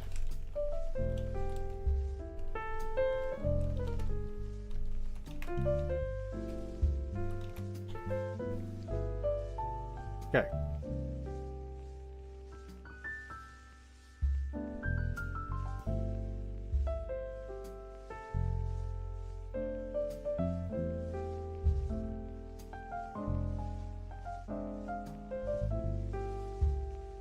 Oh, define data. Cool. Oh, this looks cool. I like this. I like this a lot.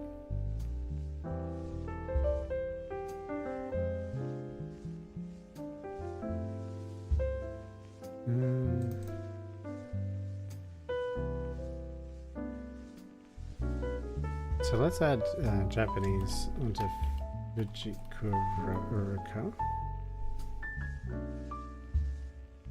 Oh.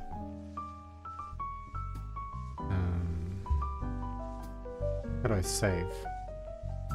Well, I need to pull them out of my temporary memory here, and I need to put them back into app data, right? So if two people have the same search handle, then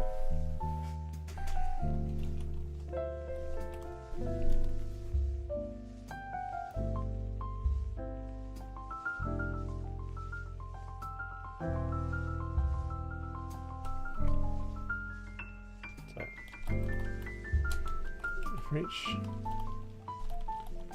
VTuber in VTubers,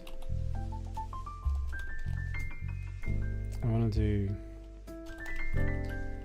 if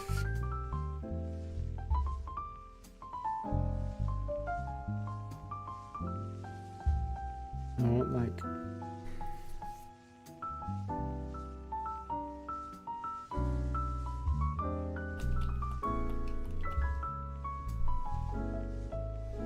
does it just work with the mystery of like bindings? So maybe it just works.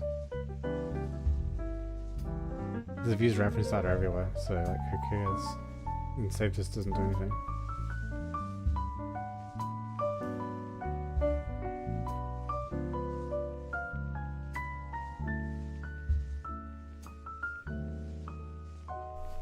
So we're going to use Japanese.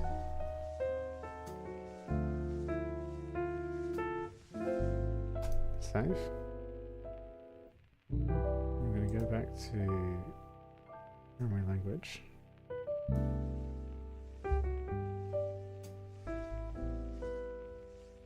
No, it didn't get Eureka.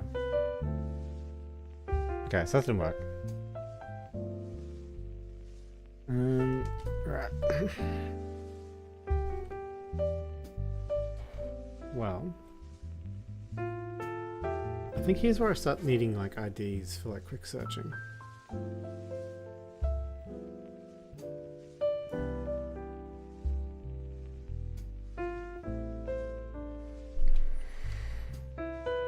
Because yeah, if the search tag's correct.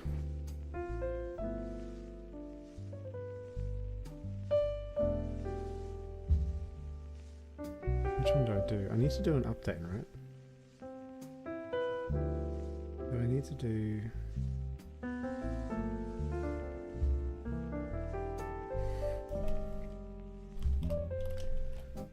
for each.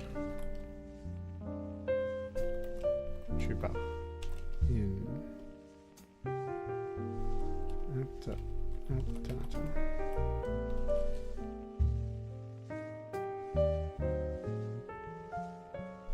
Oh, it'll be quicker to loop over VTubers.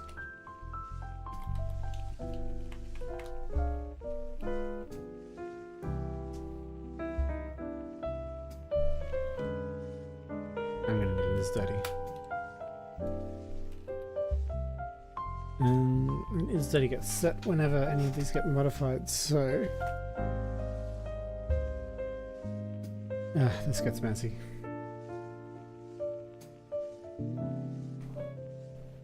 I'll rely on small n for now. Let's go to badly.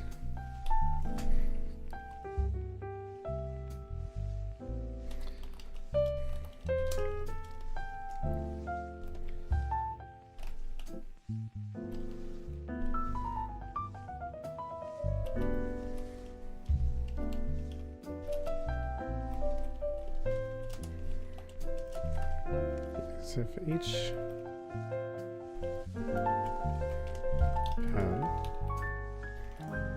each temp, if perm.search handle is equal to temp.search handle,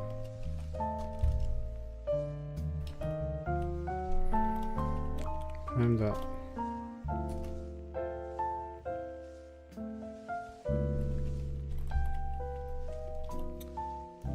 Boatalja.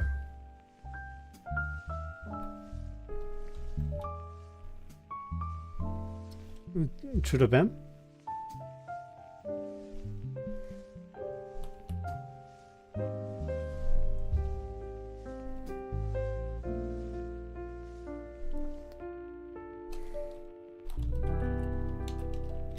Temp.name equals temp.name.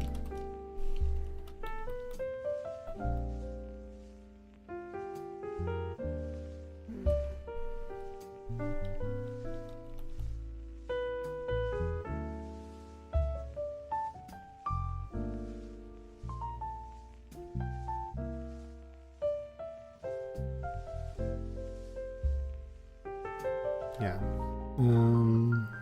Then break.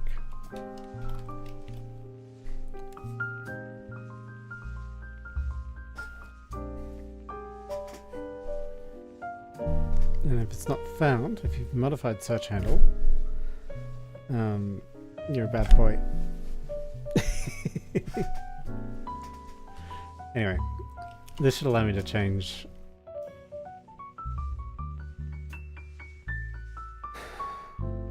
This should allow me to change some of those tags. So let's go to define data. And let's change 𝐒𝐤𝐢𝐚𝐥 from a gamer into a variety.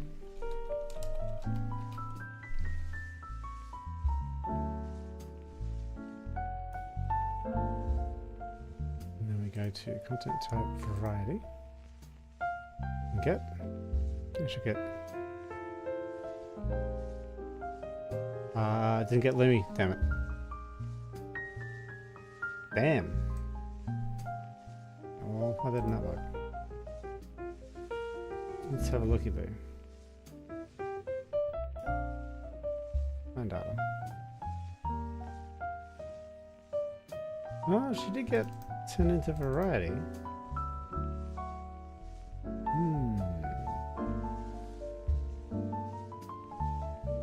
𝐒𝐤𝐢𝐚𝐥? 𝐒𝐤𝐢𝐚𝐥? 𝐒𝐤𝐢𝐚𝐥? 𝐒𝐤𝐢𝐚𝐥? Okay. Your variety. Temp? Variety. Okay, so that works. If I go back to variety now, content type variety, and let's go to Yeah. And grab all the VTubers and app data.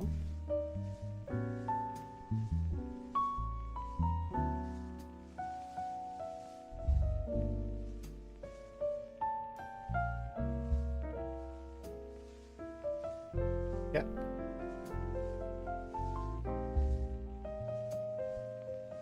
Really? Variety. Handle is 𝐒𝐤𝐢𝐚𝐥. What? But search tag is variety.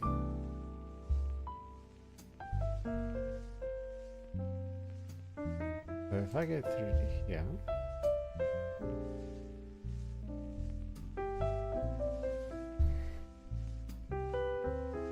my handles. Why don't my handles contain 𝐒𝐤𝐢𝐚𝐥?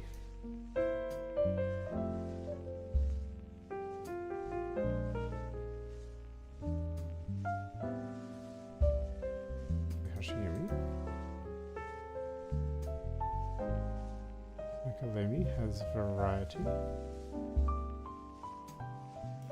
Oh, but because they didn't change the tag, they didn't change the tag string. Ah, silly me.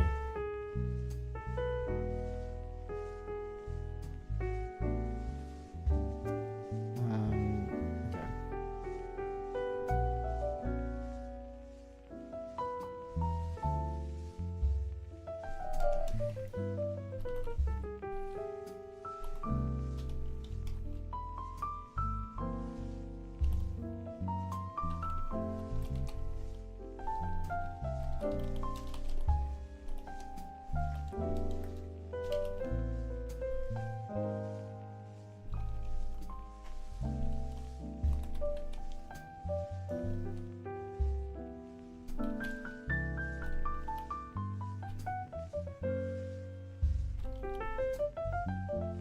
Okay. No. It's a list.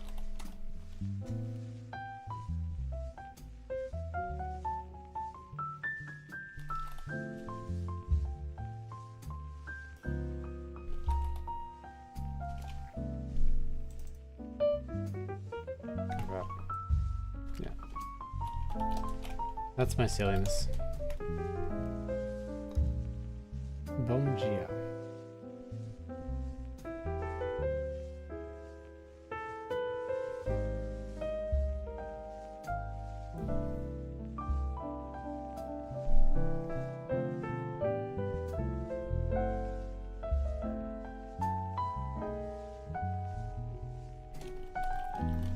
Variety.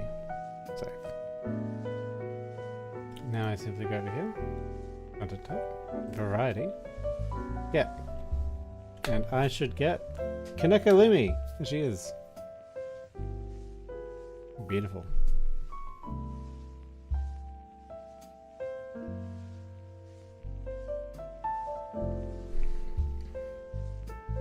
And that is how you code.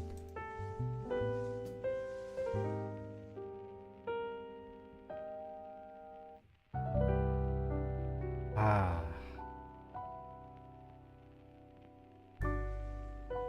Man, it's really satisfying when that works.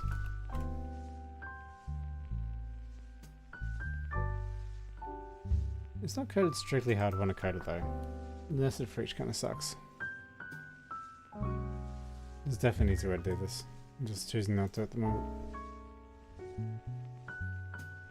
I might think about it later and do it in a refactoring.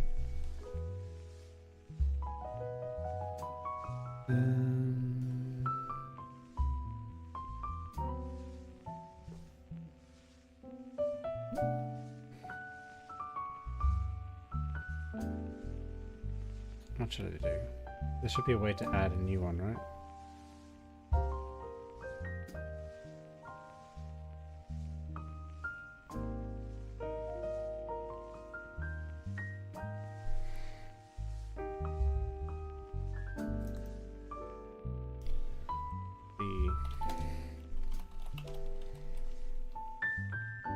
New.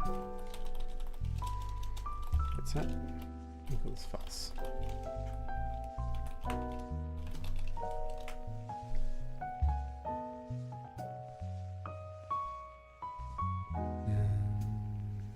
And then if I click into my flex layout,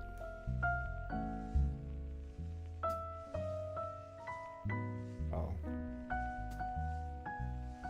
actually, probably down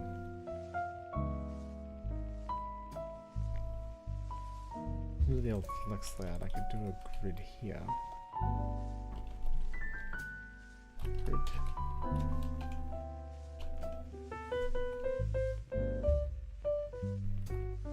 And you're on grid row 2.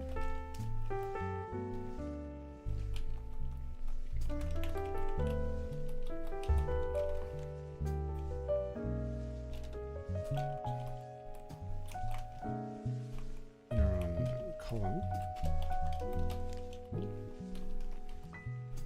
There's another one. Column 0.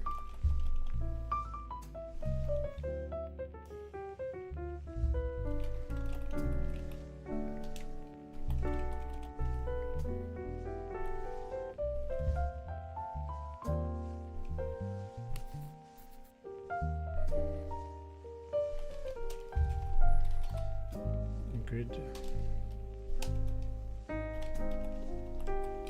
Column definition.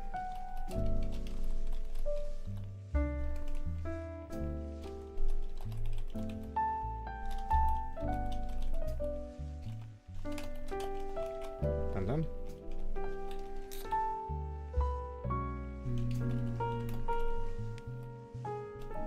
Imagine that. Text will be new, and you'll be linked to new command.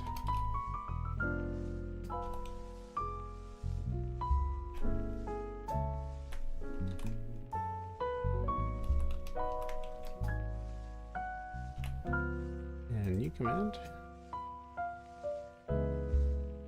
you are going to do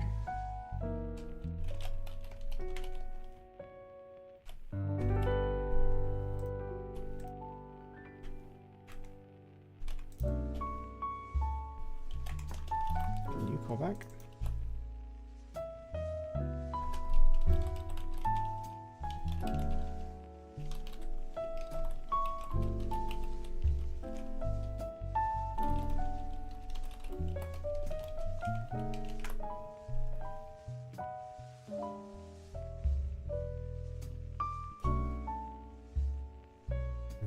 And you are simply going to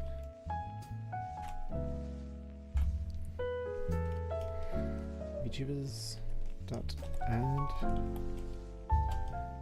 new VTuber dialog.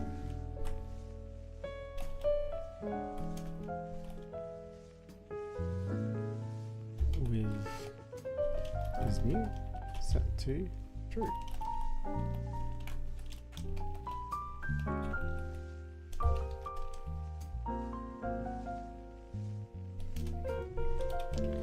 If temp's new.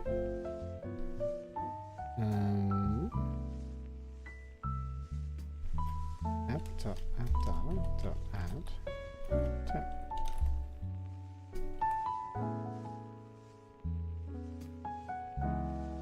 Oh. Kind of.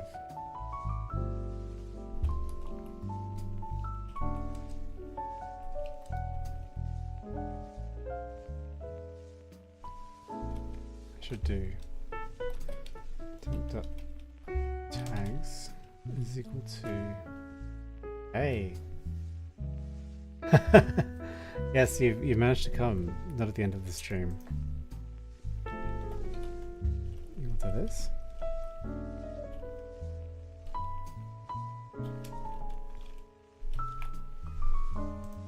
And there we go. Oh, I should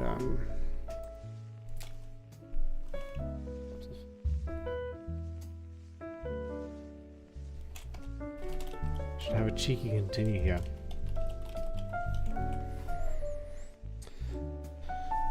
I've written code that I do not like. This code. I don't particularly care for it. But I'll have to change a few things about the data model in order to fix it. And after this, it's a matter of saving to disk, which is interesting. So 𝐒𝐤𝐢𝐚𝐥 is going to be a variety. So he's going to be a variety streamer. Save.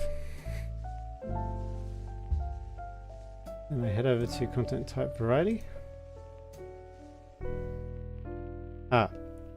So basically, alright. So blue, I'm going to take it through the app.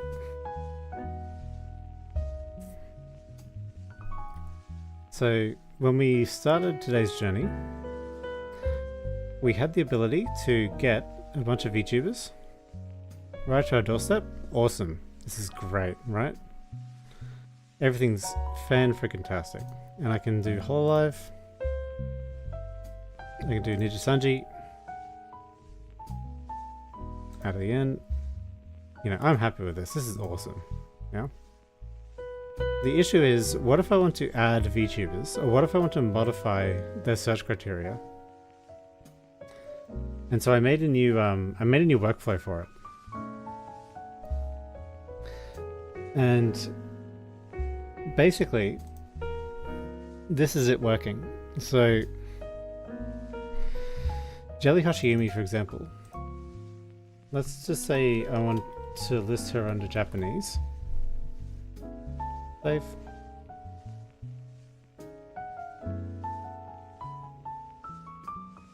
So now I should be able to go to 𝐒𝐤𝐢𝐚𝐥. Sorry, I should be able to go to Japanese and I'll see 𝐒𝐤𝐢𝐚𝐥. Yay! And what this means is that I can recategorize people at will, basically. And I mean, it's not that great because you have to know at least one of their tags.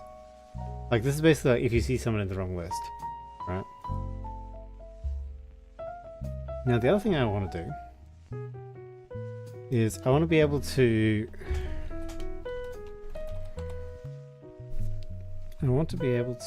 define a new VTuber.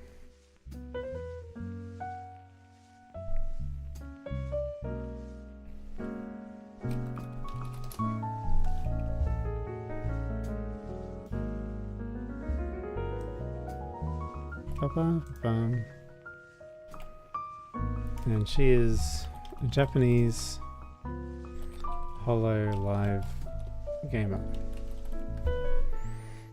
Okay, so like that. So I can click save. And so what I should see now is if I go back to Japanese, I should get... Oops. Get should clear the thing. I didn't think of that. But I've got a 𝐒𝐤𝐚𝐥. So I'm able to add people now.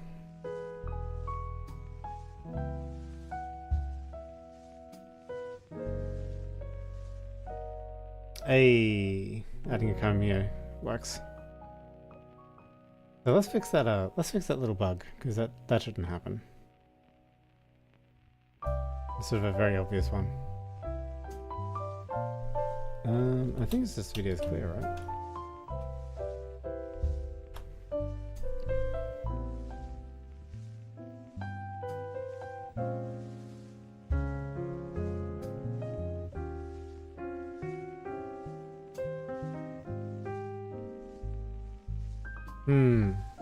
Let me think about this. Oh. Let's have a look at what this looks like.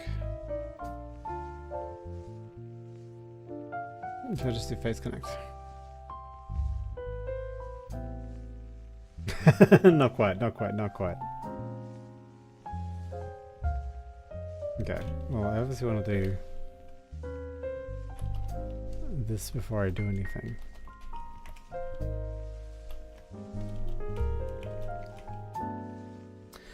Yeah, basically. So the overall issue is that the YouTube homepage kind of sucks. So this is the YouTube homepage, and the problem here is I'm a big fan of YouTubers. But even though like 90% of my viewing experience is VTubers, the YouTube homepage sees fit to give me like jazz, basically. Which kind of stinks. And even if I go down here, I'm not guaranteed to get like more VTubers than not. So what I want to do is I want an application where I can get all the latest VTuber news scraped off of YouTube, basically. Now, subscriptions is a little bit better because I can sort of see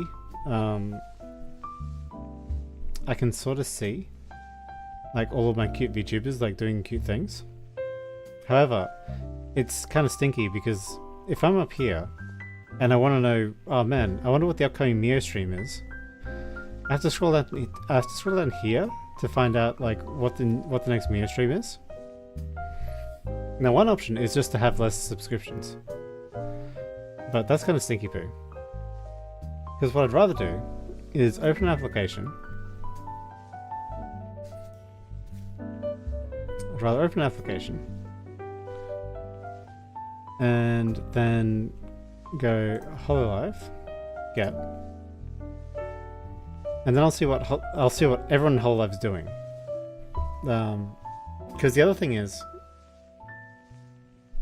wrong with the subscription feed is it only shows you the latest one that each person's done, which is kind of shitty because like I want to see in general what they're up to. I don't necessarily just want to see the latest one. I want to see the latest 5, like in this case. And the last thing to do,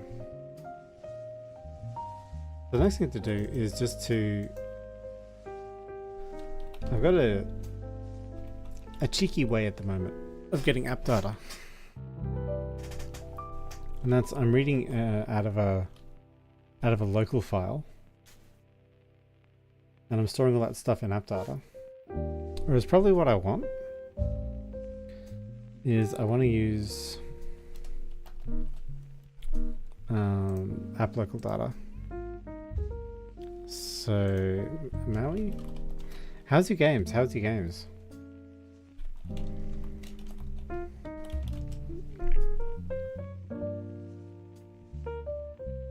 don't want to do that. File.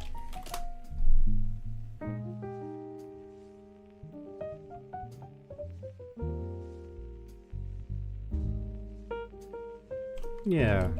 Okay.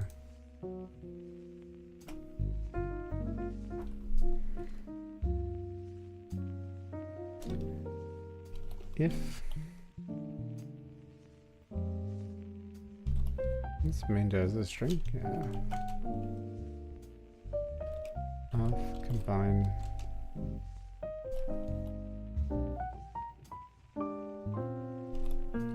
Minder with data.json.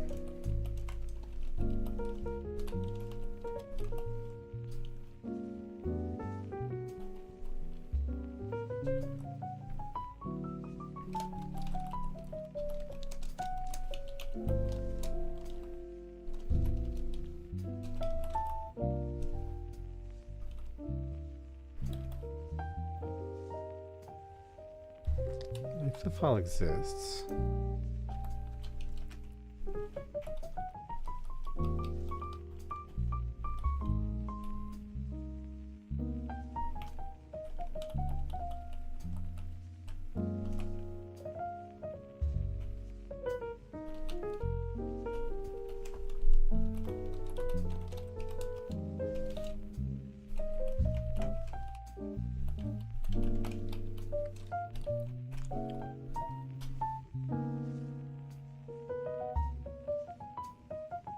oh, you played ADC. How did you go? Did you kill your opponents with revelry and revenge?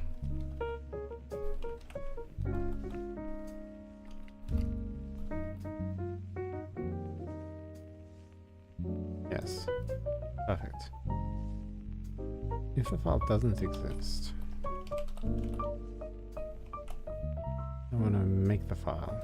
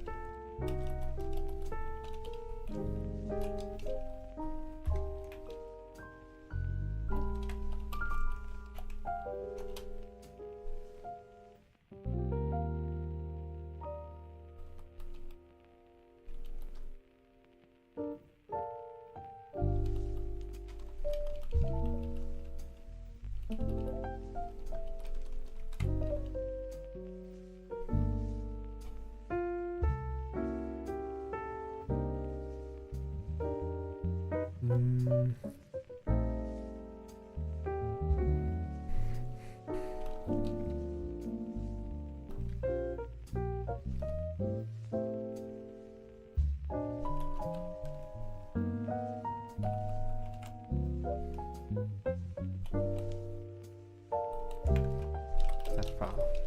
Hehe. Contents. Contents. Cool.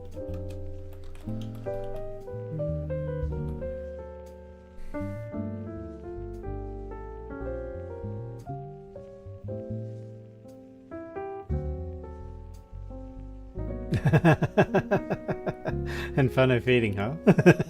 Interesting. Was he playing his 𝐒𝐤𝐢 support? 𝐒𝐤𝐤𝐢's always the best support. If they got low and ran.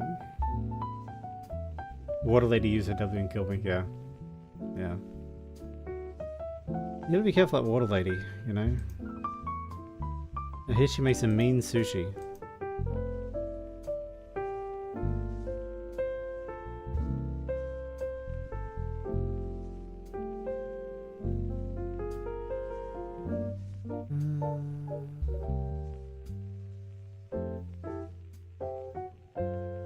So,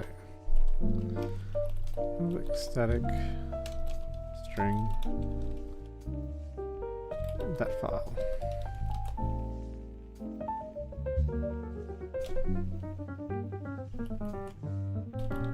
That file.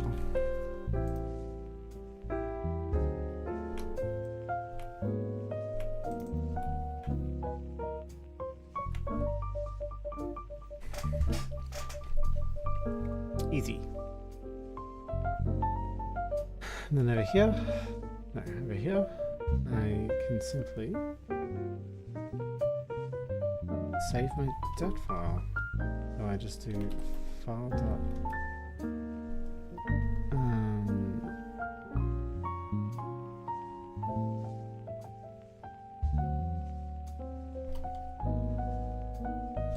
Final text. Add .dat file. I'm gonna do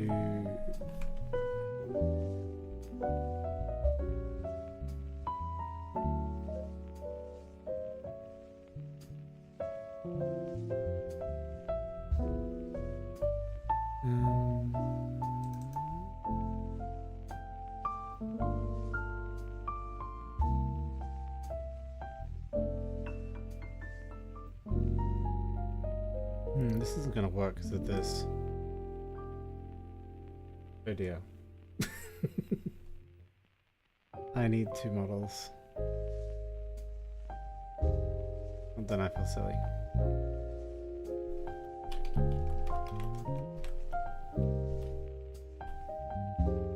There's gonna be a storage model, a working model. VTuber storage model.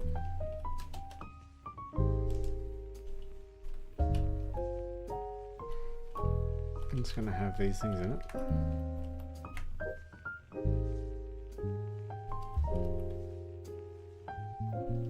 And to get a VTuber data model, you can take a storage model.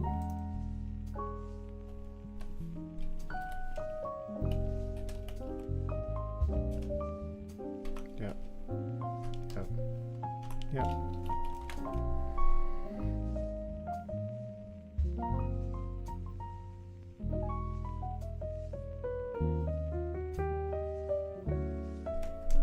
You're going to deserialize a VTuber storage model.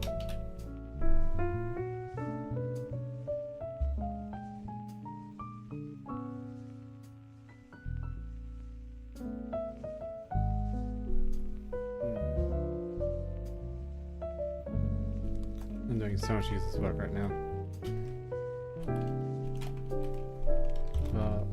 Storage models. Thresh. One-shot Thresh.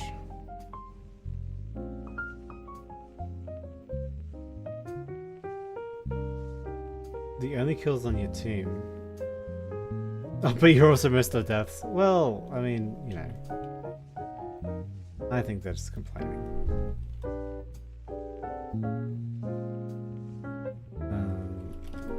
Storage models, let's select to list. Some new VTuber model.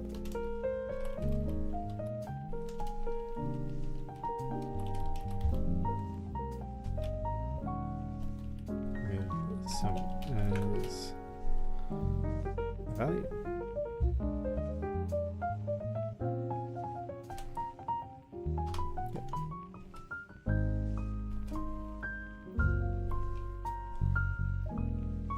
VTuber demo.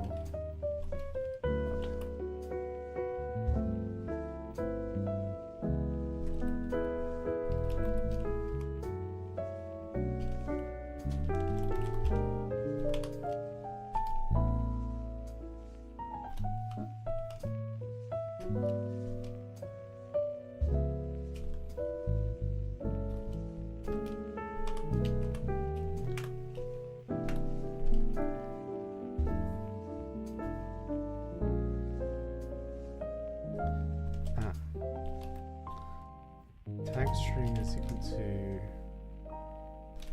mod tags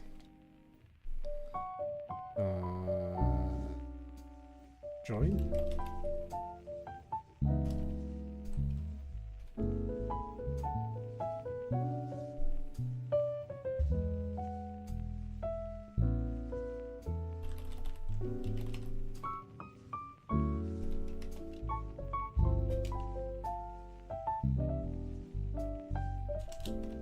That.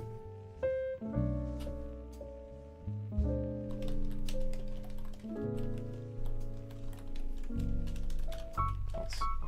Nice.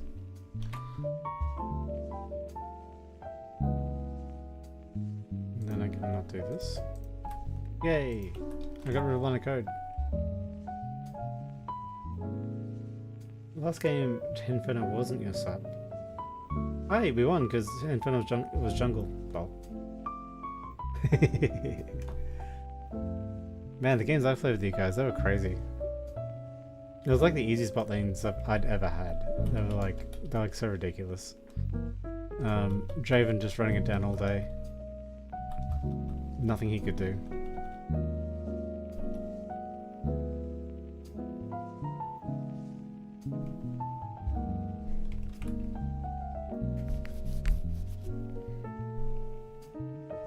Yeah, that's cool.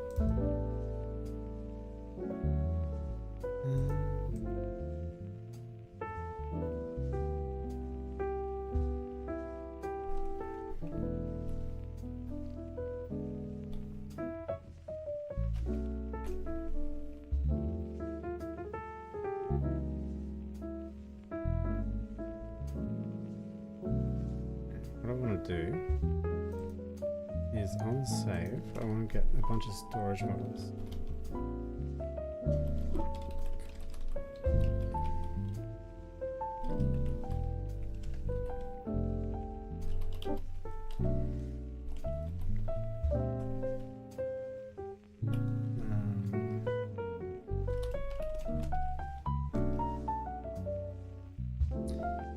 VTuber storage model.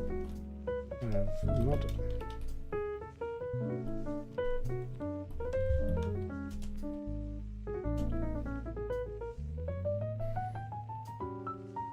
What I'm gonna do.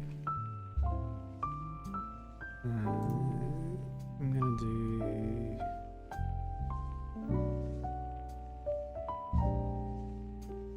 Read all text? No.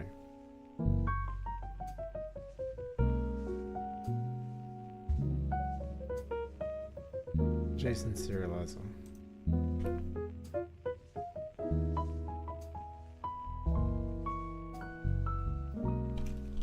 JSON serializer.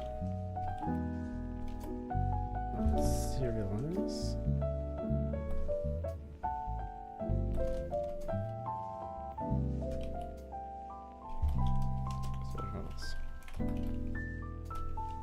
Up.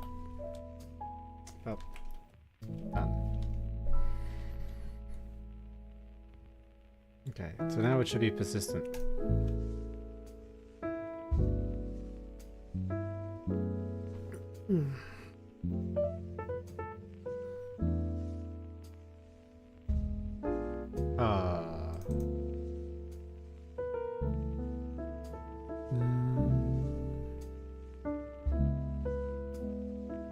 Oh, okay.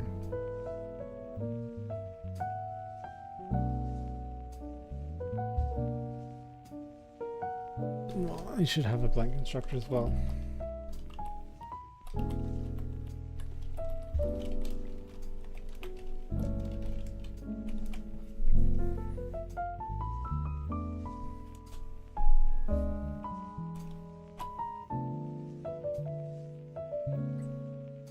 There you go, easy. Easy peasy. Code is lemon squeezy.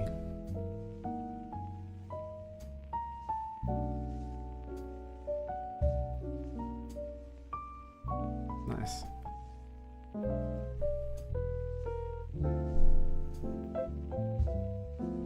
Each parent deserialization constructor on type. What's contents? Contents looks pretty good.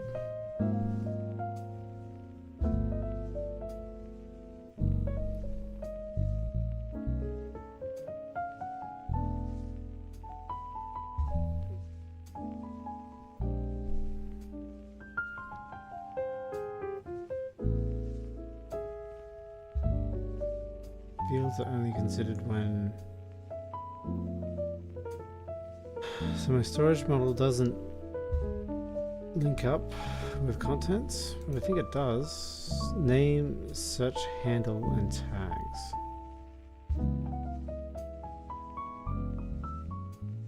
Now it could be because... You know what I reckon it is?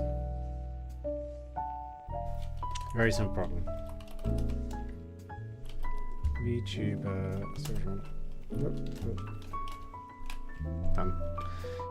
Typically for serializers and deserialization, you need a blank one in order for the serializer to be able to use it, because otherwise you can't find it on reflection.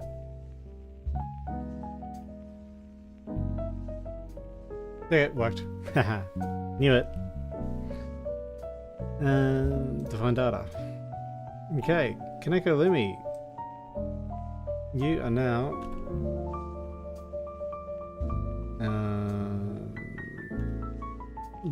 indie. Save. Get. There's 𝐒𝐤𝐢𝐚𝐥 and there's me.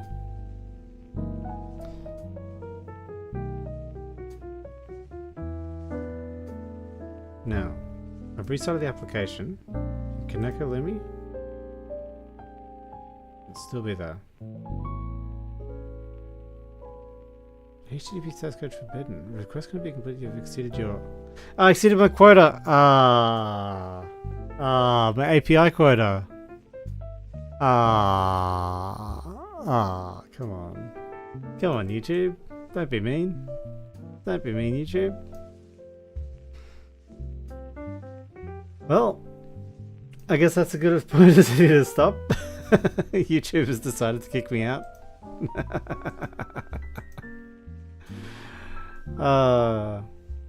Okay. So, what did I achieve today? Let's do it. Well, overall, what are we doing? The YouTube homepage sucks. The issue with the YouTube homepage that I have is that I am a big fan of VTubers. However, when I look at the YouTube homepage, I don't get 100% VTubers in my YouTube homepage, and that's stinky poo. Oops. One workaround for this obviously is the subscription tab, but even in the subscription tab we have issues where I can only see the absolute latest that each VTuber has done, and upcoming is out of order of when it will actually play. So even though 𝐒𝐲𝐚𝐥 here has something coming up, I won't get to see it until it's actually live, which is kind of stinky. I want an application where I can see all my latest VTuber news and reviews in one place. And so I made my own YouTube homepage. Now it's not going to work at the moment because I've just exceeded my YouTube data limit, which is a bug I'm probably going to have to work on to not make my application so greedy. But you can see here that we can navigate by company, language, or content type. And we have many different kinds of sort of options here in which to... I'm just going to give it a go. Nah. So that's my data limit being exceeded. So unfortunately, my application is now broken due to YouTube data limits. Thank you.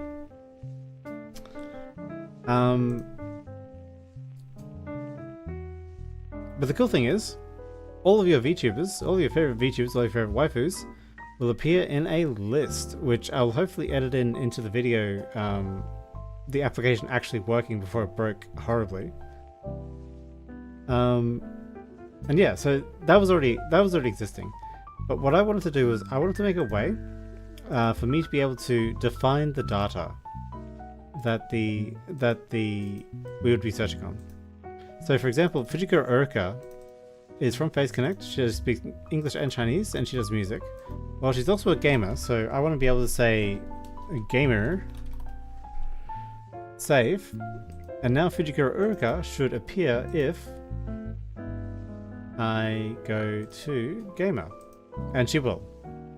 Trust me, she will. Even though I can't prove it, she absolutely will.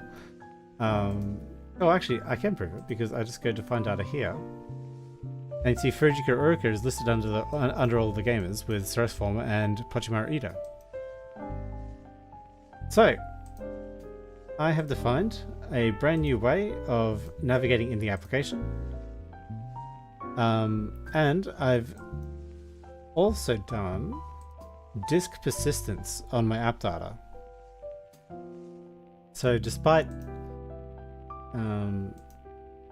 restarting the application completely, Fujiko Uruka is still a gamer, and that's because the data is now stored locally instead of being stored on some random spot of my hard drive. So if you install the application yourself, you'll be able to define your own tags, and they'll be different from the pre-coded tags. How did I do it? Okie dokie. Well, the first thing I had to do was I was originally using tab items to do everything in terms of navigation, and that was no good. Like Sonic style, that was no good.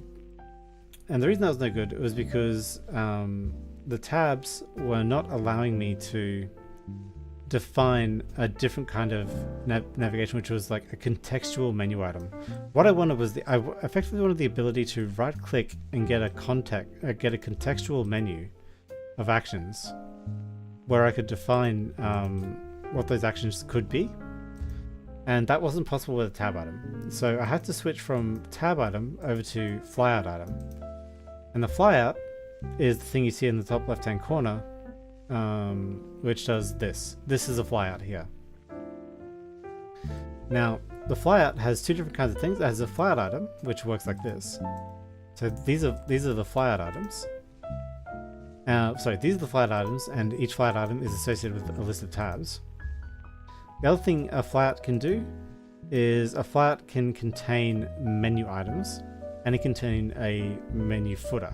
Sorry, flyout footer as well. I've just used menu items. So what's a menu item?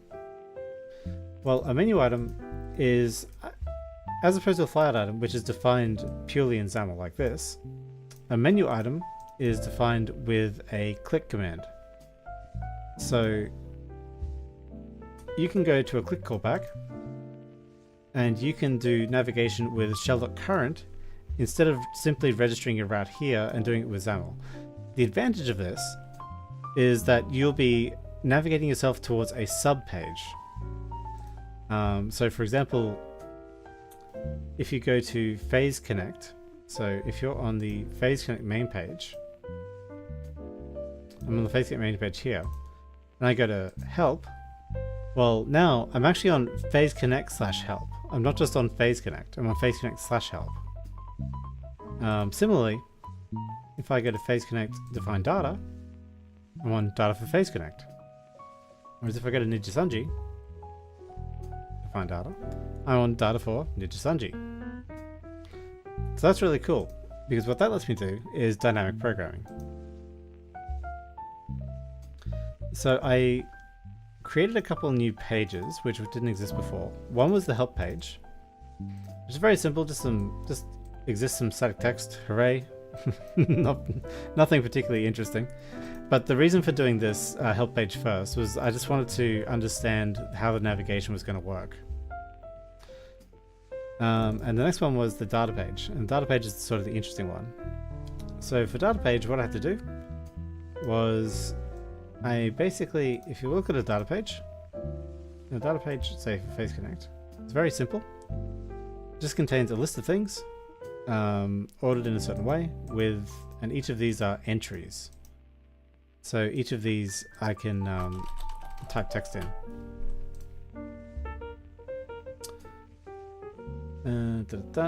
So here's the data page. So as before, we read XAML with from the outside in. So the data page contains simply a scroll view. The scroll view contains simply a grid. And the grid contains a label, data for Phase Connect, it contains a body, and it contains a footer, which is where we have our controls for the page.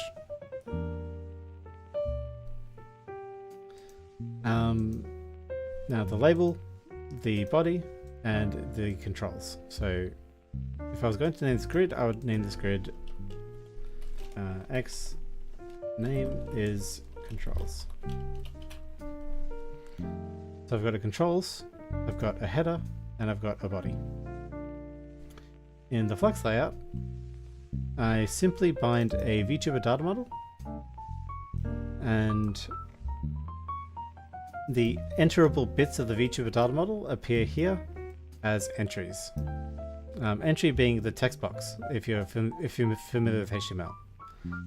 And each entry is associated with one of the three things that I care about for a VTuber, which is their search tags, their name, and their search handle.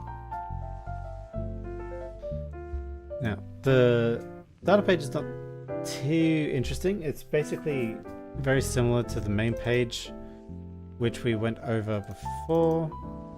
So we initialize the component, we set a view model, and then when we navigate to the view model, we grab the route parameters to do the dynamic programming. So exactly the same thing here. Grab the route parameters, and then we populate data.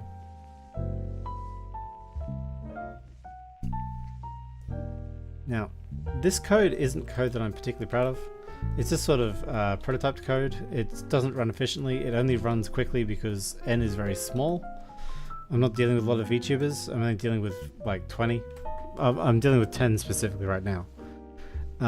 When I get more VTubers, I'm probably going to have to refine these algorithms to not be complete and utter shite.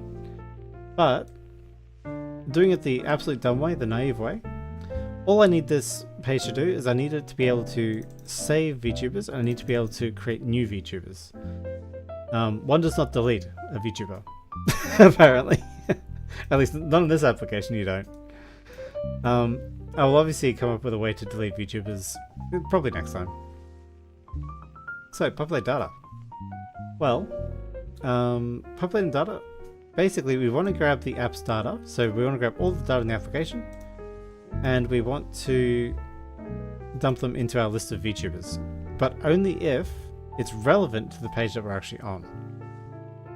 There is an idea here where we're going to need a home page which shows you all of the data, but I haven't coded that yet. But that's next time. It's a very obvious feature. So populate data, very easy. We just grab all the ones that have the same search tag as what we're actually on, because each page is associated with a search tag. Down the controls in the bottom right, there's a new and a save. So new is exceedingly easy. Basically, for VTuber data model, we just say, oh, we just add a new one, and we'll let the user fill it out. Now save, I'm also not proud of this, but basically we do a nested for each. So firstly, if we're dealing with a new VTuber, we just save it and continue. Oh, we're only dealing with expert users, by the way. I don't have any bad user handling here, just because I was just keeping things simple for the MVP. Bad user handling is upcoming. I'm not looking forward to that.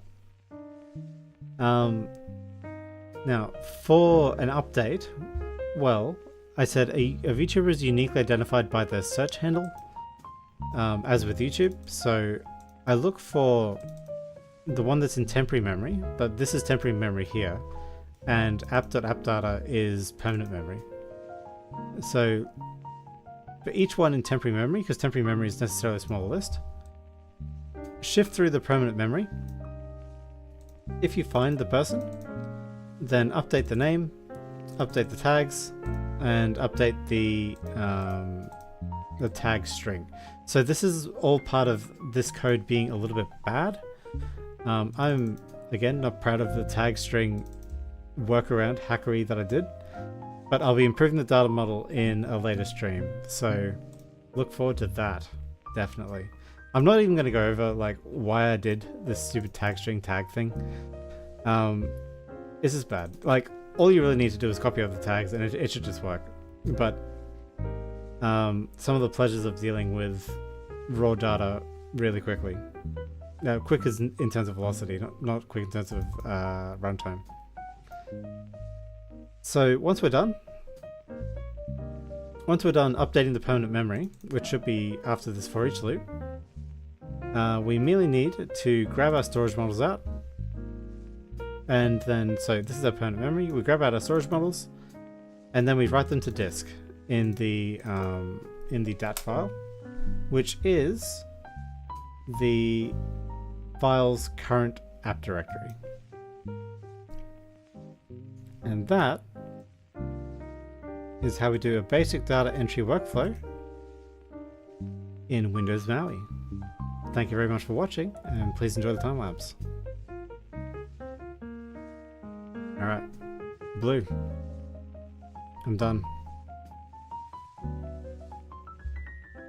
I'm actually done.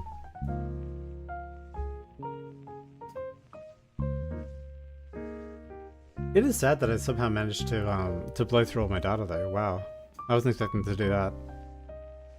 I'm definitely gonna have to fix that in the next one, because I was hoping that it'd be a little bit more resilient.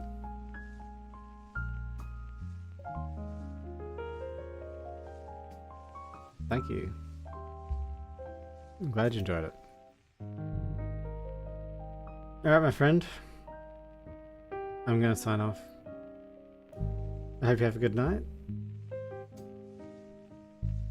Bye. Oh, Blue, I hope you have a good night. And stay safe. And don't do anything I wouldn't do. and make sure you get adequate rest, unlike me. Alright, man. Ciao.